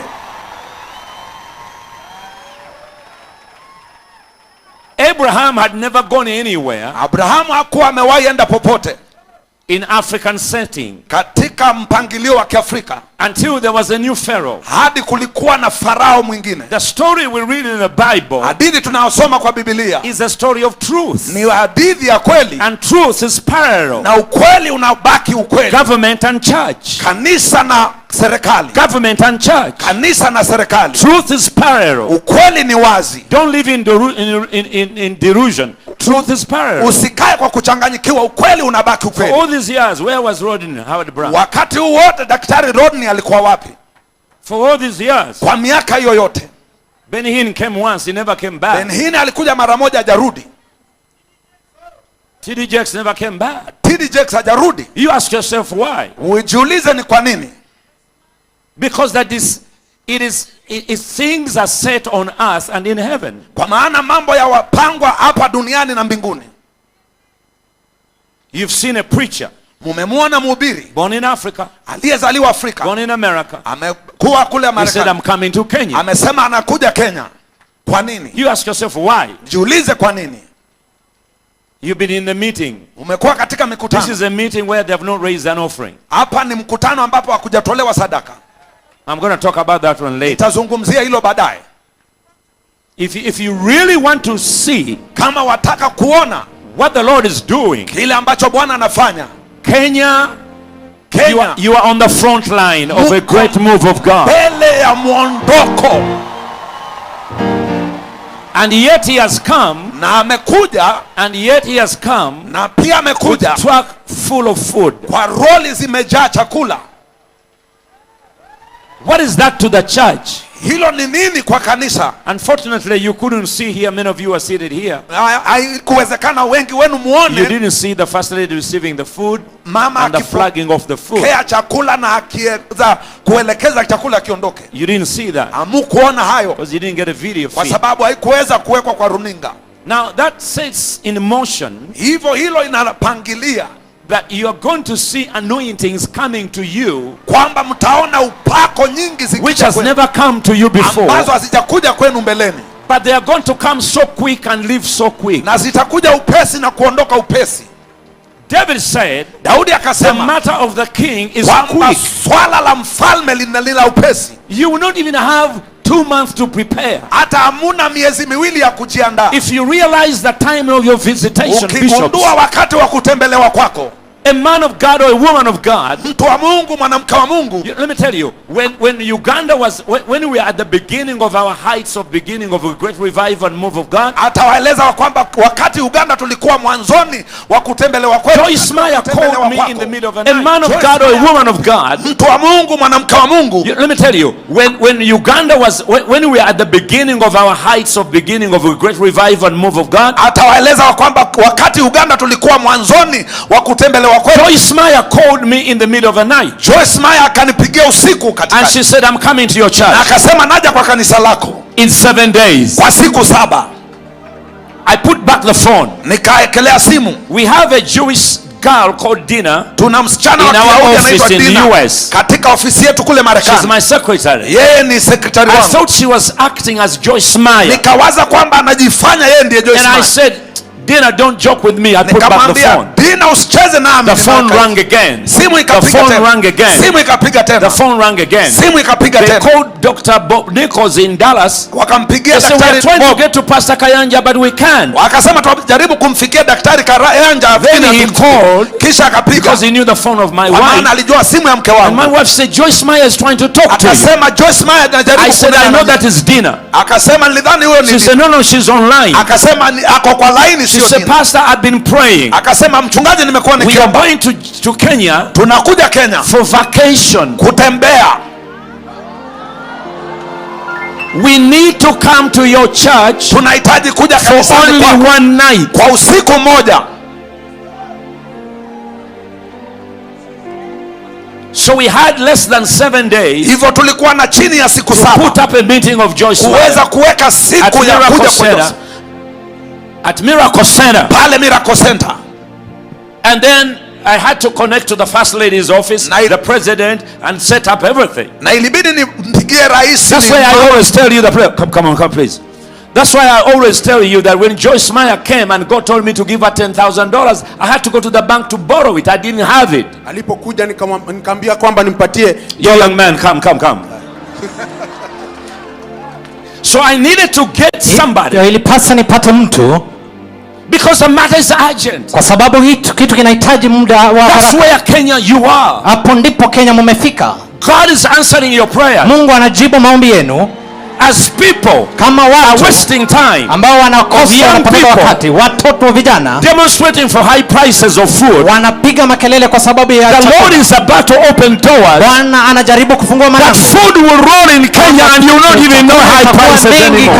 Kenya na utakuwa na nafasi ya kuliweka. Lift up your hands, say this is my time. Inua mkono wako, sema hii ni nafasi yako of my visitation, ya kutembelewa kwangu. This is my hour. Hii ni saa yangu. This is my time. Hapa ni wakati wangu. In Jesus name. Katika jina la Yesu. This is what I've been waiting for. Hii ndilo nimekuwa nikingojea. Do you know where you are? Unajua uko wapi? You're on the grass. Uko katika nyasi of the stadium. Hapa katika uwanja wa mchezo. Last conference they couldn't even allow us to come in here. Kongamano iliyopita tukuingia katika uwanja huu. This is where you are. Lakini hapa ndipo uko ndani. Tell me. Niambie. Apart from Uganda. Mtu kutoka Uganda. Tell me. Niambie. Because you are traveled people. Kwa sababu mmetembea sana. Tell me. Niambieni. Which country?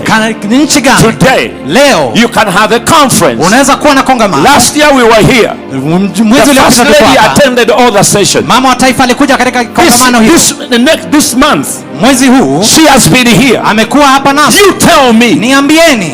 A first lady of any mama country wa taifa wa nchi yoyote that attends, I feel jealous for you. I feel like I want. Ninawaonea shauku sana. Naonea shauku. No, somebody, you're not hearing what I'm talking about. Kile ambacho ninaongea kulihusu. This is the time for Kenya. Hii ni wakati wa Kenya. The church in Kenya. Kanisa la Kenya. To realize you cannot do your own small stuff. Hauwezi kufanya vitu vyenu vidogo vidogo. Because God is visiting Kenya anyway. Sababu Mungu anatembelea Kenya hata hivyo. I'm sorry, the anointing of Rodney is on me right now. Upako wa Rodney uko juu yangu sasa.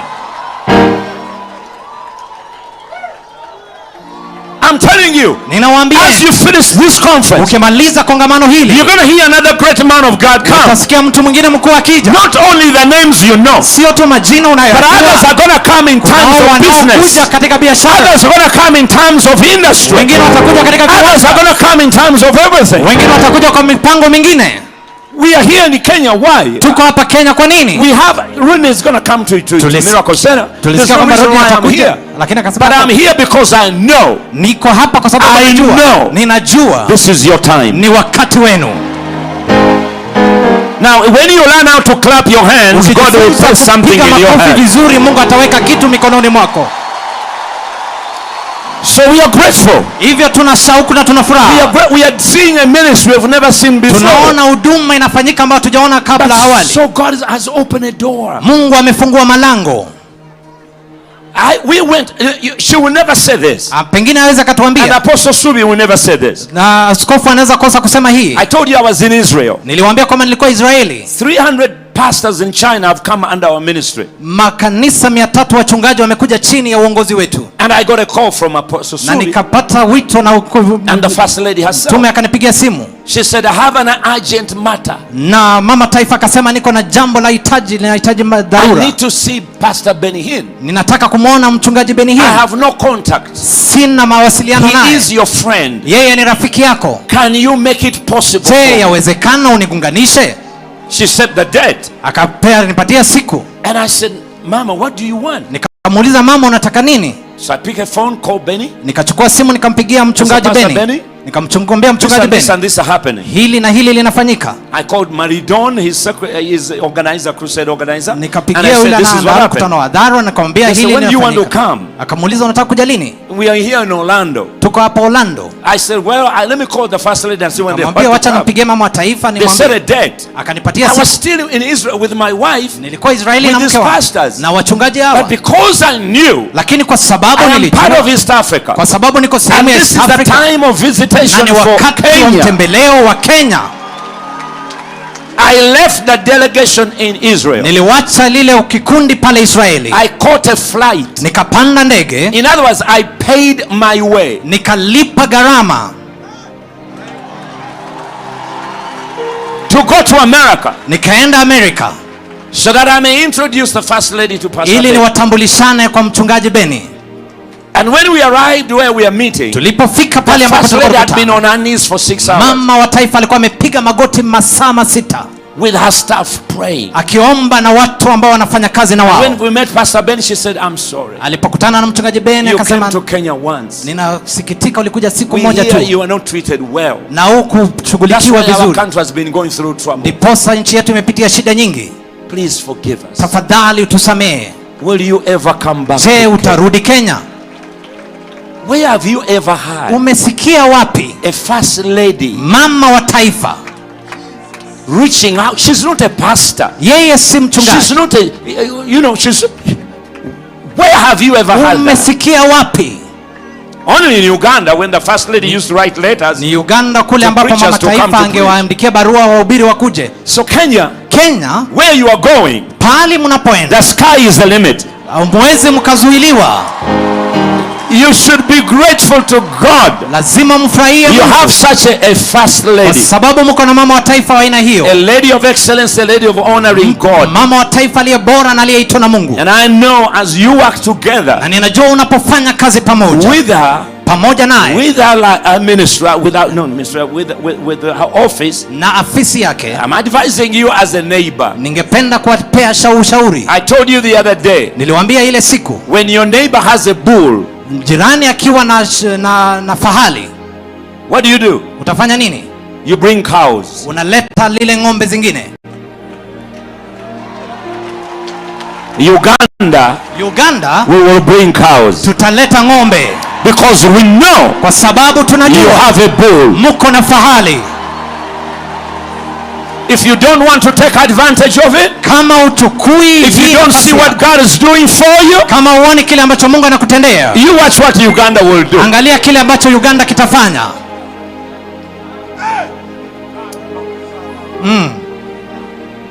So we are grateful to Dr. Rodney. Hivyo tunashukuru kwa sababu ya Daktari Rodney. And so I want to thank God. Nataka nishukuru Mungu for the men of God, the national altar. Kwa sababu ya watu wa Mungu na madhabahu ya kitaifa na umoja wenu. I want to salute you for that. Nataka niwapigie salute. And I want to encourage the fathers of the land. Ningependa kutia moyo wa baba. Wasn't it wonderful to see? Ni ajabu kuona Dr. Kitonga, Dr. Lai.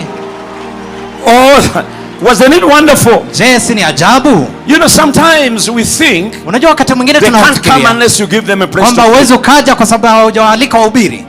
Dr. Lai has been here for 2 days. Daktari Lai amekuwa hapa siku 2. And his wife. Na mke wake. And Dr. Kitonga has been here. Na Dr. Kitonga amekuwa hapa. And other bishops, I cannot mention your name. They only gave me 5 minutes and I'm left with 1 minute. Walinipatia niko nimebakia dakika 1. So, hivyo basi, I want to encourage you. Ningewatia moyo as a neighbor, kama jirani wenu.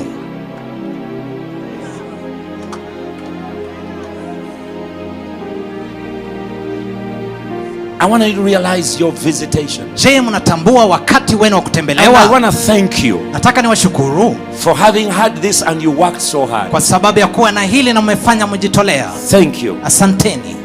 Thank you. Asanteni.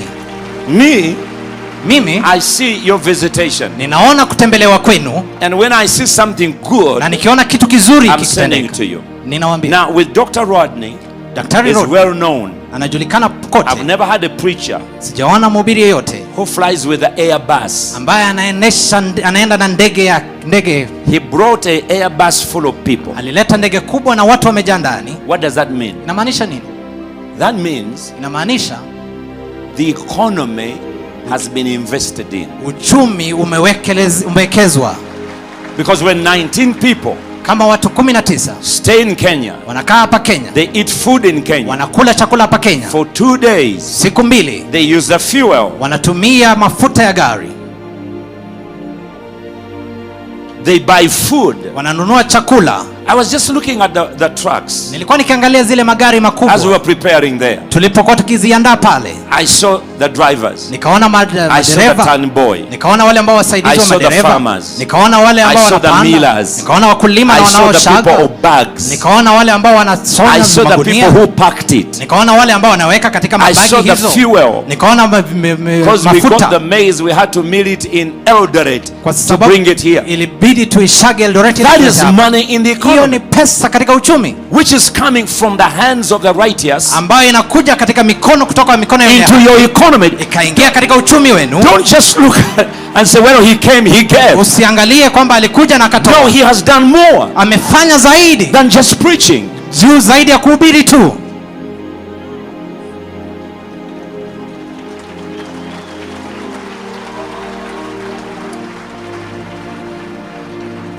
Now the one who was going to be hungry is going to get food. Sasa yeye ambaye alikuwa na njaa atapata chakula sasa. Now think about the method of evangelism and soul winning. Wazia vile ya kuvua nafsi. Now you young man, how old are you?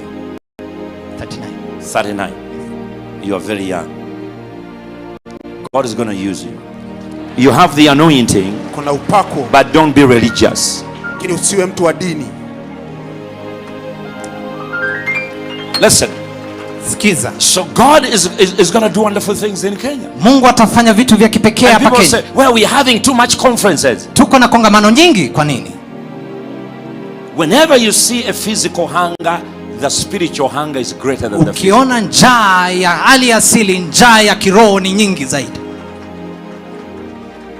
Didn't you gather in a stadium and you pray for rain? Ulikusanyika katika uwanja mkaombea Do you have here? Katika uwanja huu tuliombea. Do you have rain now? Mko na mvua sasa? Is there rain in Kenya? Kuna mvua Kenya? I'm asking you. Naulizeni. I'm asking you. Nawaulizeni. Did you gather here and we prayed for rain? Je, mlikusanyika hapa with your president pamoja na and the first lady? Na mama. Do you have rain? Je, mko na mvua? Then don't complain when the rain comes. Usinungunike mvua ikija. Because you asked for it. Kwa sababu mliomba mvua ije. Somebody clap your hands to Jesus. Tupigie makofi mazuri. Now I have to clarify on this. Wacha niweke bayana mambo haya. Because as you start revival, unapoanzisha ufufio, always, you may be seated please. Naweza keti kwa My dakika 1 chache. minute is about to end. Naenda kumalizia. Always, mvua zote. And I came to encourage you as a brother. Nilikuja kuatia moyo kama ndugu yenu. Always, kila mara, you must fight the spirit of confusion. Lazima upigane na roho ya kuchanganyikiwa. You must resist people who are, we call them in Uganda, spoilers. Lazima uwe kinyume ya watu ambao wanaharibu mambo. For one reason or the other, kwa sababu moja ama nyingine, they enjoy spoiling things. Wanafurahia kuharibu mambo. They have a way they sneak in areas. Wanaingia ndani kwa njia potovu. And then they will talk to people. Wataongeza na kunongoneza na watu. And then people will react differently. Na watu watajitokeza kwa njia moja ama nyingine. Others hear things without asking questions. Watu wengine wanasikia vitu na wao usiulize maswali. And then people said, what happened? Na watu wanasema nini lilitendeka? So as you began to get these men of God, unapoanza kukaribisha na kuwa wenyeji wa watu wa Mungu. When I saw it in Uganda when Reinhard Bonke last came to Uganda. Niliona kule Uganda wakati mjilisi Reinhard Bonke alipokuja. Bonke, the late, did not only stop in Uganda, but he stopped coming to Kenya. He stopped coming to Uganda. Of course, in Uganda they kicked him out of a city. Uganda walimfukuza katika mji huo. Because someone went. Kwa sababu mtu alienda. He was removed from the committee. Alitolewa katika kamati. And he went and talked to the authority that this man is misleading people. Akaenda kuambia viongozi kwamba huyu mtu anapotoza watu. Is preaching against government. Anahubiri kinyume na serikali. Bonke wasn't. You all know Bonke. Bonke akahubiri kinyume na serikali. Mnawajua Bonke. About Jesus and miracles. Alikuwa anahubiri kuhusu Yesu na miujiza.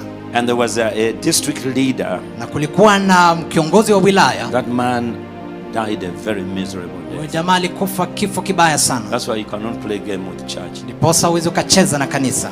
And he went and told him. Akaenda akamwambia. He said the man is against you.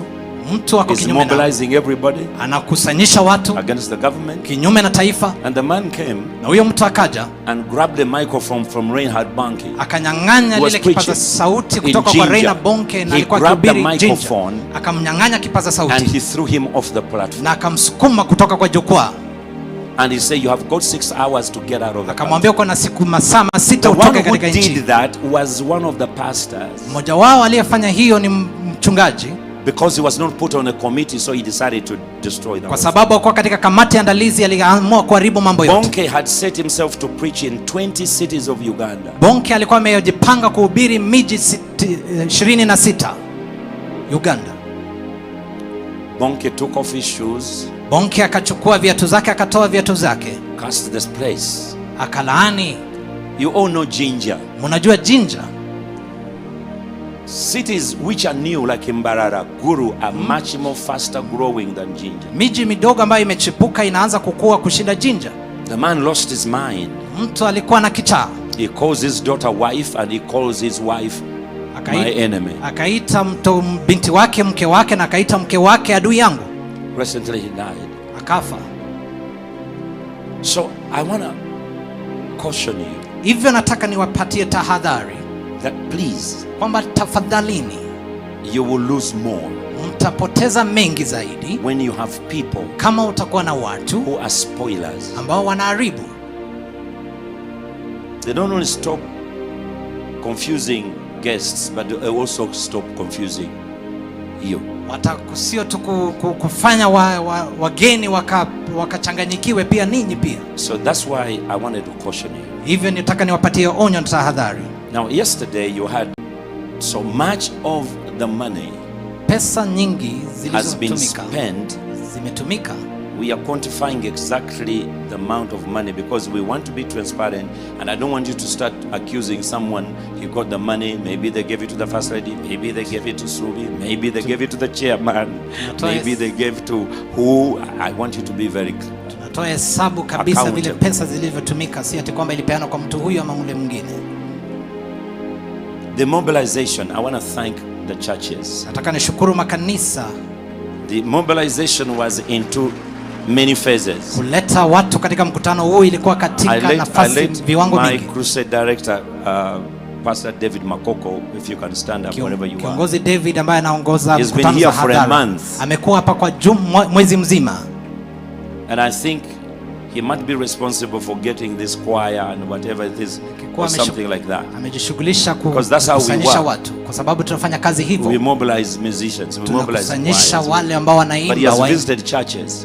Ameingia katika makanisa mengi. Many other places. Makanisa pale pengine. Then there was also mobilization that were done.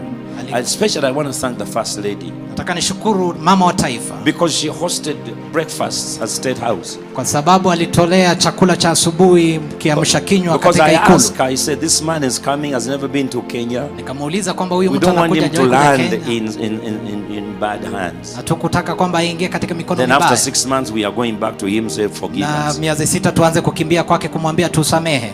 Integrity, transparency, uadilifu na kujitolea is where the church has to go. Ndio papo kanisa lazima liende. And nations in Africa. Na mataifa katika Africa is not poor. Kanisa Africa is simply mismanaged. Afrika hailindishwi vizuri rasilimali zake. And corruption is the cancer eating us. Ufisadi ndio saratani inayotukula. So they've been feeding. Hivyo wamekuwa kiwalisha. Been handbills. Kulikuwa na posters. Kulikuwa na zile nakala. Radio stations, I understand there were about 7. Kulikuwa na ma radio. 8 of them. There have been chairs. Viti. The mobilization of 500 voice choir. I don't know whether you've been having big choirs here in meetings, umati kuu ya kwaya hapa, I had the choir singing, thank you so much. Nilisikia wale wanakwaya wakiimba, Mungu awabariki sana. And Pastor Benny Hinn, na mchungaji Benny Hinn, when he comes, akija, he works with choirs. Anafanya kazi na kwaya. And by the way, he's coming. Na anakuja. He accepted to come. Alikubali kuja. So, hivyo basi, you are going to be blessed. Mtabarikiwa. Okay. Then there is logistics. Kuna vile andalizi. Communication. Kupeperusha habari. You remember the breakfast where you had over 1,000, the big one, 1,000. Kuna ile breakfast ambayo kulikuwa na watu 1,000. And the venue. Na pale ambapo then the breakfast itself. Na ile karamu ya breakfast iliyofanyishwa. And then other breakfast in different areas. Kulikuwa na zile mikutano za kiamsha kinywa pale pengi. The stadium where we are. Uwanja huu ambao tuko ndani yake. Security. Kula usalama. The trucks I think you hired to go and advertise. Zile magari ambazo mlizituma ziweze zikapaza habari. Now we come to the food. Tuende katika chakula. The food donation. Chakula ambazo zilitolewa. Took at least probably 2/3 of the expenses. Iligharimu kama 70% ya. That's buying the maize. Kununua lile chakula. Mill it. Kununua ngano. Pack it, kuiweka katika pakiti, transport it, kuileta katika and now it has to be transported in areas that have had that Pokot. I don't know how far Pokot is. Lazima usafirishe mpaka West Pokot, kutoka hapa ni kilomita 400. So this food has to be transported in all those areas. Lazima ipelekwe katika hizo sehemu zote. So I don't want you to live here. Hivyo nataka usitoke hapa. And you say this committee, Mr. Chairman, they gave you this amount of money. Analisi mlipewa pesa. And he has never had it. Na yeye hakupewa pesa yoyote. I don't want you to look at Apostle Subi or First Lady's office. Ama mama wa taifa. In fact, when we begin to realize that people were going that way, tulipoanza kuona kwamba watu wanaenda katika njia hii, that may have been the reason why Dr. Rodney said, I'm not going to take offering. Because I don't want people to think Rodney alisema sichukui sadaka. I'm here to raise money. Sitaki watu wafikirie kwamba ninachukua pesa ama kuchukua pesa kutoka kwenu. But you and I know. Lakini ninyi mnajua. We've been robbed of a blessing. Kwamba sisi tumenyang'anywa baraka. You know. Mnajua vizuri. That's why spoilers are very bad people. Ndiposa waharibifu ni wabaya sana.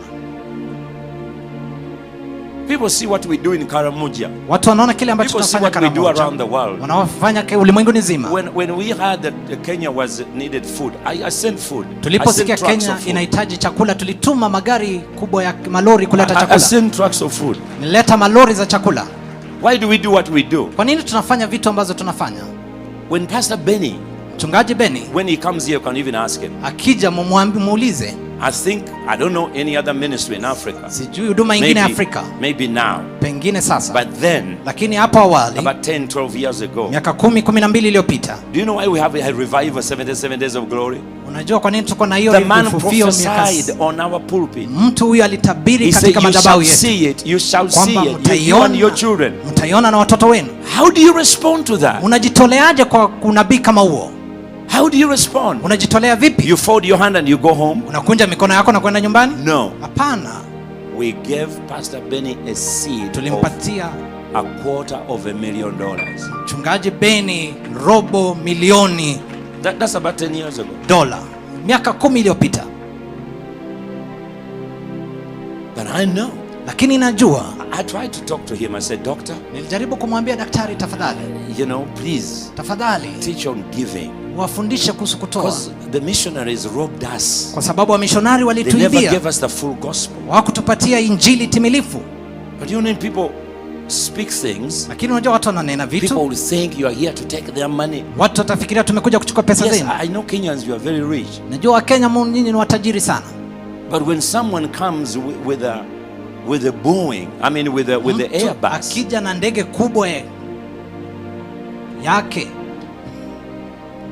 And he books himself in Kempinski. Na anajiweka katika hoteli kubwa inayoitwa Kempinski. With Apostle Subi yesterday, we were talking to him. Tulienda mtume. Actually, I kept him late from sleeping. Mtume Subi tulimkawisha asilale mpaka saa 8 usiku. He was just telling us the story of his ministry and things like that. Alikuwa akituambia hadithi za huduma yake na vitu kama hiyo. He's in a presidential suite. He paid his way. Amekaa katika lile jengo zuri katika hoteli hiyo. To steal from you. Anataka chukua pesa yenu kweli? You have to hate spoilers. Lazima mchukie waharibifu. They are quick to approach guests. Wako haraka kuenda katika wageni. And they are quick to post stuff. Na wako haraka kuandika vitu. You know, when you walk in light, unajua ukienda katika nuru, now we know who they are. Sisi tunajua ni kina nani.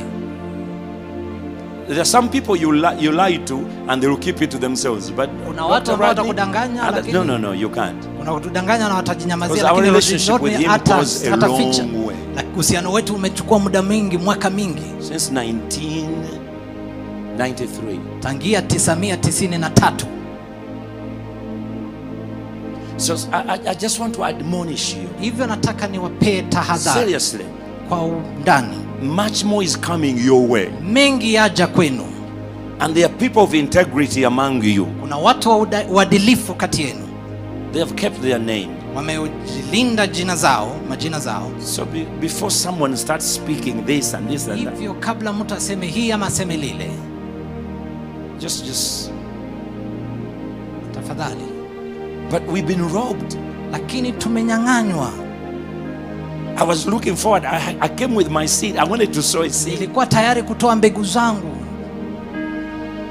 Child of God, if you don't understand, we've robbed an opportunity to sow. Tumenyang'anywa fursa ya kupanda. When Joyce Meyer received the $10,000, Joyce Meyer alipopokea $10,000, our church was never the same. Kanisa yetu haikubaki vile.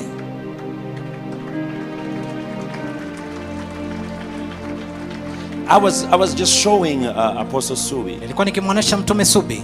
I saw him the x-rays. These x-rays they use when at the hotels presidents are coming. Because of the threat of the bombs we have. Kwa sababu ya ngumu za mifupa zetu.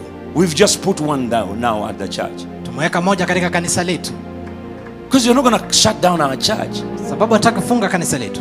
No, you're not going to shut down our church. Hawezi funga kanisa letu. Because you want to blow us up. Kwa sababu unataka kutulipua. We are going to meet you with technology you have never seen. Sisi tutaiwekea teknolojia ambayo hujaona. But if you are poor, lakini kama wewe ni maskini, if you are poor, kama wewe ni maskini, they will shut you down. Watakufunga. So, hivyo basi, Maybe God wanted to show you. Pengine Mungu angetaka kuonyesha that people who speak words which have no head or tail. Watu ambao wananena maneno ambayo ina kichwa wala mkia. They're really spoilers. They're denying your opportunity. Wao wanaharibu mambo, wanawakosesha. And I think that's why the man of God said, I will not take an offering. Ndiposa mtu wa Mungu alisema atachukua sadaka. Because he had planned to. Kwa sababu alikuwa And I amepanga don't think he was kuchukua going to sadaka. take it.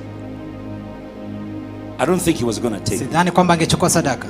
I'm not in his shoes. I can't speak on his behalf. Mimi siwezi nikanena kwa niaba yake, sijui kile ambacho anawazia. Because one time somebody texted him.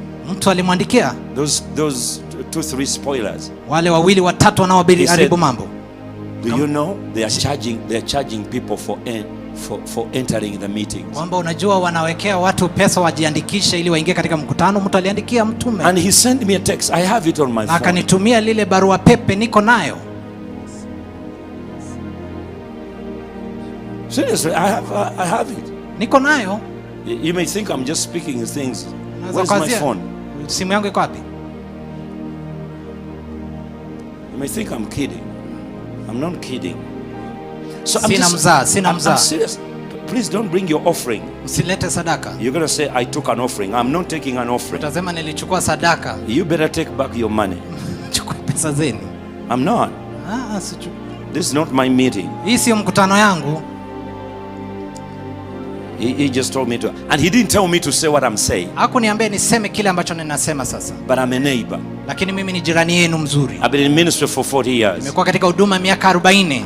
I know how stubbornness can destroy can destroy opportunity for a country. Kiburi ambayo inaharibu fursa za taifa na nchi. Please. Tafadhalini. Nobody is allowed to bring money here. Mtu asilete pesa hapa. Unanielewa?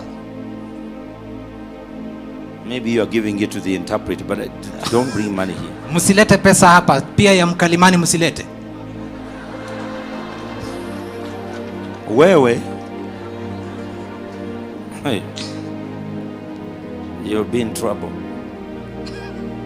I just wanted to show you somebody. Kuonyesha mtu. Please somebody come and read this for me. Tafadhali mtu aje asome hili. It is my phone. Ni simu yangu. Because this is very important. Kwa sababu ni ya maana sana. As you are going into the journey of revival. Ukienda katika utembezi wa ufufio. That you rebuke those who are going to destroy your destiny. Ukemee wale ambao wanaharibu hatima yenu. I don't know why they do that. Sijui kwa nini wanafanya mambo hayo. But you need to watch this. Ningependa uangalie hii mambo.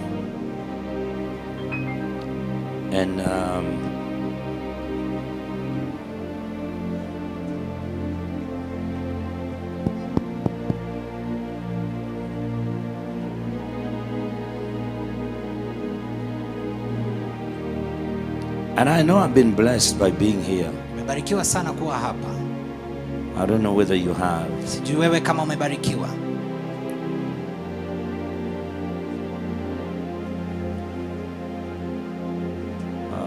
Communications have been so to and fro. That's why I'm going through to this. Mawasiliano yamekuwa mengi, ndipo siwezi nikaipata kwa haraka. But stay with me. Lakini kuwa pamoja nami kwa muda mfupi.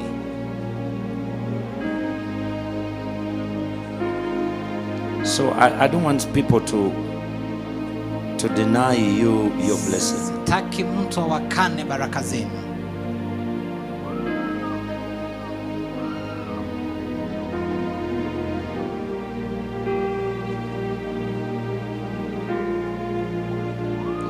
Actually, someone also mwingine pia send a message alituma concerning Eldoret and saw him a wrong stadium. Kuhusu Eldoret na kaonesha where they're planning to hold your meeting. The stadium is only 10% finished. Wakamwonyesha uwanja wa ndege ambao hujamalizika, wakasema hapa ndio kongamano itafanyika. Habari potofu. These things are bad. Mambo haya ni mbaya sana. And I told him, I said, well, the people who are handling you watu ambao wanashughulika nawe are people of integrity. Watu wa uadilifu. And so I don't think anybody is duping you where you're going to have. Hivyo sidhani kuna mtu anataka kukuibia. So You know, I send it to Apostle. Nitamtumia mtume. And I sent it to you, I think, Apostle Subi, recently. Was it yesterday? Juzi ama jana. I want you to read it. Ningelipenda ulisome. No, I wanted to read what someone sent him and then what he sent me. Ningependa kusoma kile ambacho mtu alimtumia Rodney na kile ambacho Rodney alituma kwangu. So this is bad. Hii ni mbaya sana. I hope. Natumai. I hope people need to repent. Watu watubu. And need to walk right with God. Watu waende sawa mbele za Mungu. Because it will deny most people like me. Sababu itawanyima watu wengi kama mimi. I've been in ministry for 40 years. Nimekuwa katika huduma miaka 40. And once that happens, kitu kama hiki kitendeka. Pastor David also they send you a message concerning the same. Mchungaji David walikutumia ujumbe pia wewe. Pastor Eric, yeah, I forwarded to you. I forwarded my response. Nilikutumia lile jibu langu to Minister Eric. Kwa Minister Eric. But this is in the house. Lakini ni mambo ya nyumbani tu. Yeah, tell me what I forwarded to you. Kile ambacho nilikutumia. And Pastor David also, you got the information. Mchungaji David pia ulipata lile ujumbe.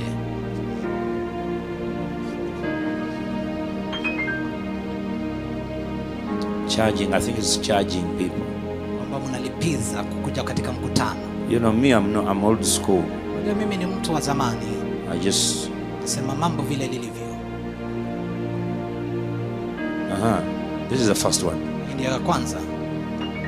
Not sure if this is the true that somebody told Pastor Rodney this is where the event will happen in Eldoret. Do you know that? Do you know the design? Unajua lile mfumo. I think they're building a new stadium, right? Wanajenga it's not yet finished. Ndio haijaisha. Somebody said this is where you're going to have your meeting. You are in trouble. The stadium, but they are lying to you. Uwanja wanakudanganya. Kuna uwanja wa kufanyia mkutano. Please, you know, Kenyans, you are very stubborn. I told you don't bring the money. You're bringing the money. You need to repent. So I inquired and then I responded. Hivyo nikauliza, nikajibu. Then after that, baada ya hiyo yote, it was charging money. Ilikuwa mambo ya kulipisha ili uingie katika mkutano. Pastor David. Mchungaji David.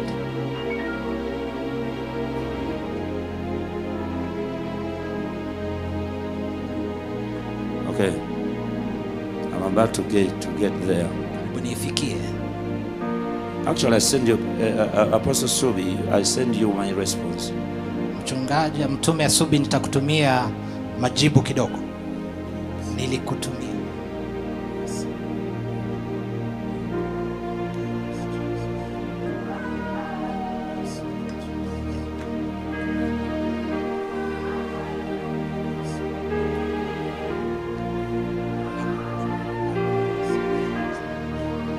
Okay.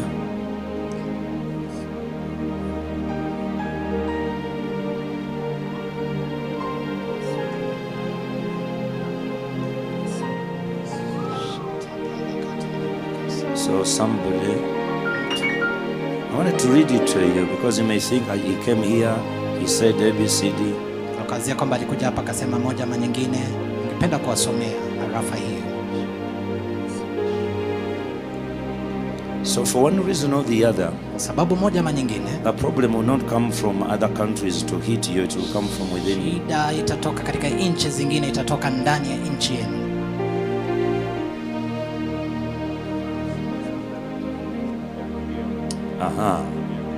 Okay. He sent a message to Pastor David as well and me. Tumia ujumbe kwa mchungaji David pia. This is Pastor Eric. Mchungaji Eric, the director of Rodney. He's been here talking about soul winning. Please don't do that. I told you. Niliwaambieni the money you are raising is not money. pesa He said, mnayo. hello, Pastor David. It was brought to my attention that we are charging people for Walinieleza some part of the crusade. kwamba tunalipiza We kwa sababu usually ya do not do that. kuja katika mkutano wa hadhara. Are we Tufanye mambo charging kama people for Je, anything in the tunalipiza meetings? kwa sababu ya mkutano wowote? Swali ameuliza. Mine was, he was inquiring from there. Yangu Mine ilikuwa- was deeper than yangu that. ilikuwa ya ndani zaidi ya hii. So, saints, Wateule, I just want to ask you, ningewaulizeni tu, please protect yourself and respect your men of God tafadhali jilindeni sana na mkawatii watu wa Mungu wenu that God has raised among you. ambao Mungu ameinua kati yenu. I highly honor the office of the First Lady. Ninaheshimu sana And please don't afisi drag ya it in this. These are mama wa taifa. spiritual Msiingize. battles. Hizi ni vita vya kiroho. Msimuingize kwa haya. Bishop Chairman, please. Kamati andalizi, mwenyekiti. Pastor Subi, can you come please? Mtume Subi, tafadhali njooni. Now, I don't know. This offering, I did not ask you to take up an offering. Sikuambia mtoe sadaka. I told you not to give an offering. Niliwaambia msitoe sadaka. So you're going to go and tell everybody and say, Kayanja took up an offering. Taenda kuambia watu kwamba Dr. Kayanja alitolesha watu sadaka. So everybody come and pick your money back. Sasa nyinyi mkuje mchukue pesa zenu tu. I'm serious. Ninamaanisha. I'm serious. Ninamaanisha. You know, I paid a plane for me to come. Nilijilipia gharama ya ndege ili nije hapa. Because I started with Eldoret. Sababu nilianza mji wa Eldoret. And I was so busy I couldn't go to Nairobi to connect on Kenya Airways. So I had to get a private plane to take me to Eldoret. Ilibidi ni chate ndege yangu mwenyewe ili nikafika Eldoret. And it will pick me up, take me back. Na itanichukua nirudishe, lipie ndege ili mwenyewe nikae kwa hiyo ndege. Tomorrow. So kesho. The issue is, jambo ni hili. God is ready to bless Kenya. Mungu yuko tayari kubariki Kenya. But even your pastors and bishops, hata wachungaji wenu na maaskofu, they are not here to lose their names. Hawako hapa kupoteza jina zao. They have worked for their names for years. Wamefanyisha kazi jina zao kwa miaka mingi. So when someone comes up and says things he doesn't even know. Hivi mtu akija na kusema vitu ambavyo hajui. Money this, money that, they didn't know. Unajua wakiongea juu ya pesa hili na hili hawakujua. Some of us have been not sleeping in order to get food. Ndio tumekuwa tukilala ili tupate chakula.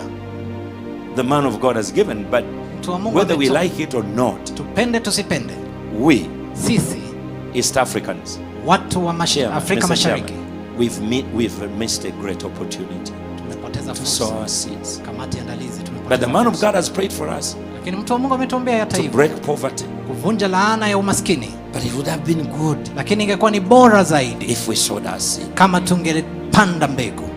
You've been in Kenya for a long time. Have you ever seen a ministry come and preach? Umeona mhuduma kija kuhubiri? Pay for everything and don't take an offering? Wachilie kila kitu na si uchukue sadaka. Umeona popote? So, please, this offering, sadaka hiyo, I have not collected an offering. Mimi sijatoa sadaka, sijaambia watu watoe sadaka. I was talking to my brothers and sisters. Nilikuwa tu nikiambia majirani wangu na madugu na madada zangu. And so I am blind to it. Hivyo nimelisema. Niko kipofu, sioni mambo hayo. You and your committee, I'm grateful. Mwenyekiti na kamati lako tunakushukuru sana. Because to work for, I won't say for nothing, because you are benefiting spiritually. Kufanya kazi bila malipo, unajua unalipwa kiroho lakini bila malipo. For you to take on these men of God, please don't stop. Kuchukua mtu ya Mungu, tafadhali msisimame. Msikawia kufanya hivyo. Don't stop.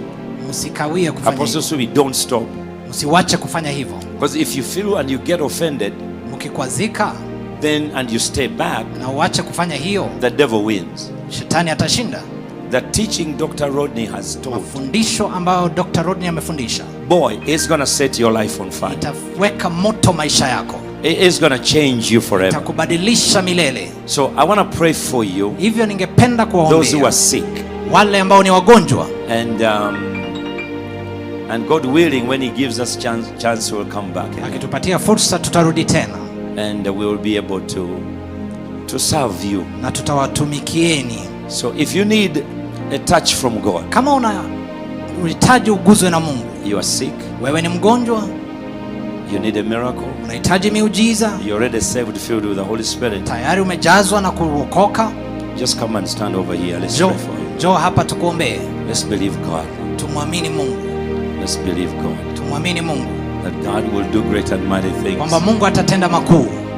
And no time is gone. We have to move, go somewhere. I'm sorry for holding you here. Poleni kwa kuwaleta I hapa hope mbele. I've managed to clear some of the issues that may log into people's mind, and they look at you and they say you got the money, and there's you got the money, and then they will not stop there. Then they will start dragging the first lady, and they said, you know, if she has the, I mean, the whole meeting in Eldoret is on her shoulder. And friends, so me, I believe the enemy has seen what is coming. Shetani ameona kile kinakuja. And so he's going to use that. Kwa hivyo anataka kuitumia. To really do that. Kufanya mengi baadaye. No, we are better than that. We know better than that. Tumeshinda kuliko shetani. Tunajua zaidi ya hiyo. We can't take offense. Hatuwezi tukakasirika na kutia no, we've been around for some time. Tumekuwa kwa wakati muda, tumekuwa tu. Especially me. Sana sana Baba Kayanja. If I can survive a bomb of a terrorist. Kama mimi walipoa bomu na nikasurika. ADF, these are terrorists, Boko Haram. Hawa ni wagaidi. If you survive that, kama unaweza ukanusurika then what can the words of men do to you? Basi maneno ya mwanadamu itakufanya nini? But they destroy people's thinking. Lakini hawa wanakuja kuharibu akili za watu. And you are very important. Na wewe basi ni speciali na wa maana. To whatever is going to happen here. Kwa kile ambacho kitakutendekea hapa. You know, I feel nahisi either end of this year, mwaka ukisha, end of next year, mwaka ujao ukisha, the Lord spoke to me to come to Kenya. Bwana akanenea nije Kenya. To do some meetings. Kufanya mikutano fulani. I hope you will receive me. Tafadhali najua mtanipokea. Yes sir. Yes sir. I'll pay my way. Mimi nitajilipia kuja mimi. But anyway, God is good. Lakini Bwana ni mzuri. And please come to Uganda. Tafadhali njoni Uganda. We love Kenyans. Tunapenda wa Kenya sana. You know what you don't know about Uganda? Unajua kile hujui kuhusu Uganda. During Idi Amin, Uganda was our home. Siku za Idi Amin, Uganda ilikuwa kwetu. You welcomed Ugandans. Nyinyi mlikaribisha wa Uganda hapa Kenya. Even the family of the current president Museveni. Hata familia ya Rais Museveni. Kenyans, thank you. Wa Kenya asante. You welcomed us. Mlitukaribisha wakati wa Idi Amin. We lived among you. Tuliishi kati yenu. You fed us. Mkatulisha. And that we owe it to you. Kwa hivyo basi twasema asante. So we love Kenya. Kwa hivyo tunapenda Kenya. I know Jesus loves you, but Uganda loves Kenya. Jua Yesu anapenda Kenya, lakini so you're gonna be tired of us. Kwa hivyo mtachoka nasi. Because whatever good we'll have, we'll share it with you. Chochote kizuri tutapata, tutashiriki nanyi. We'll share it with you. Tutashiriki nanyi. Until you say, don't bring your things here. Paka mseme msilete vitu vyenyu tena hapa. Amen. Amen. Touch or feel the pain. Guza mahali panauma. Father, we give you praise. Baba twakupa utukufu. We give you glory. Twakupa sifa. We give you honor. Twakupa heshima.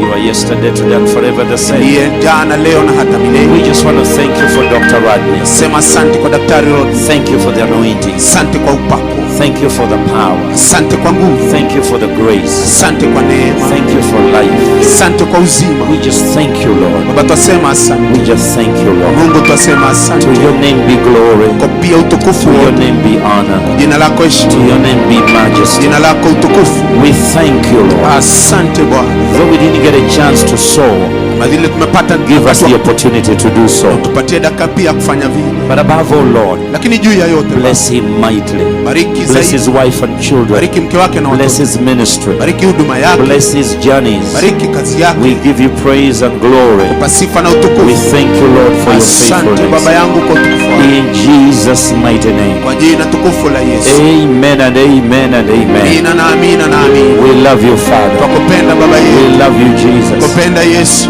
Now, Lord, touch our bodies. Sasa Baba, guza miili yetu. Healing God. Tuponye. Heal those who are blind, those who are deaf, those who are sick, those who need a miracle, those who are demon possessed. Free them today. Just release your healing power in the mighty name of Jesus. I rebuke every sickness and disease. I just release the grace of God, the miracles of God, and the power of God. Lord, deliver everyone who is oppressed by the enemy. Deliver everyone who is oppressed by the enemy. Lord, I give you praise and glory. Somebody say, Jesus, set me free. Jesus, heal me now. Jesus, bless me today. I will never be the same again. Thank you, my master. Thank you, my savior. Thank you, my redeemer. Thank you for my life. Thank you for this country. Now lift up your hand. Let's pray for the president and the first lady and the cabinet. Let's pray for the church. Let's pray for your house. Come on, Father, in the name of Jesus, we pray for His Excellency William Samoei Ruto, President of the Republic of Kenya, and the First Lady Mrs. Ruto, and the Deputy President and his wife, the Chief Justice, the Speaker of Parliament, the Senate, God, the parliamentarian. We just pray. We pray for the governors. We pray for every county. We pray for every husband and wife. We pray for the families. We pray for the bishops and pastors, evangelists and preachers. We pray, my Father, that you touch everyone. Lord, bless our homes. Bless our coming. And Lord, bless everybody who has worked in this revival. Everybody who has done anything, whether putting up a poster, whether sharing it, whether communicating, whether talking about it, whether cleaning this place, whether working and setting things in place, whether cooking and serving food, or giving water or sweets, the security, bless everyone. Bless everyone. Bless everyone, Lord. In the mighty name of Jesus, we give you praise and glory. Lord, I release your healing virtue. All the anointing we have received, we are taking it home in our businesses, in our churches, in Jesus' name. Just lift up your hand and just laugh. Laugh, somebody. Just laugh. No more depression. Just laugh. Come on. Forced joy is better than genuine depression. Just laugh. Just praise the Lord. Somebody shout hallelujah. Hallelujah. Apostle Subi, we love Nairobi, Kenya. Baba Mtume Subi, twapenda Nairobi, Kenya. You know, we have 20 pastors. Tuna wachungaji 20 or more ama zaidi who came walikuja in this meeting. Katika mkutano huu They paid their way, wakajilipia kuja, paid the hotel, wakalipa hotelini mahali wanakaa just to attend this meeting. Ya kwamba waje katika mkutano huu. Me, I came with a big team. Nami nikaja na timu kubwa. Baba Kanja akaja na timu kubwa. They have been coming every weekend. They have been coming every weekend. Kwa kija go to churches on Sundays. Kuja makanisa for 3 weeks. Kwa wiki 3. Timu yake Baba Kayanja wamekuwa kuja kila weekend. Why? Because this is your time. Kwa sababu ni wakati wetu. If this was the mark, kama ingekuwa ni alama, if that was where Apostle Subi is the mark, hali Baba Mtume Subi amesimama kama ni cross over, kuvuka, to go to the other side, kwenda kiwango kingine of great anointing, kwa upako mkuu. Kenya, you are here. Kenya, tuko hapa tu. You are here. Hapa. You are here. Tuko hapa. You are about to jump over. Unaenda kuvuka. Come on, somebody clap your hands to Jesus. Pigie Bwana Yesu makofi, shangwe na vigelegele.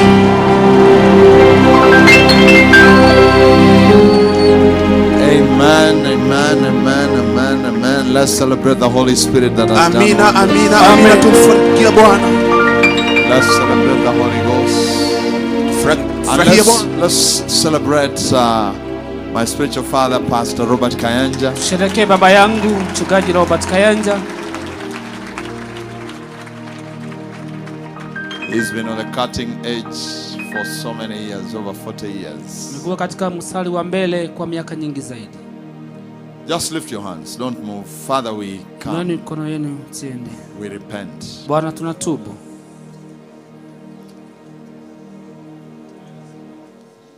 As a nation we repent. Kama nchi Bwana tunatubu. We repent for divisionism. Tubu Bwana kwa sababu ya migawanyiko. We repent for contentions and for strife. Tubu kwa migawanyiko na pia mapambano. Anything that could have defiled the heart of your servant, not even to release what we could have received. We know we have received, but maybe there was more. Chochote ambacho kinajisi moyo wa mtumishi wako kuachilia kile ambacho alikuwa aachilie, labda tungepokea zaidi. Bwana tunaomba tusamehe. Father, we pray that you may forgive us.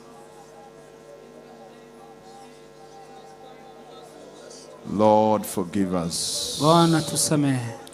Just forgive us. Tusamehe tu Bwana. Reverend Peter, can you lead us? Oh yes. Ndio. I feel we take a prophetic action of kneeling wherever you are, please. Nahisi tuweze kupiga magoti mahali popote huko. And lift up your hands. Na uinue mikono yenu.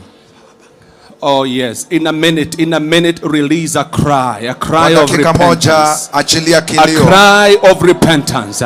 Kilio cha kutubu. Oh Jesus. Bwana Yesu. Jesus. Yesu Kristo. Jesus. Bwana Yesu. Forgive us today. Tusamehe siku ya leo. It happened in the past. Ilitendeka siku za kale. We don't want it to start again. Hatutaki ianze tena. Oh Lord. Ewe Bwana. Oh Lord. Ewe Bwana. Before the end of this meeting, kabla ya mwisho wa mkutano huu, forgive us Lord. Bwana utusamehe. Forgive us Lord. Bwana utusamehe. Even those who were trying to spoil, hata wale wanaojaribu kuharibu, we repent of their behalf. Tunatubu kwa niaba yao. Yes. Yes. Oh, Bwana, Bwana, yes Lord. Ndio Bwana tunatubu.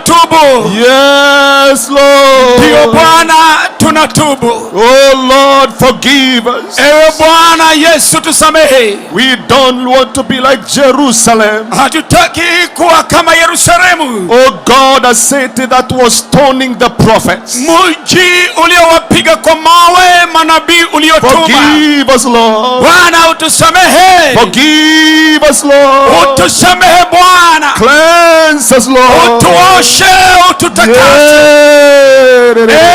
Baba.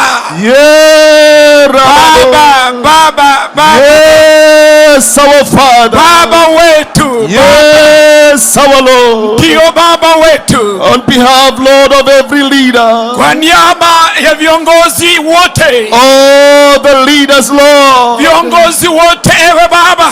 We repent today. Tunatubu na kugairi. Wash us now, Lord. Bwana utuoshe sasa. So that the next one can even be greater. Ili ya pili iweze kuwa kubwa zaidi. Yes, our Father. Ndio Baba yetu. In ashes and sackcloth. Bwana katika majivu na nguo za mangunia. Rendering our hearts. Tukirarua mioyo yetu. Forgive us, Lord. Bwana wa majeshi tusamehe. Forgive us, Lord. Bwana utusamehe. Yeah. Ndio Bwana tunalia.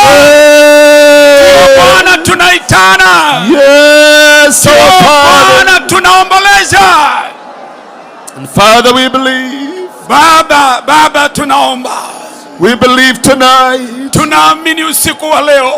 The weight that was trying to fall on Kenya, wimbo ambalo lilitaka kuanguka juu ya Kenya, it is now removed. Sasa limeondolewa. It is now removed, Lord. Bwana limeondolewa. We can now receive the next one. Tunaweza pokea sasa awamu ya pili. And we thank you, Lord. Na tunakushukuru Bwana.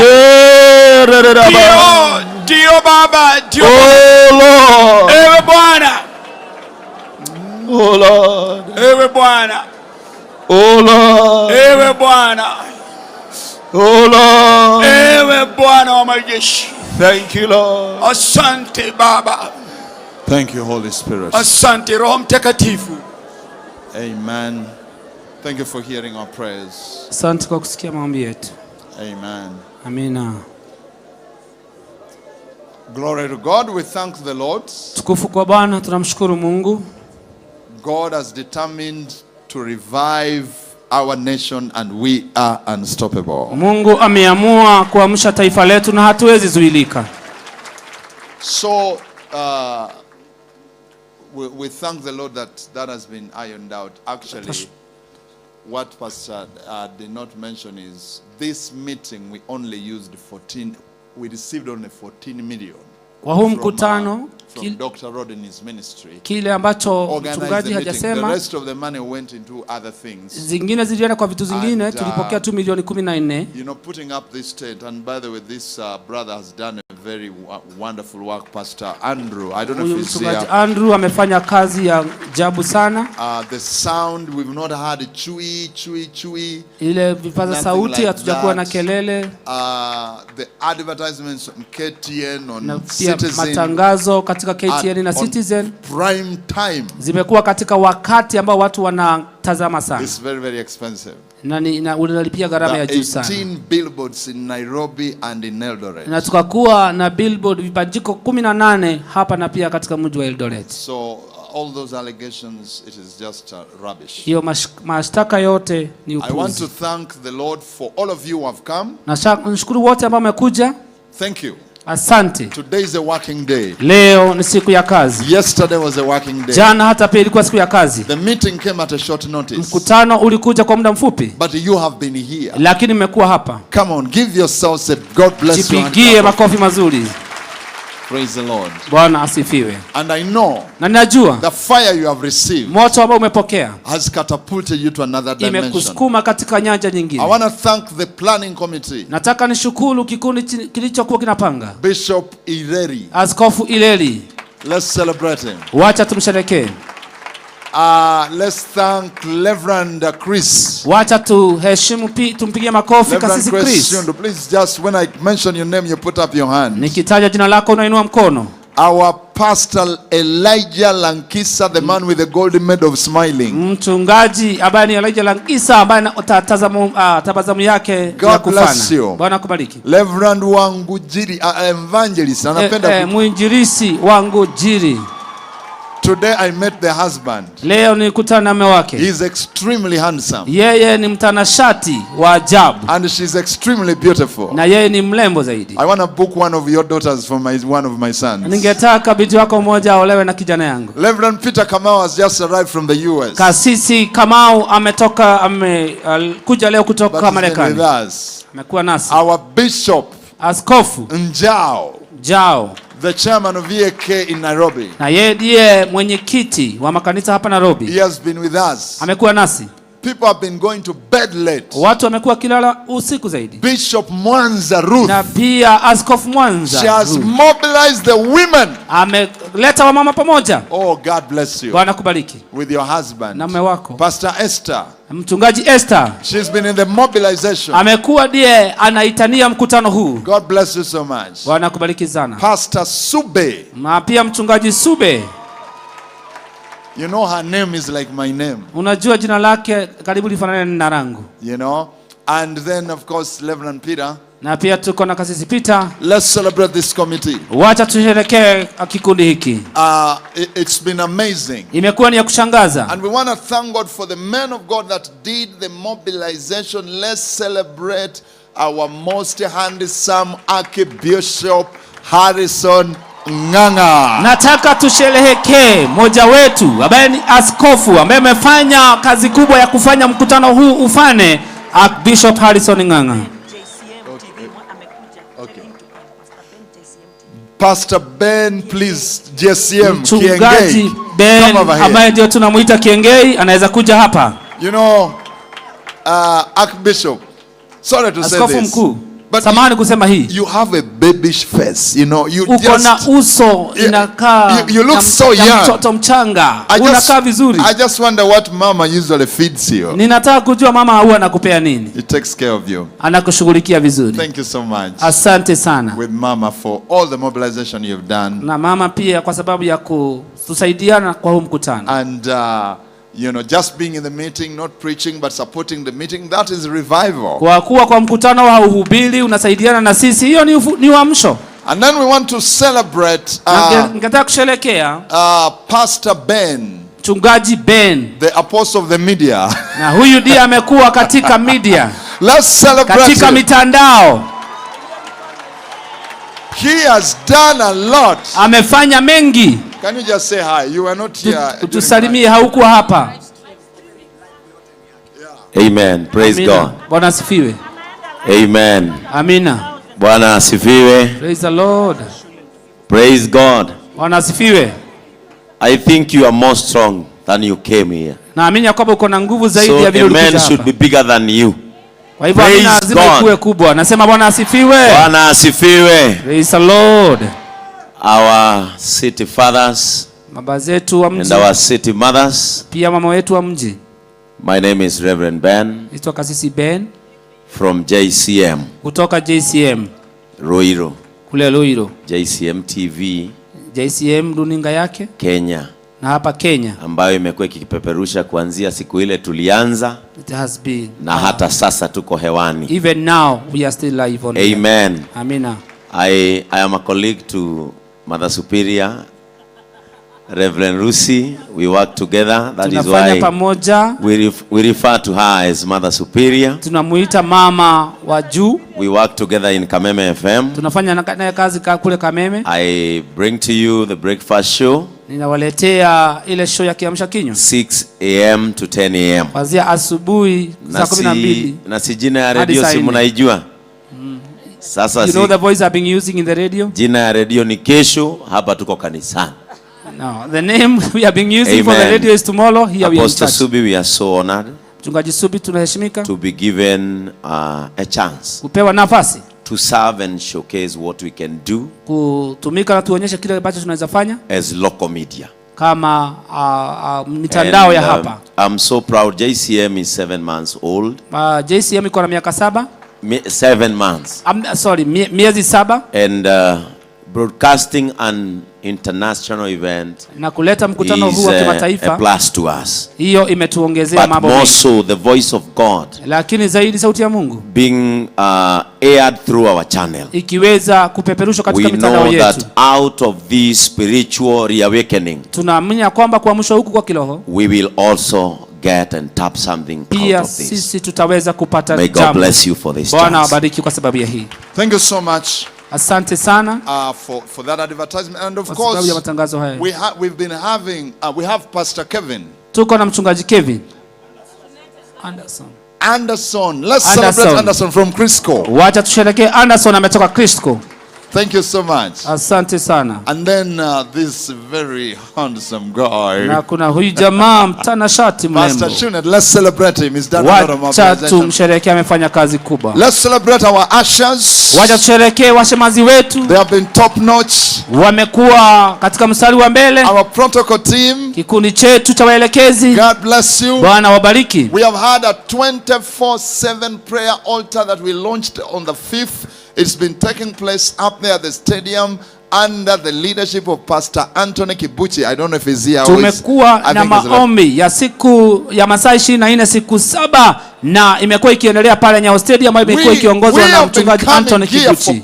Tumekuwa kuja katika maombi hapo usiku na mchana. To pray for this meeting. Kuombea mkutano huu. And so God bless you. Kwa hivyo nasema Bwana awabariki. And I don't know, the people in the sound and everybody who has served in this wote ambao katika vyombo na wote ambao wametumika.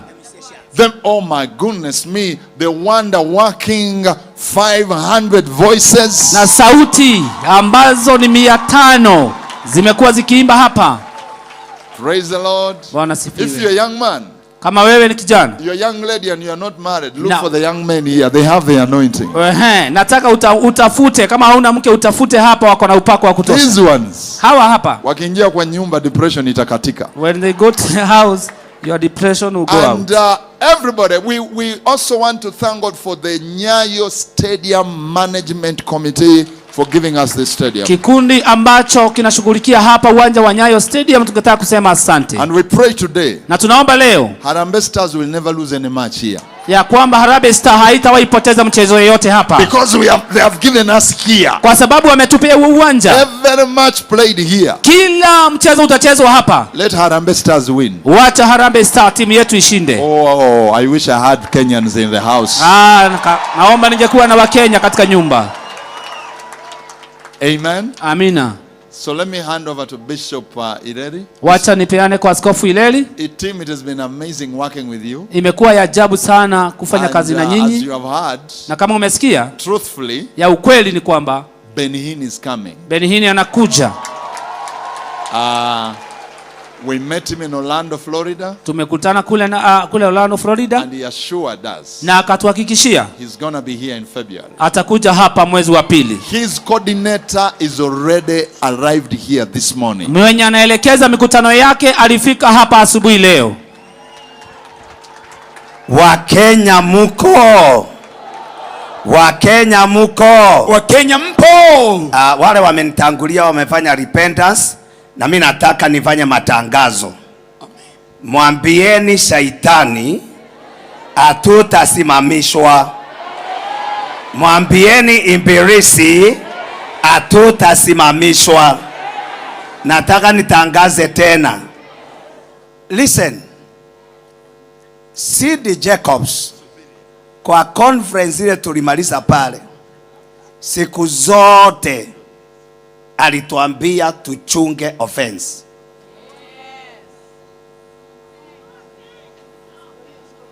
Alituambia tuchunge offense.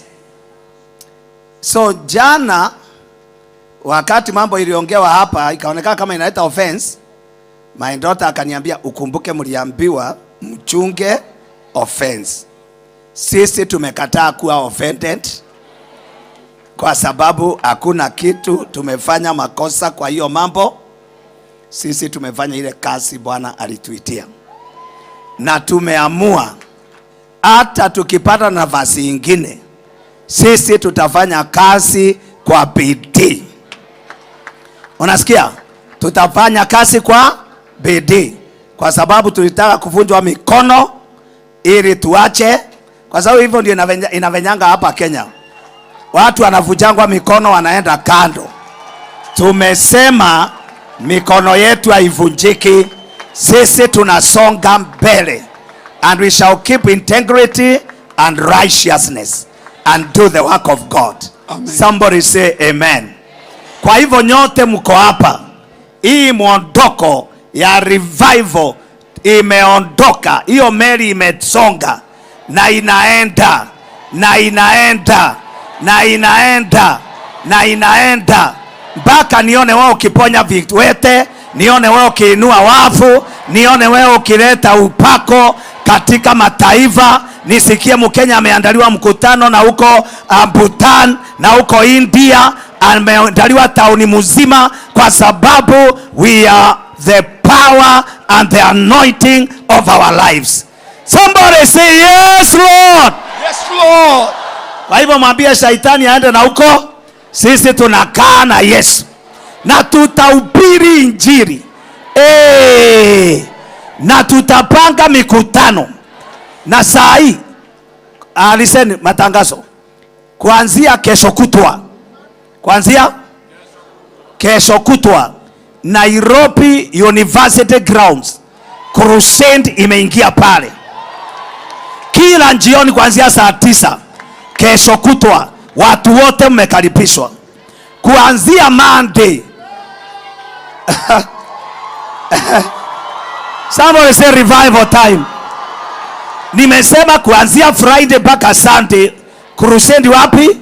Nairobi University na Andrew Parao na iko pale kuanzia saa 9 kila siku. Alafu wiki ijayo kuanzia Monday mpaka Friday tuko Kasarani na Rema Feast. We are doing it and we are going forward. Na Julian alikuwa hapa jana na ametoka wakati ya lunch akaniambia, Bishop, wacha nikimbie Kasarani nisikanishe mambo. Ndiye ameniambia, wacha niingie Kasarani nisikanishe mambo ili mkikuja mkute yote imeingiana. Hiyo ni muondoko na tumeondoka. Na ninyi mko hapa mabishops na mapastors, na sisi tuakishe kwetu na maeneo yetu yakishwe ma crusade, yakishwe ma revivals, yakishwe ma conferences. Kenya for Jesus! Everybody say Kenya for Jesus! While you are away, Archbishop Nganga came to close the meeting for us. And I welcome you to join us as Archbishop closes this great session for all of us in Jesus' name. We love you, Archbishop. Amen, amen. Bwana Yesu asifiwe.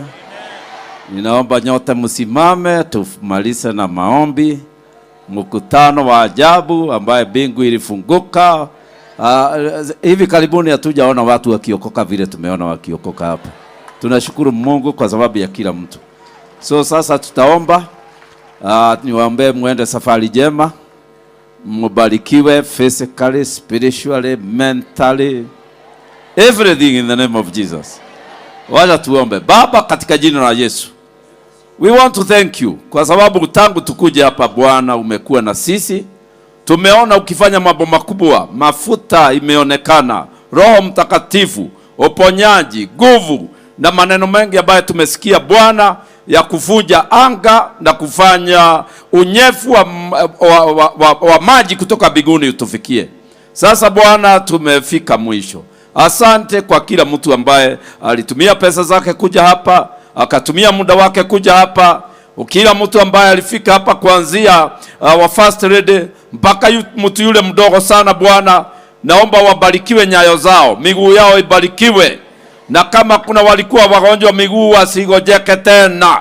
Na tunaomba Bwana ya kwamba kuanzia sasa baraka itangazwe manyumbani, baraka itangazwe jiani, baraka itangazwe mpya kuanzia siku ya leo. Na hiyo baraka imetoka Marekani. Tumeipokea na moyo umefunguka kabisa. Ili Baba tubarikiwe. Na kwa mioyo iliyokujuliwa tunasema baraka kwa Rodney na timu yake yote. Na wasafiri salama mpaka kwao. Wasipate shida yoyote jiani Bwana. Hata isemekana walipata shida wakitoka Kenya, tumesema walindwe. Na watu wale wote wako hapa Bwana, tunasema waongoze, walinde jiani barabarani Bwana. Na tunaomba ya kwamba utupatie muda mwingine wa weekend hii kukutana pale kwa kiwanja. Katika jina la Yesu tumeomba na kuamini. May the grace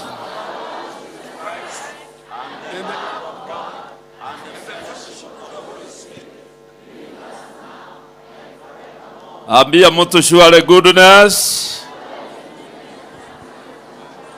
shall follow you all the days of your life,